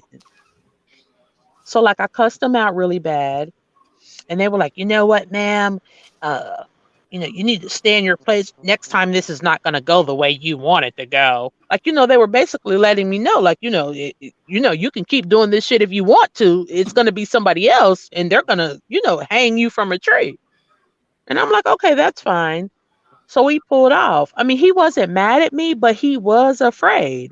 And he asked me, he said, can you please not ever do that again when you're with me? He said, I understand how you act or whatever. He was like, but don't do that when you're with me because I'm afraid. That's a damn shame, man. I mean, they dehumanize our men. Yeah. A black man telling this woman he is afraid. I mean, he didn't say it out of his mouth. I mean, he didn't say, like, I'm afraid. But he was just saying, like, you don't understand. Like, your behavior can get us killed. Like, please stop doing this. But I'm like, you don't understand. We weren't doing anything. And he was like, I don't care. We don't have to be doing anything. He was like, can you please, tone down? I mean, he was basically saying, like, he was going to fire me if I didn't, like, if you want to work for me, you're going to stop talking to white people like this. Like, I don't mind, employing you and giving you a check every week, but if you're going to talk to white people like this, then I'm not going to pay you. So. Weirdly enough, most of my interactions with cops were black cops. Oh, we got somebody new on the panel. I didn't even see it. I'm sorry. Ebony is here. I don't think that's Ebony. Huh? You see? Yeah, it says Ebony. Oh, okay. Oh, it's Abby. Oh man, how you hanging in there, Dan? I'm coming and going. I'm in and out. 1 minute I'm out, and then the conversation pulls me back. Kind of. I mean, this is a deep discussion. Like me and Abby was talking about polygamy earlier. And what these guys don't understand, you see, to them, it's a sex thing. But they don't understand the real dark side of polygamy. You got all of these women in one house, and they start fighting. They start hurting each other's children. They start because they all want to be the main wife and all of that. Why would you even put women through some shit like that? I mean, you got to be stupid to even put women through some shit like that. Why would you bring all these women in your house knowing you can't satisfy all of them? One woman is enough, man. You guys got to grow up. Y'all got to stop this teenage shit, man, and grow up and be real grown-ass men and start handling responsibility and be accountable. Stop running around here like, oversexed 17-year-olds. Everything is about sex.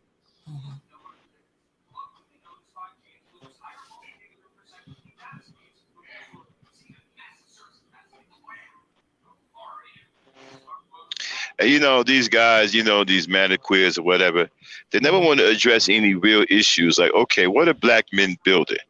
What do you mean? Okay, let's start with this. Let's talk about the health care of our women and children. Why aren't you building medical facilities? I don't give a damn if you build an apothecary, a clinic? Where are the medical facilities? You keep talking about the black woman working for the white man and she got to be subject to all of these rules. Well, where are the places of gainful employment that you've established for her? So she can be herself and don't have to worry about cutting her hair or wearing her hair a certain way or taking her braids out. She ain't got to worry about that. Section 8, well, where's the housing that you developed for? Other races of men can do this for their women. And it's not that you're not capable, you just won't do it. You're scared to do it. I keep hearing all of these excuses. Well, if we build something, the white man go tear it down. Well, put your foot in his ass and he won't tear it down. That's what I'm saying. You never say anything about building a black militia. You never say anything about building an army to protect yourself from this bullshit. But then you wonder why we don't And you fuck know with what, that. Melanie Misfit? White men ain't trying to tear nothing down. They want you to build your own stuff because they're tired of taking care of our women because you ain't doing it. That could possibly be right because I've seen them on numerous platforms saying like, well, damn it, you black guys, I'm giving welfare to your kids. Like, Now, that's BS. More of them are on welfare than anybody else. I know. Yeah, that argument won't fly. That's a bunch of BS right there. But brothers, man, we got a long way to go. You better do something fast. We got a long way to go, man. You guys, this is the craziest thing I've ever seen. I thought, back in the 70s, I thought we would be unstoppable right now. Me too. Like when I watch footage from there, it makes me like have like a false hope. Like, damn, we almost had it. Like, damn, And you know what? what's And we wasn't afraid. happening? And we wasn't afraid of police. We fought the police. The police it got to the point where the police wouldn't even cruise down certain neighborhoods because they were scared to death to ride their cruisers through the neighborhood. That's how much black people fought back in the 60s and 70s. Police wouldn't even go in certain neighborhoods because they didn't want to deal with the brothers there. Now you got white men coming into your neighborhood, giving your women diseases.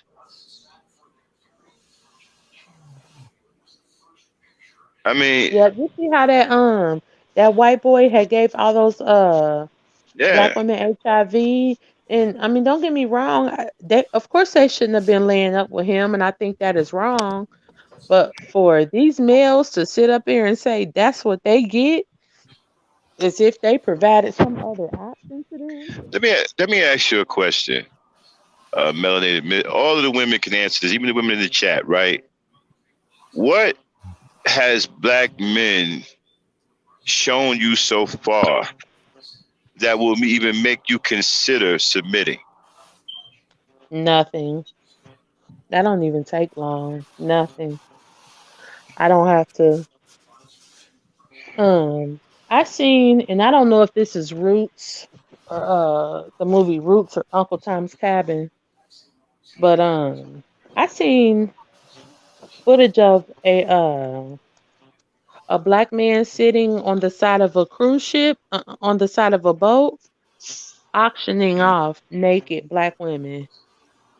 I know we like to think that pimping just started like a few decades ago. Man, No. black men been pimping us for centuries. And you know what? The sadder part about it was civil rights was all about having sex with white women. Yeah, absolutely. And I didn't You even know, know that until a few years ago. so I was, Black men have been pimping black women for centuries. Black men have been um up uplifting white females over black women for centuries. And I guess I kind of understand this, this divestment movement. Even though I cannot see myself with another race of man, I totally understand why there are certain black women who would not dream of being with these men because they betrayed us for too long. Max, do you know that Sammy Davis Jr. beat up a black woman because he couldn't be with a white woman before? Yeah, Sammy Davis Jr. was a super coon. Super coon. Yeah, I Absolutely, he's a don't. super coon. Sambo. Yeah, Hey yo, hey yeah. yo, hey yo. I Huh? just want. Yo, she said that we. Yeah, Misfit said that we promoted being with white women for centuries. You said. Yeah. This is not. Don't get me wrong. You mean for Me being decades? who? No, it's been centuries. I'm sorry. Believe me, I thought it was Nah, no, we decades, didn't. maybe 3 or 5 years Nah, ago. No, it's been centuries, Roz. I'm sorry, brother, but it you gotta has. explain that then. If you look at And another Cynthia thing, and G, hold up, and another thing, Cynthia and G another shows thing. footage of Moorish men making black women be of service to white females. Black women are literally washing up white females and being of service to white females in front of black Moors. And you know something, What? Melanie Misfit? A lot of So, Negroes don't even know that they're responsible for domesticating that animal. Yeah. but hold up. So I'm sorry. let me ask you this: you think it was like there's so many black men that was promoting white women for centuries? The Yeah, it problem goes is, all the way back. Razi, It goes all the way that back to the Moorish I'm not Empire. saying that all of y'all, don't get me wrong, Rozzy, you and Right? Max and Hassan and Kendall, y'all would have been a black man in the background. Y'all fuck around and would have got slaughtered. Because y'all would have been like, oh no, what the fuck is you doing? You promoting the cave beasts over our one. No, these men, from my historical standpoint, from what I've Well, can researched and studied, Moors are the people that got us but, enslaved. but can I ask y'all this? Well, I just need to say this though. Like what? Like when you say that black men is doing this, like how? But Like Nikki how? said, it predates slavery. Go ahead, What Rozzy. is I'm the listening, Bessie. percentage of black men who did this? It goes You all the know way what the back to the problem is, Moorish. Rozzy? And this is all Yeah, I can say. It was too prominent for it to not exist. That's just like the way that black women Uh, are treated now. Razi, it If was black it people, wasn't so prominent, then it would not exist. You understand what I'm saying? That's just right? like But if men like Max and Hassan and you, if your existence, if your mentality exists amongst the majority of black men, this would not exist. But mm, most black men don't think like you all. The Moors did not think like you all. They're not looking at us as some type of prize. They literally sold us out. Black women should not be giving a white female a bath in the 1600s. It's gross. I It's don't think he knows. embarrassing. Yeah, I don't think he knows the history of how white people got here. I think he doesn't know. Razi, it was the Moors that found them in caves when they were feeding off of feces and having sex. Thank It you. was the Moors that And what stood did them they up. do, Hey, Max? How did they civilize them? How did they help man, them be normal people, Max? Tell him. they had they had black people service them and I teach already them. heard of. I heard about all this already. Like And then you I know heard what So about guess the happened? what? more. If it And then you wasn't know what so happened? prominent, it wouldn't have happened. And then you know I'm what happened saying too, like, Razi? You know huh? why Moors ain't here no more? Because when they domesticate these people, right, they didn't understand that they carry diseases. Okay, what wiped out Right. the Moors was something called the Black Plague. Right. Right. Come on, Wiped man. them out. And that came from them trying to domesticate this animal. If you look at the mentality of a white dude, a white person, right? They have the mentality of an animal, a wild Period. animal. An animal does not have remorse for killing things. Exactly. Okay? They do things off of instinct. There's no human Right. aspect of their mentality. This is not about love or remorse No. or caring. It's No, about eating and sexual right, desire. right. And Misfit was right that he is the most brutal because he has a mentality of a wild animal. And the Moors stood him upright and domesticated them, not knowing what they were getting themselves into.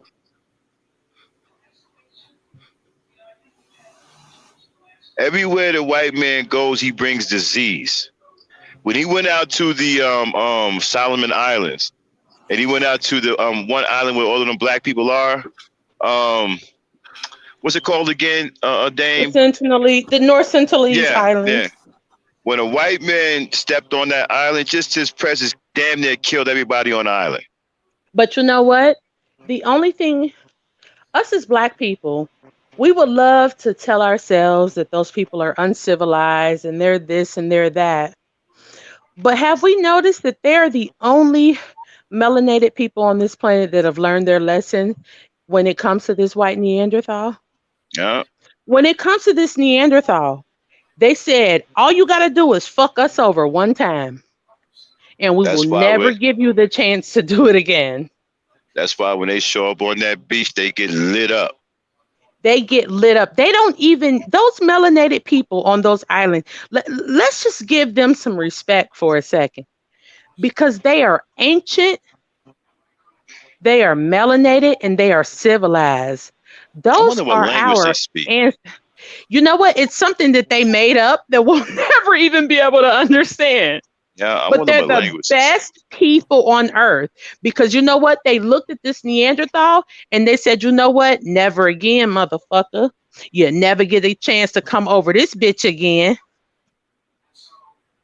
Mm. All the Neanderthal had to do was fuck their people up one time and they And never ever embraced him again. Ever. you notice that they managed to stay healthy and know how to deliver their own children, Exactly. and they don't have Run no it, hospital DNA. facilities out. Where's Corona over there? Oh, it's not. Where's COVID-19 with the No, North Sentinels? no. Where is it? White man went over there and nearly not killed half of their population just by being there. They contracted a disease from them.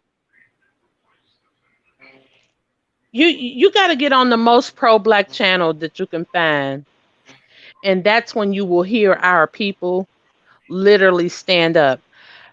It's been a while since I've heard a black person literally stand up and say, you know what?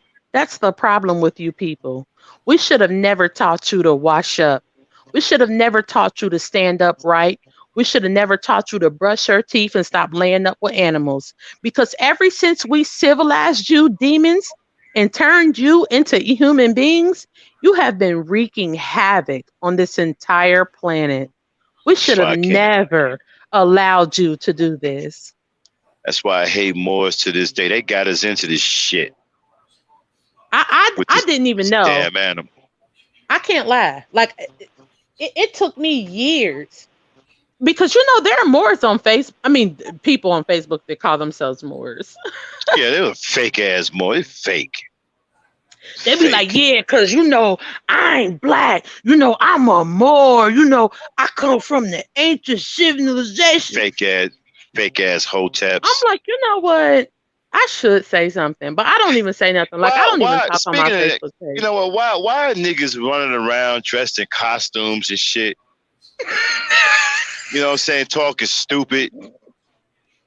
You don't when is somebody going to understand? We don't have anything. You don't build shit. You don't do nothing. You run around here in costumes, appropriating other people's ancient culture.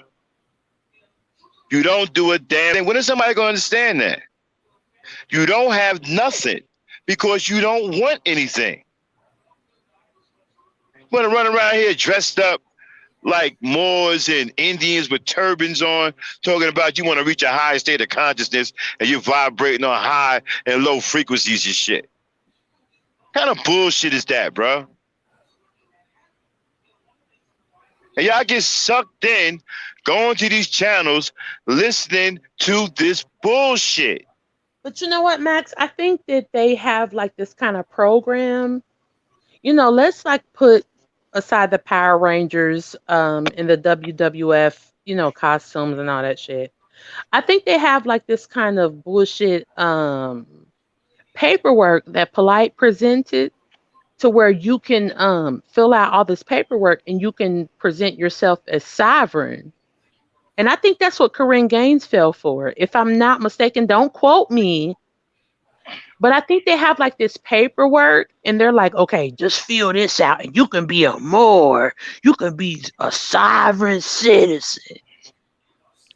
Man, ain't nothing but a scam. The whole conscious community is littered with scam artists. You guys keep falling for that shit. Oh, they kicking knowledge. What? I don't understand. If these guys are so smart, how come we're still in a losing position? Thank you. Where's all this intellect? These guys claim to be these premier intellects, these world-renowned intellects. Why are we still in a losing position? Why haven't our position changed since we have the smartest people in the world on YouTube? Right. And the most articulate. Right, and we got all this knowledge. Like, how the fuck you gonna have all this Talking about plethora knowledge. of information and you can't do shit with it? You can't free your people, and then they gotta pay $19.95 just to get a fucking piece of paper. Like, why you I'm don't still want to trying. do this for your people?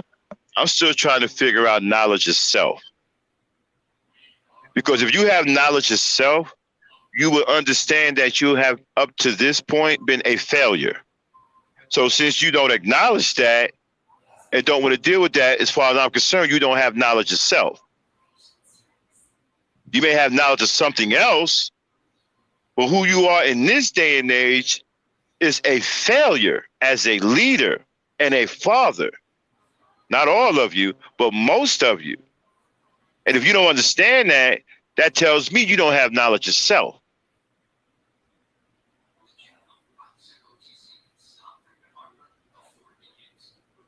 You don't even know that you're a failure.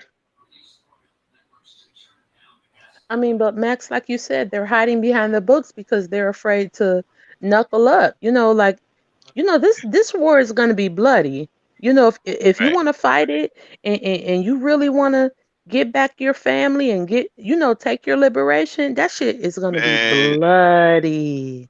these niggas talking about some, Noble Jew Ali who's been dead for I don't know how long. Then you got these Hebrew Israelites with this Bible talking about angels and stuff going to come back and white people going to be licking your boots in the afterlife. Yeah. What, they got shoe stores in the afterlife? Where are they getting the boots from? Right.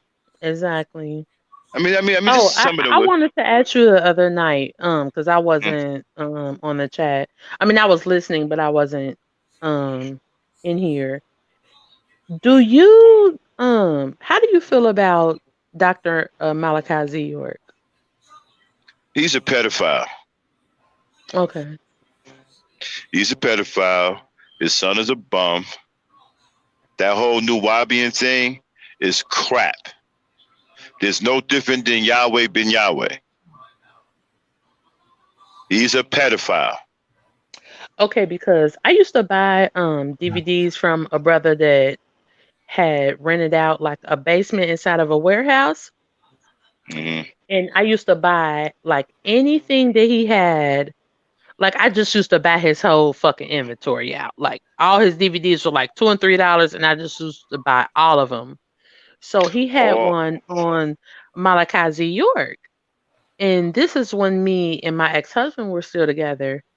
And I guess his documentary was very biased because what we were seeing was a black man who was trying to create a civilization and the white man destroyed it. Like we were pissed. We were like, oh my God. Like, what do you mean? Like, so this man bought acres for his people. He he was feeding his people and creating a life for him, and y'all came and destroyed it. You know, the thing about it is this, right? These guys like York, Z York, uh, Polite, Sonetta, right? They're very smart, confidence men, right? What they did was they went back and studied how the white man conquered people with that Bible, right? And so Okay. they learned how to do it, and now they preach it, right? To subjugate their own people for their own financial gain. That's what the Hebrew Israelites do. The Hebrew Israelites are doing it to draw in black women and treat them like concubines. We were just talking about this, early today about Solomon having 700 wives. That's ridiculous. No man Right. has Like, no how is that 700 even wives. humanly possible? It's Right. ridiculous. But they're preaching this crap. They're doing the same thing that the white man is doing to their own people. They're subjugating their own people for their own financial gain. Telling you Yeah, I think that's fairy when I was tales. first Yeah, coming into my own consciousness, and I was like, oh my goodness, like this yeah, black let me man, he finish it. tried to, create a space Right, for right, our right, right. people. Right. Let me finish saying this, right? Okay, so what the people got for themselves, right? Following New York. Most of the young girls got molested.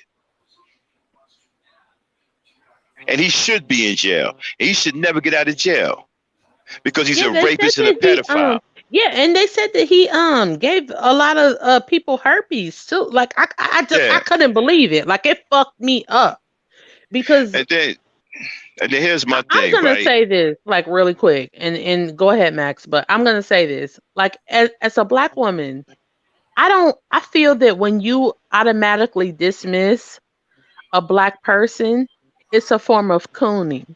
Like when a black person has something for you, whether it's skincare, whether it's education, whether it's meditation, or even a society. When you look at our people and you automatically dismiss them and be like, "Oh, you ain't shit, you ain't nobody," to me that is a form of cooning. So Mm. I didn't want to dismiss Malachi Z. York because I'm like, what's wrong with him? He's not bothering anybody. He a piece of shit. You know, him and Elijah Muhammad, you know, Oh my vibrating on the same God. frequency. Vibrating on the same frequency. Some dumb shit, man. These guys, man, I can't believe I keep falling for this nonsense, man. Max, I didn't know. Yeah, Like I you just know, that's just and like my thing, if you did mhm. something, I'm not gonna be like, oh fuck him, he ain't shit. Well, no, Now I'm gonna be like, I'm not oh no, blaming you. that's No, I'm my not. nigga. Like I love that man. Like I'm gonna listen to what he has to say. And if he has a Yeah, society where we can thrive, I'm going to follow him. I don't no, I'm care. not. Yeah, I'm not blaming you for any of that. I was talking about something else. No, Yeah. I the just conscious kid. I know what you're saying, Max, but I don't know. Like I don't like automatically discounting our people because it just makes us look stupid. Like, Well, we'll he buy, not our people. we'll buy stuff, from Yeah, he other not. races of people, we'll Yeah, but buy he their. not. Yeah, but he not our people though. These Nuwapians ain't our people, man. They're trying to subjugate us just like white people are doing. These Yeah, I people in didn't the know conscious community, that. right? These people in the conscious community, they're not our people. They don't give a damn about it. Sonetta made $1.3 million off a bullshit show called Kim and on Trial. You think they helped anybody black with that money? They made $1 million off that bullshit. No. They made $1 million off that bullshit ass show. All they did was sit up there and insult each other and talk about the Bible, talking about who got knowledge to sell. I mean, it was ridiculous. They made $1 million off of that. When? Kim and on Trial was done, I want to say 4 years ago, maybe a little bit longer than that. Made over $1 million off of that. I think it was $1.3 million. And they don't do nothing for black. And then they talk down to black people.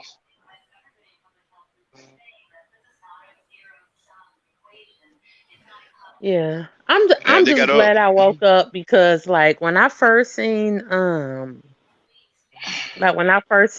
Dr. Umar, I was like, oh my goodness, like yes, we're Well, like he's gonna save us. And I'm like, the yes, problem so the problem with Umar is too strong headed. He needs help. He needs to get people to help him. He's trying to do it all by himself. Now that school project is legitimate, but he doesn't have the help he needs.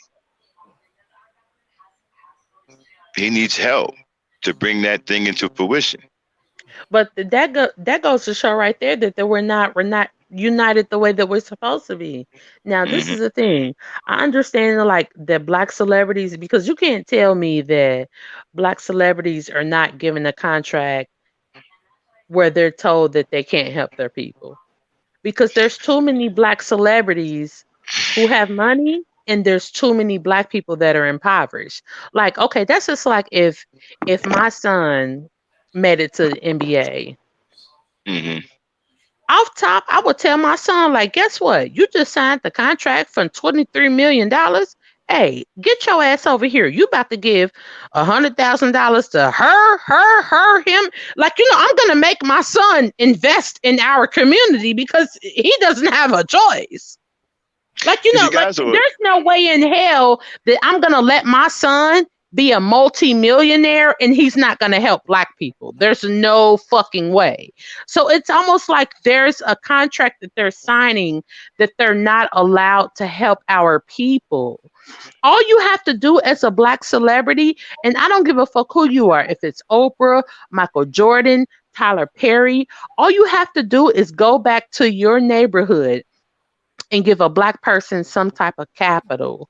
You know what I mean? That's just like if okay, I don't know where you are, Max, but i- if say for instance Tyler Perry came to your neighborhood right now and Hmm. gave a black couple across the street from you or down the Hmm. street from you $10,000.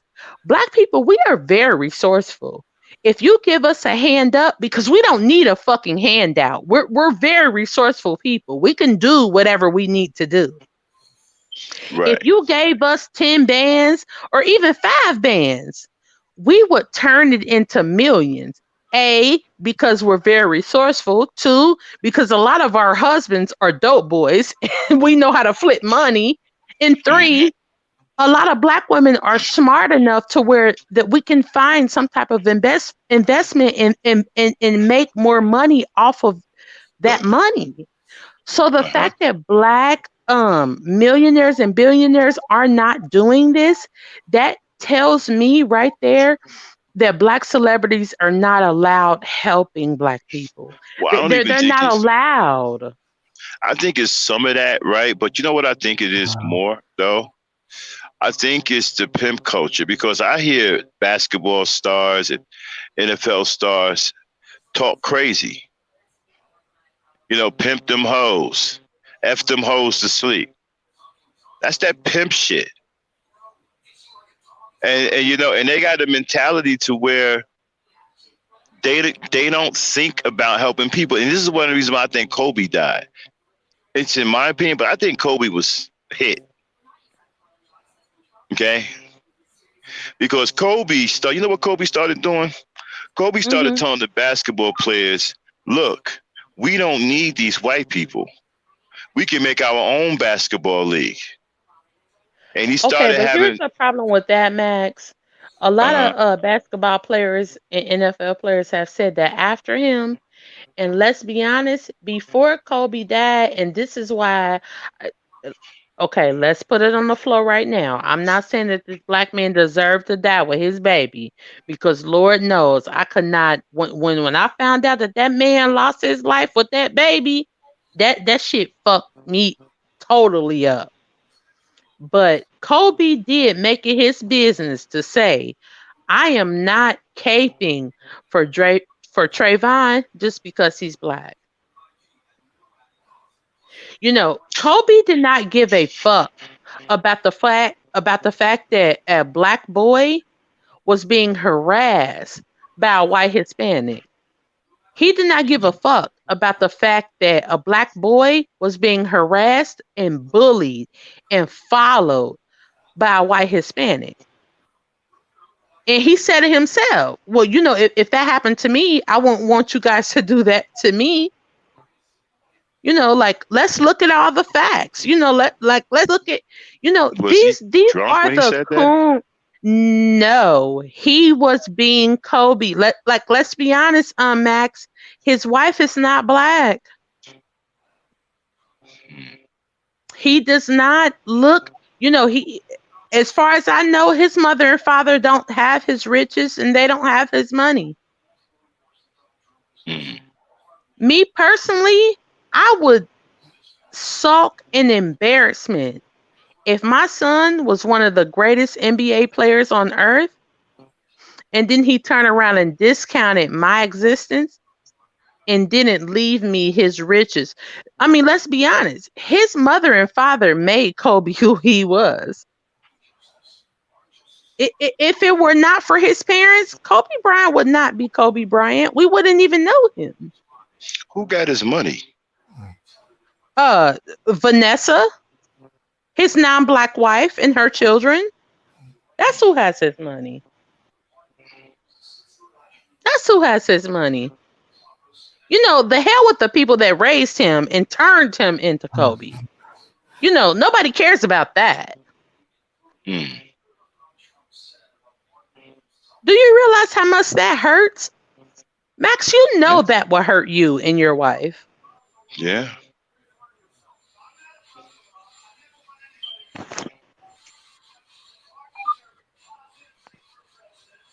I'm not sure what's wrong with these guys. It's that white skin. It's that identifying love of somebody that doesn't look like you.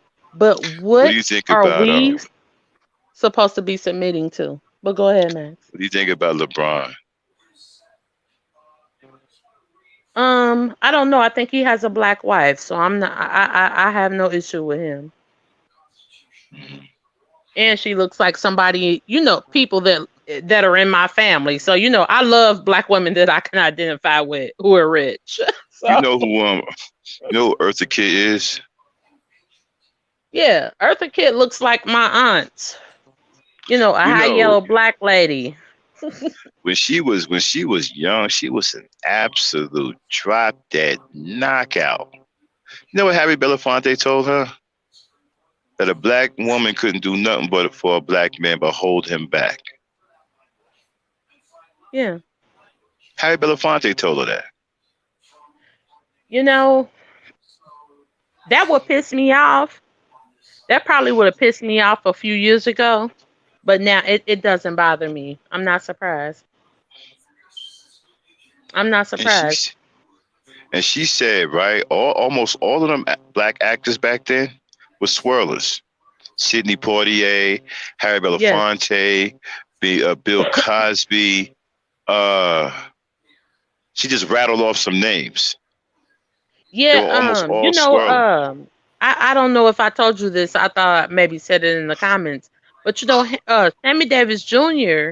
beat the shit out of his black girlfriend because he couldn't be with a black woman. Right, because I'm not surprised at that. Sammy Davis was a super. I mean, he ran with the Rat Pack for crying out loud. That's Mr. Motherfucking Bojangle. So there's a guy on YouTube. His name is Hezekiah News. I love that brother. He always has historical footage and pictures of the things that we've been through in yesteryears. And he showed Jack Johnson in a drop top, with a white bitch. Mm-hmm. Yeah. Keep in mind, Jack Johnson was, Mike Tyson before Mike Tyson. So. Mm-hmm. And you know what else? You know who else too? What's his face? Quincy Jones. Yes. Quincy Jones. Quincy Jones told.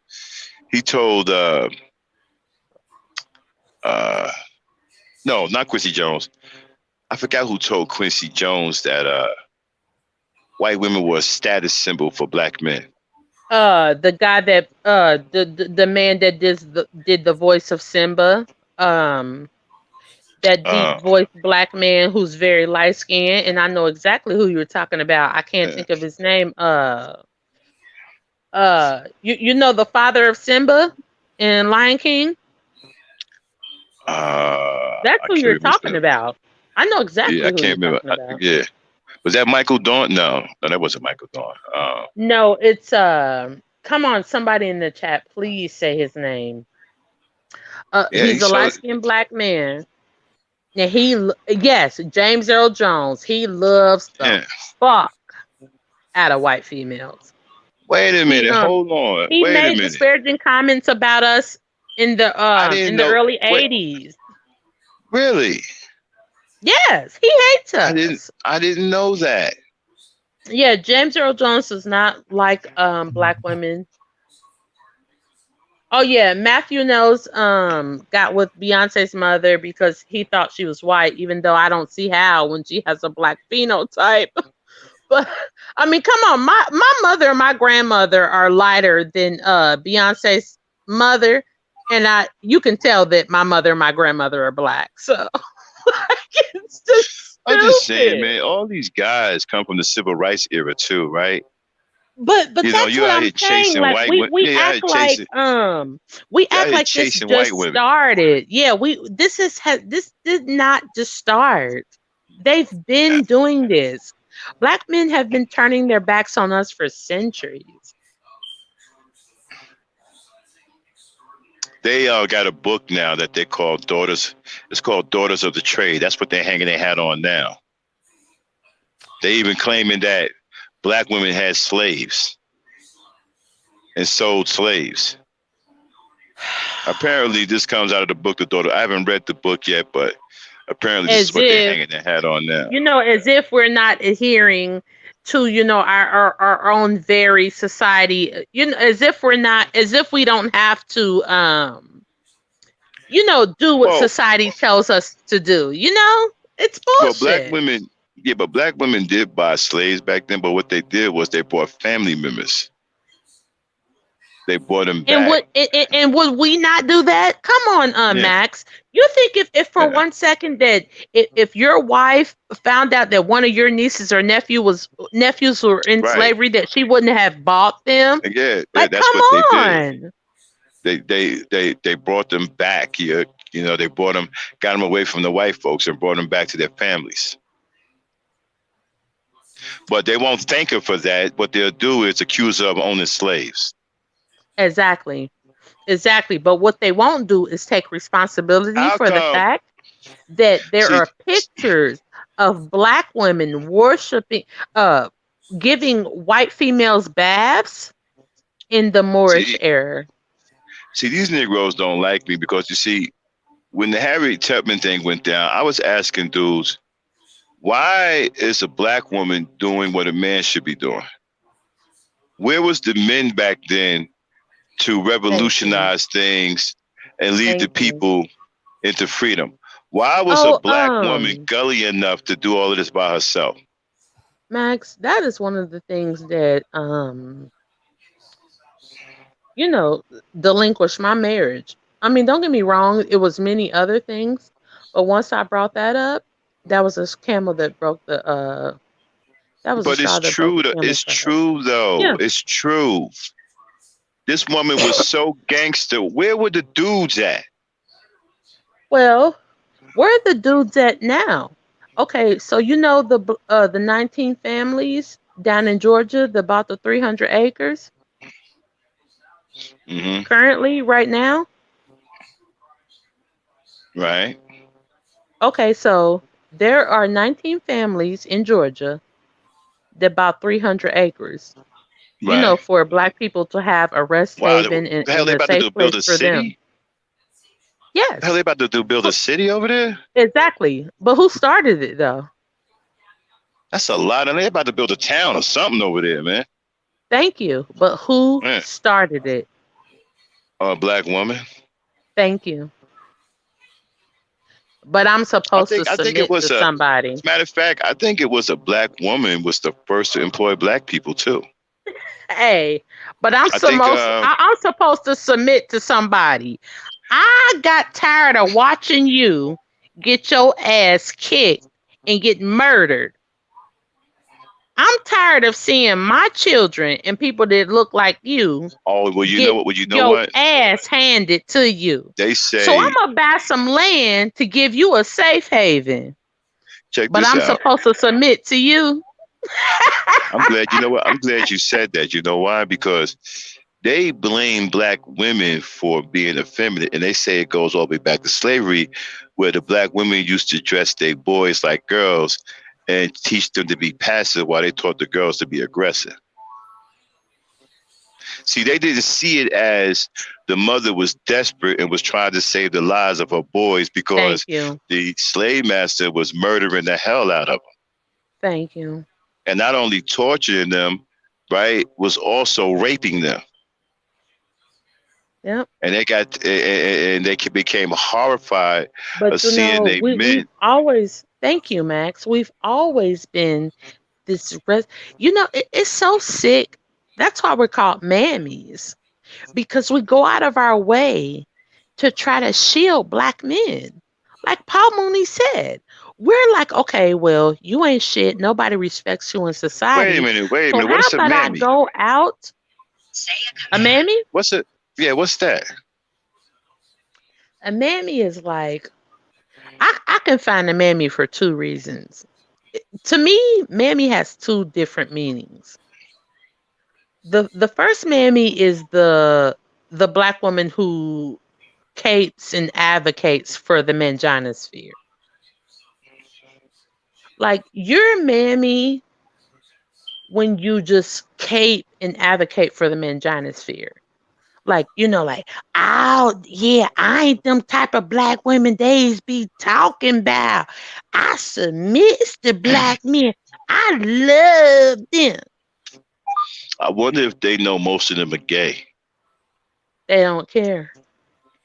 They don't care. And then the They other even mammy, go ahead, Max. they even they even came out and admitted it. Take exit 59 on the right to Nebraska 17 Jalen. Sorry about that. Moving my This is truck. what I respect about Paul Mooney. And there have been many rumors about Paul Mooney being gay, and I don't care because even though I do not, and I repeat, I do not advocate for gay black men, when you stand up for black women, I fuck with you. You know, I don't understand. Who are we supposed to be standing up for if we're not standing up for our women? Other races of men stand up for their women. But Max, they don't look at it like that because they feel like, how could you be?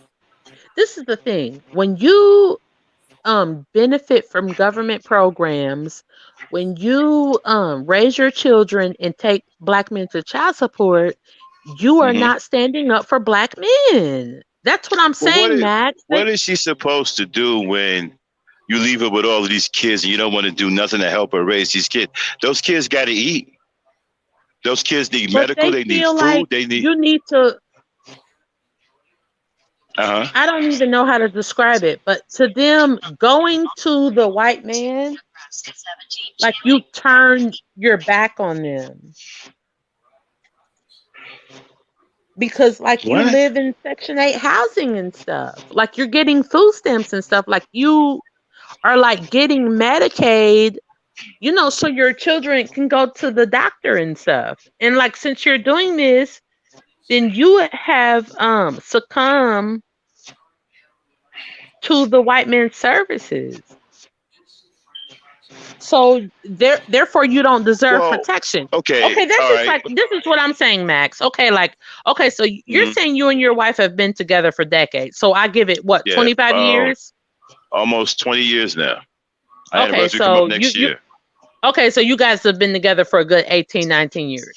Okay, Yes. I give or take you guys probably have like two or three children and a dog. No, we lost our Okay, children. so huh? We lost our children in a terrible accident, car accident. Oh my goodness. I am so sorry. I'm sure that probably even brought y'all together, even better. Okay, so anyway, at the end of the day, say for instance those children did exist. And she's like, okay, let's be honest. If you're not doing what she needs you to do for her, like, taking the trash out, she's working every day, like washing the dishes when she comes home so that she can at least make dinner. First of all, if she's working every day, she shouldn't even have to make dinner, especially if you're there, because you should be fucking doing it.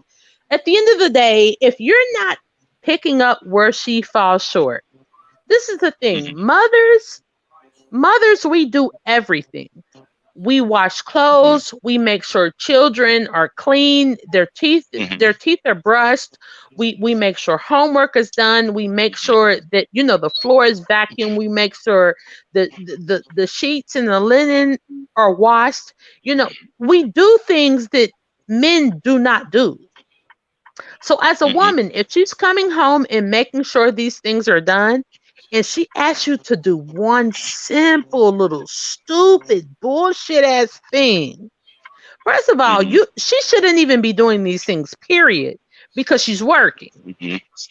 Okay, so you should be working and you should be picking up where she leaves off.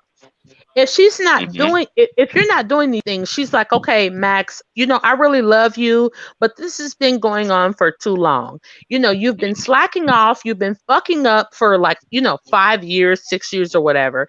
And I'm just done. I just think that we should go our separate ways and we should like move on. Okay, so as a man, I would hope that you would get out and, make your own way. Well, she's going to put some papers, if you're not, adhering to the financial compensation, like, hey, Max, the children need A, B, and C. I would expect you to give me X amount of dollars, excuse me, every month so that we can take care of the children. If you're talking shit and saying that you don't want to do those things, that's a problem.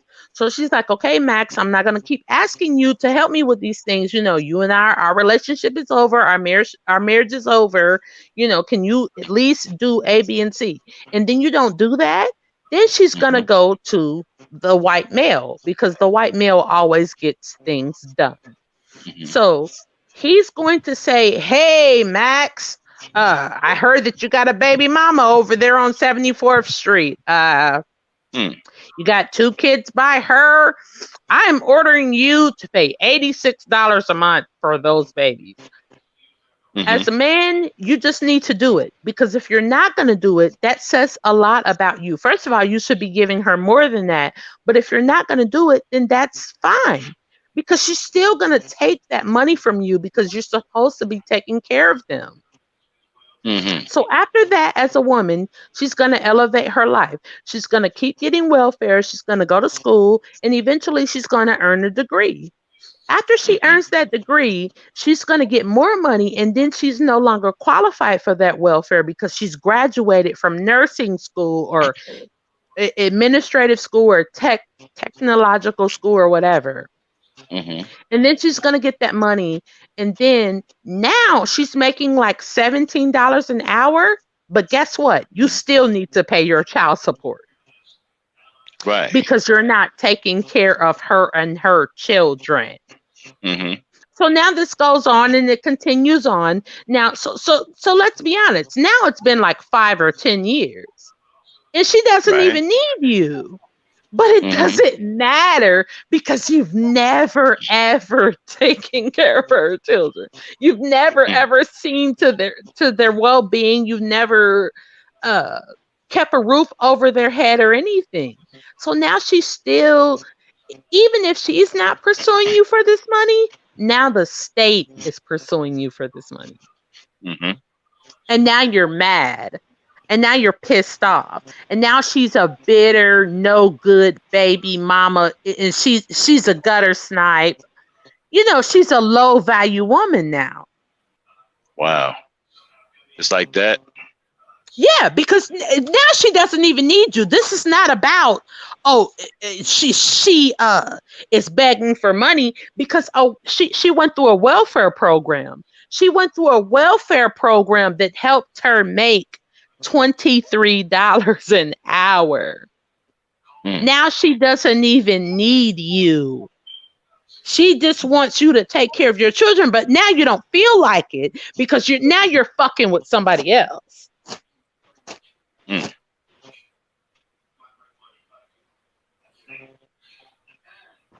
Man, this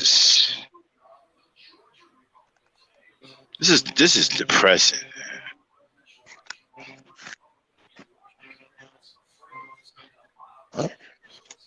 Yeah, I mean, like now it's like, okay, well, I'm not begging you because now it's at the point to where she doesn't need you to take care of them. Now I just want you to. Because now you're playing our children. Now don't get me wrong, when I was going to work and I was working 12 to 16-hour shifts, I wanted you to just get them so that they wouldn't be home by themselves. Like, imagine being a LPN or an RN and you have a 12-year-old and an 8-year-old at home by themselves. Mm-hmm. Like, don't get me wrong, they can do it, but it's not fair either. You know what I mean?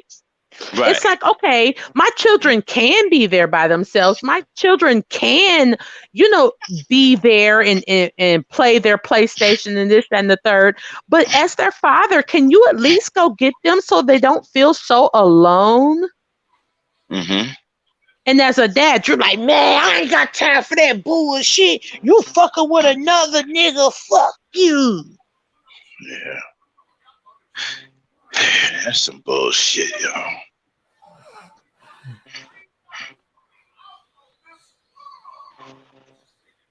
Max, you know what I'm talking about. Yeah. It's bullshit. It's bullshit.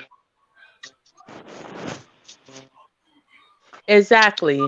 Holly Favor said he still has to pay back the government even though she's making good money. Son said working those long shifts, lifting people on hard work. Woo. Son said they need companionship. Kids need interaction. Thank you. You should not be allowed to not be with your children because I am working a 12 to 16-hour shift. You should not be allowed to do that. Okay, I left out of this bitch at 8 o'clock this morning, or I left out of this bitch at 8 o'clock at night. You should not be allowed to not be around them because I'm at work. As a man, you should be like, damn, I know y'all mama been at work all day. Y'all want to come with daddy? Y'all want to come home with me? Guess what, Max? There are days where my boys who are 12 and 8 are at home by themselves all day. And nobody gives a fuck about my boys. Nobody ever comes and says, don't get me wrong, my sisters and my family will say, hey, the boys are okay. Are they all right? But it'll be a 2-week period to where their father will be like, hey, they cool. What you mean they cool? They been this bitch by themselves for a month straight. And you haven't checked on them.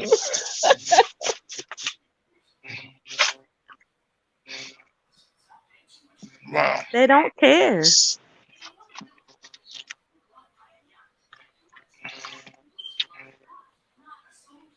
They don't care. And they have this nerve to say, with this kind of bad track record as being fathers, they have the nerve to say that black women are the worst stewards of children. How? When I work 12 to 16-hour fucking days, don't get me wrong. The good thing about working those days is that you get 3 days off in a row. Mm-hmm. Those 3 days are the best days of my whole fucking life. That's the good thing about being a nurse. You might bust your ass for 3 and 4 days in a row, but you get 3 days off, and that feels incredible. It's the best days of your fucking life. Mm. But guess who don't never stop by? Guess who don't never call? You know what I don't understand and what bothers me the most? Like, why don't you want black women to have anything? I mean, do you feel the same way about your mother? Do you want your mother to never have anything? Why do you want the black woman to never have anything good? I don't understand where that comes from. They don't want you to have anything good. No, no. You know, I Yeah, hear some of them guys call their mother bitches. yep. I would never talk to my mother like that. I'm 53 years old. If my mother was still alive, I would never talk to her like that. Never. And T said why he's a deadbeat to all his kids and he let his 10-year-old daughter shower him while we are weak parents. Give me a fucking break. The sad thing, Aaron Collins said, the sad thing is that we don't realize that they are all the bottom of the bear. Like, hey, everything that these black people are saying in these comments, this is what, this is a thing.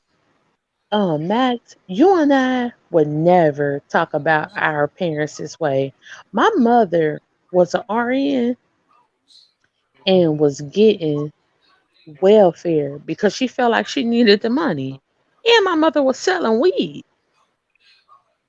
Excuse me. Like imagine a RN welfare mother in the projects getting welfare and selling Yeah, weed. but how are they, yeah, but how are they pointing any fingers at you when But that's what I'm you're out saying. Like, here? so how is my mother the problem? But wait a minute. You're out here. These dudes are out here selling drugs. They're out here, you know, gang banging.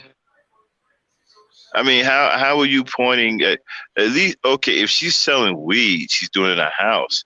She's not out there gang banging. This the She's thing. not out there I killing other never black people. forget. I never forget. One day we was going to school because my mother used to always walk us to school. And I want to know if anybody in the chat knew about Alta Coleman and Deborah Brown. Alta Coleman and Deborah Brown in the Midwest, they were serial killers. And that's what stopped my mother from letting us walk to school alone without her. Wait a minute. Who are they? Who were they again? Arthur Alton Coleman and Coleman Deborah. and Deborah Brown. Yeah. This is when we lived in the projects and my mother had first became a RN. Okay, so my mother was a bomb ass. I mean, this is where I get my mothering from. This is where I get my womanhood from. So my mother, we was on welfare. We didn't have too much of shit. I mean, compared to our other friends, we had everything. I didn't even know we was poor. I didn't know we was broke or nothing. It took me for me to get grown to where I realized, like, damn, we was on welfare. We was broke. We was fucked up because Uh, I didn't realize it because my mama was such a boss. So we would go to school, and my mother would drop us off, and she would go to her nursing classes. hmm So after that, my mother graduated. I remember going to my mother's graduation, and she became an RN. But my mama was still selling weed. And I didn't understand that. Like, I didn't keep in mind, I'm like 5 or 6. Like, I don't know what's going on. Like, I don't know why she's doing this. I just know that we have a comfortable life and our life is way better than our other Hey, friends, even though we live in the projects. she's doing what she had to do. Yeah, she was a fucking gangster. She still is to this day. I love my mama. Doing what she had to do Yeah. So my to mama take was care of her like, kids. she was like, well, Alton Coleman and Deborah Brown, they killed a motherfucker over there in Norwood. So y'all ain't walking to school by y'all goddamn self. Y'all ain't playing out this bitch by yourself. And It's this was over. in Cincinnati. Yes. Arthur Coleman and Deborah. I'm gonna look them up later. I never heard Hey of them. Max. Max, it's gonna Uh, fuck you up. As a matter of I, fact, I want you and Dame to do a conference on this tomorrow because it's really, really bad. no doubt. It's really, really bad. So after that, my mother had graduated from nursing school, and my mama was, she started making like real life money, like because before You then know, we didn't have a car, we didn't have anything. you know But what? I We're gonna, never felt I never felt poor. Like I don't know. you know what we're doing for. See, I don't want to say it because somebody try to steal it, but we're gonna have a very interesting ladies' night. I don't want to say what we're gonna do yet because somebody will try to, do it before us or whatever because they always stealing people content. But we got a pretty interesting ladies' night coming up. You might want to tune in. I'll be there. I mean, I'd like to talk about how black women have, especially black women in the 80s, like how they raise their children. Man, I got a Well, you know what these gangsta ass guys gonna do. mom. Well, you know what these guys gonna throw at you though. They're gonna throw Gloria Steinem at you. Please, I don't give a fuck what my mother was like. My mother gave us a little bit of freedom that I wouldn't give my children today. Like we would be in our friends' houses. And don't get me wrong, we all lived in the same project. We all lived in the same public housing. But somehow our house looked it better than theirs. Hmm. And it was like, well, god Yeah, damn, like, because your mother wanted the best for her children. man, Even my even mama if was a y'all gangster. even if y'all was living in a cardboard box, it would have been the best cardboard box on the block.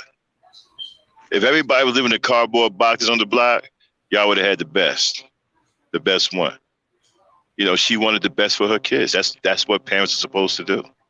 And that's basically all I can say. Like we didn't even know we was poor. No. We lived in the projects from the Now you see time that I think that I was 3 until the that's a time that I good was probably like 7. right. That's a good mother right there. When you don't know you poor, your mom's handling business. She handling it. I tell you, man, oh boy, I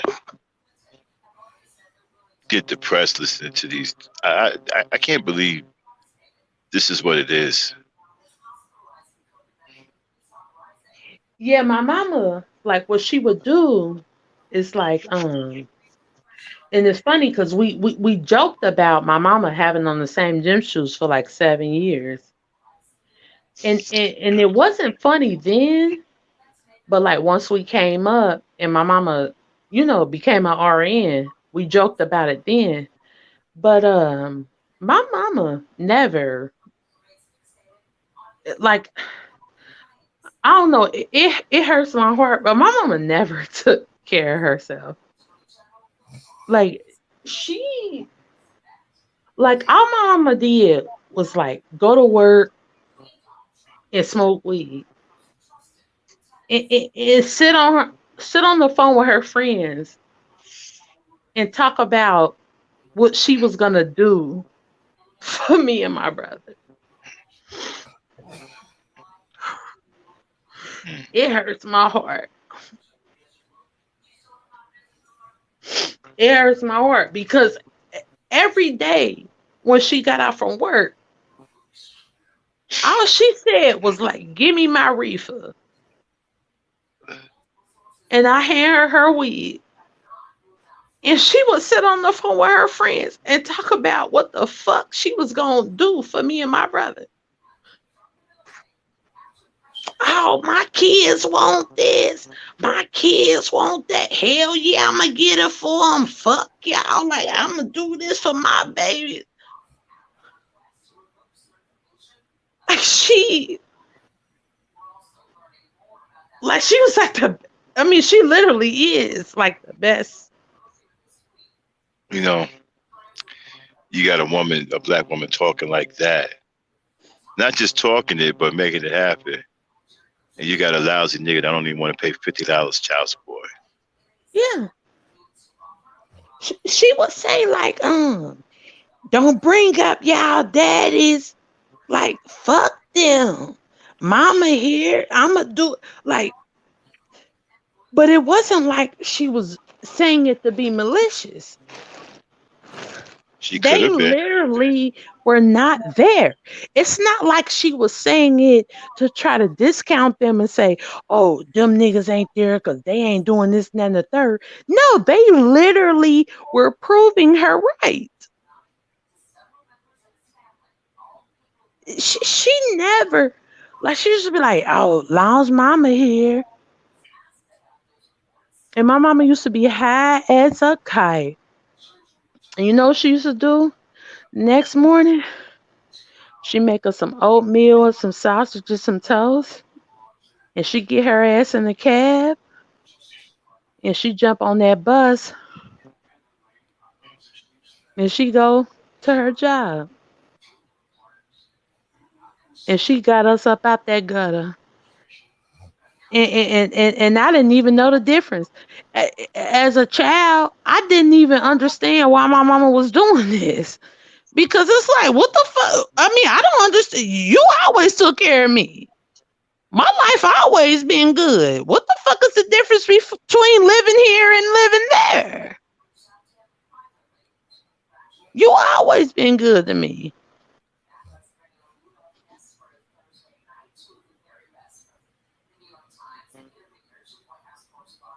I got the mess. I got the best mama on earth, man.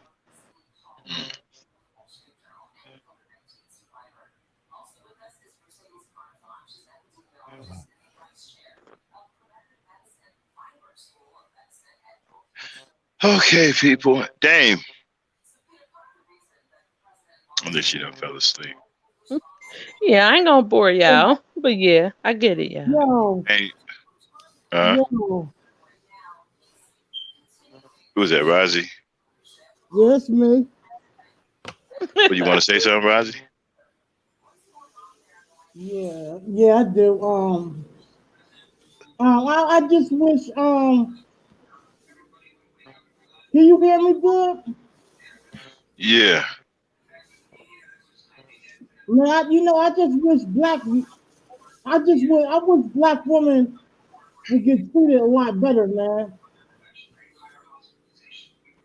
Well, we gotta. Go ahead. The only way that's gonna happen is that we got to start doing it. We got to start treating them better.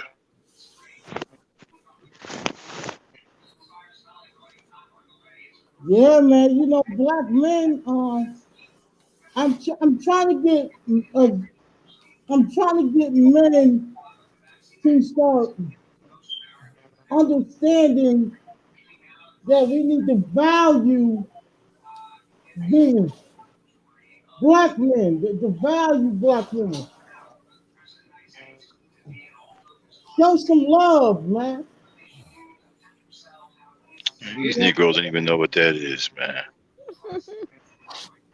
Son, thank you. My mama's my baby. Yeah, that's my girl. She's still, you know what I'm saying, she's still my mama to this day. Like, she older. She's still on some gangster shit, like, even though she older.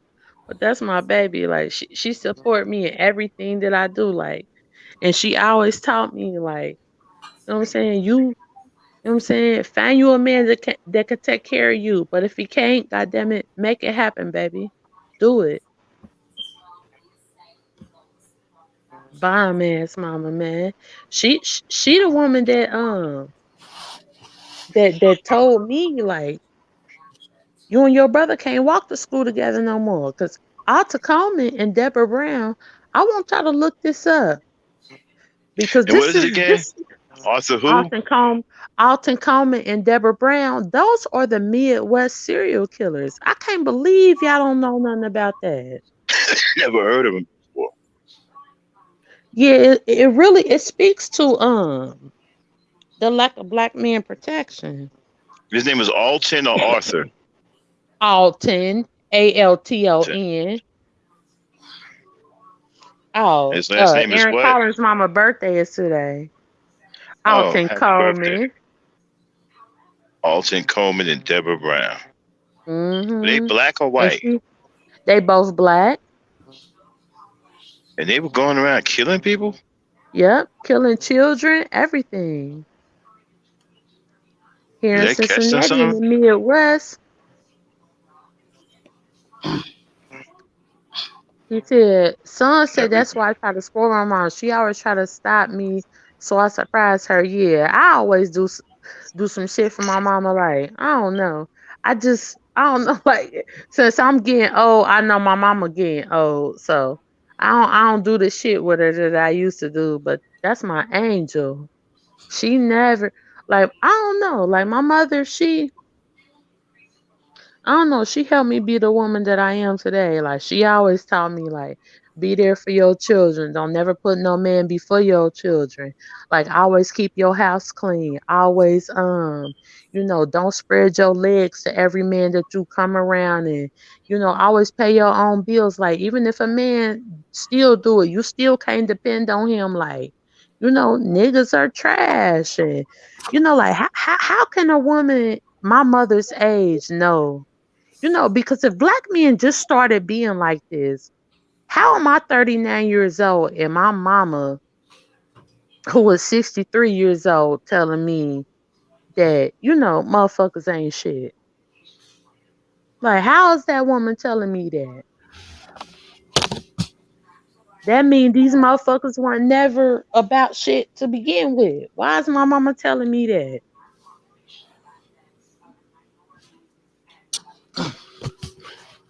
Good ass woman.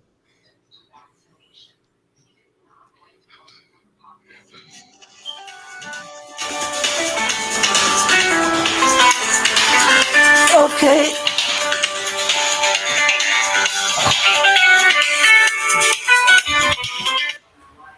Mm, mm, mm, mm.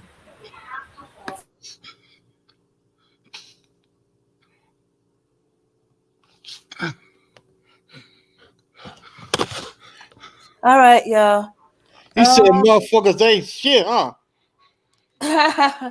it's it's I'm about to shut it down for the night. It's fit.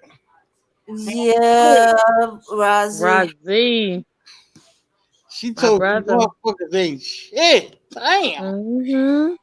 Good ass woman. Uh-huh. Taught me how to maintain, get money, take care of Uh-huh. my babies, heal with Uh-huh. my household, Uh-huh. maintain my self esteem. Uh-huh. It's crazy, man. I'm just sitting back. Y'all probably think I'm asleep or something. I'm real quiet. Nah, man, I'm just sitting back, high as shit, just sitting back listening. Like I'm Uh-huh. listening the whole time, everything. Just everything, man. You Uh-huh. know, but it needs to be a shift and in the black man's behavior or in order to, you know, revolutionize, our surroundings. Uh-huh. It has to be a shift in our mindset. Well, first and foremost, then it'll be a shift in our behavior, and then the change that y'all want to see, you know, Uh-huh. definitely will happen. Well, the shift needs to Oh, be for some Aaron group. Collins said Uh-huh. scroll up a little, and I left the link talking about Alta Coleman and Deborah Brown. I appreciate that, Aaron. You know, I don't know about like the rest of the country, but he shifted.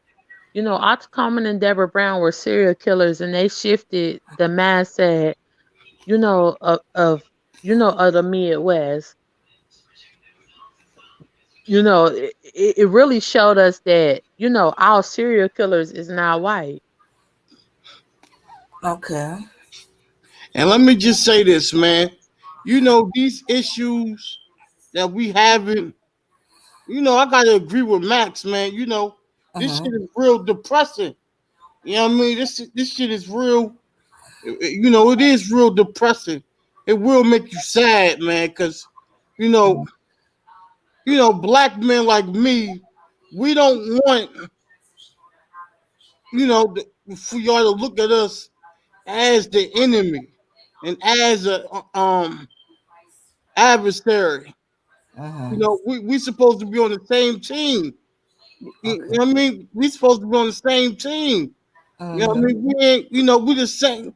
Y'all the reflection of us. We Uh-huh. we can't do nothing without y'all.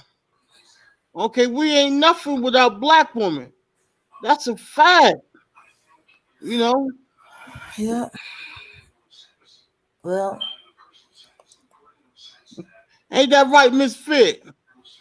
uh-huh. That's fact, Roz. Yeah, we are so much the reflection of black men that That's there fact. is.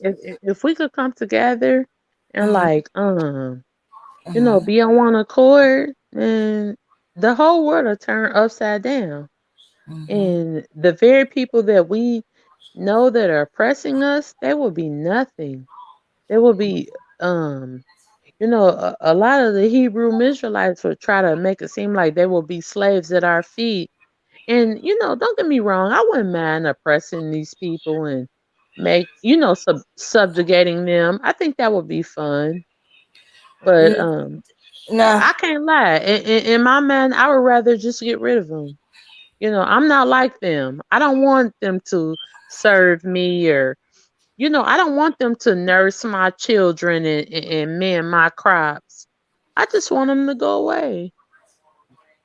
you go over there, we go over here. Yeah, You throw I your don't happy want them. behind I there. don't want to enslave them. I Mm-mm. mean, don't get me wrong. I wouldn't mind a little torture here and there, No, that's what they're but afraid of. oh, Uh, sorry. Yeah, uh-huh. but I wouldn't mind a little Uh, uh, inhumane treatment. Okay, sorry. Okay, I'm not gonna say. let's, let's just leave that Okay, inside your head. yeah, They but already feel Yeah, positive. right.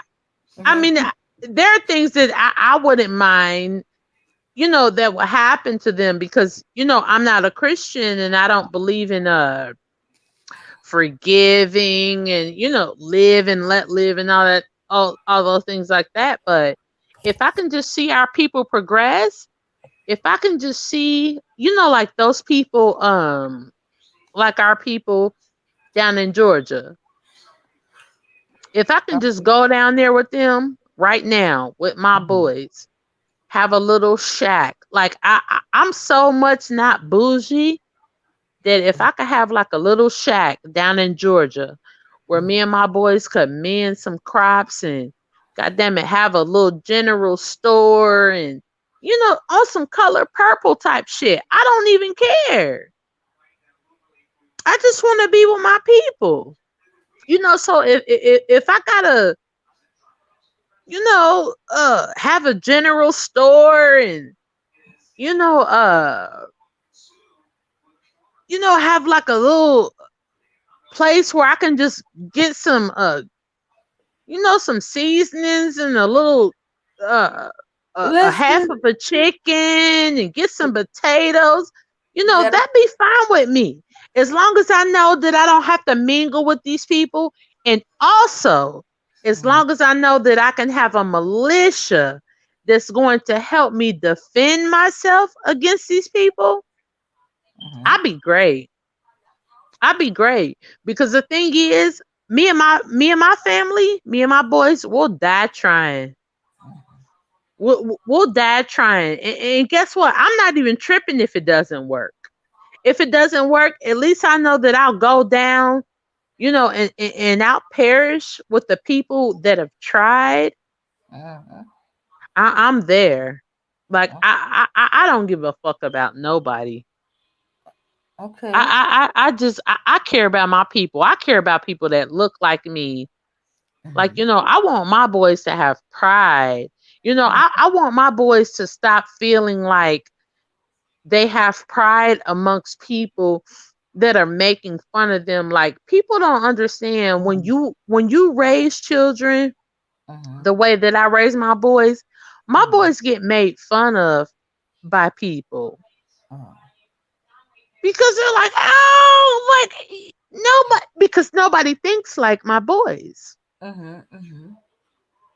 So it's weird, and they're like, oh, we don't have any friends because everybody's a coon. I know they are, son. It's okay.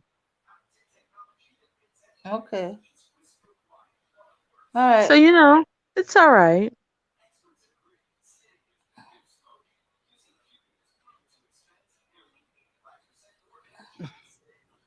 Okay.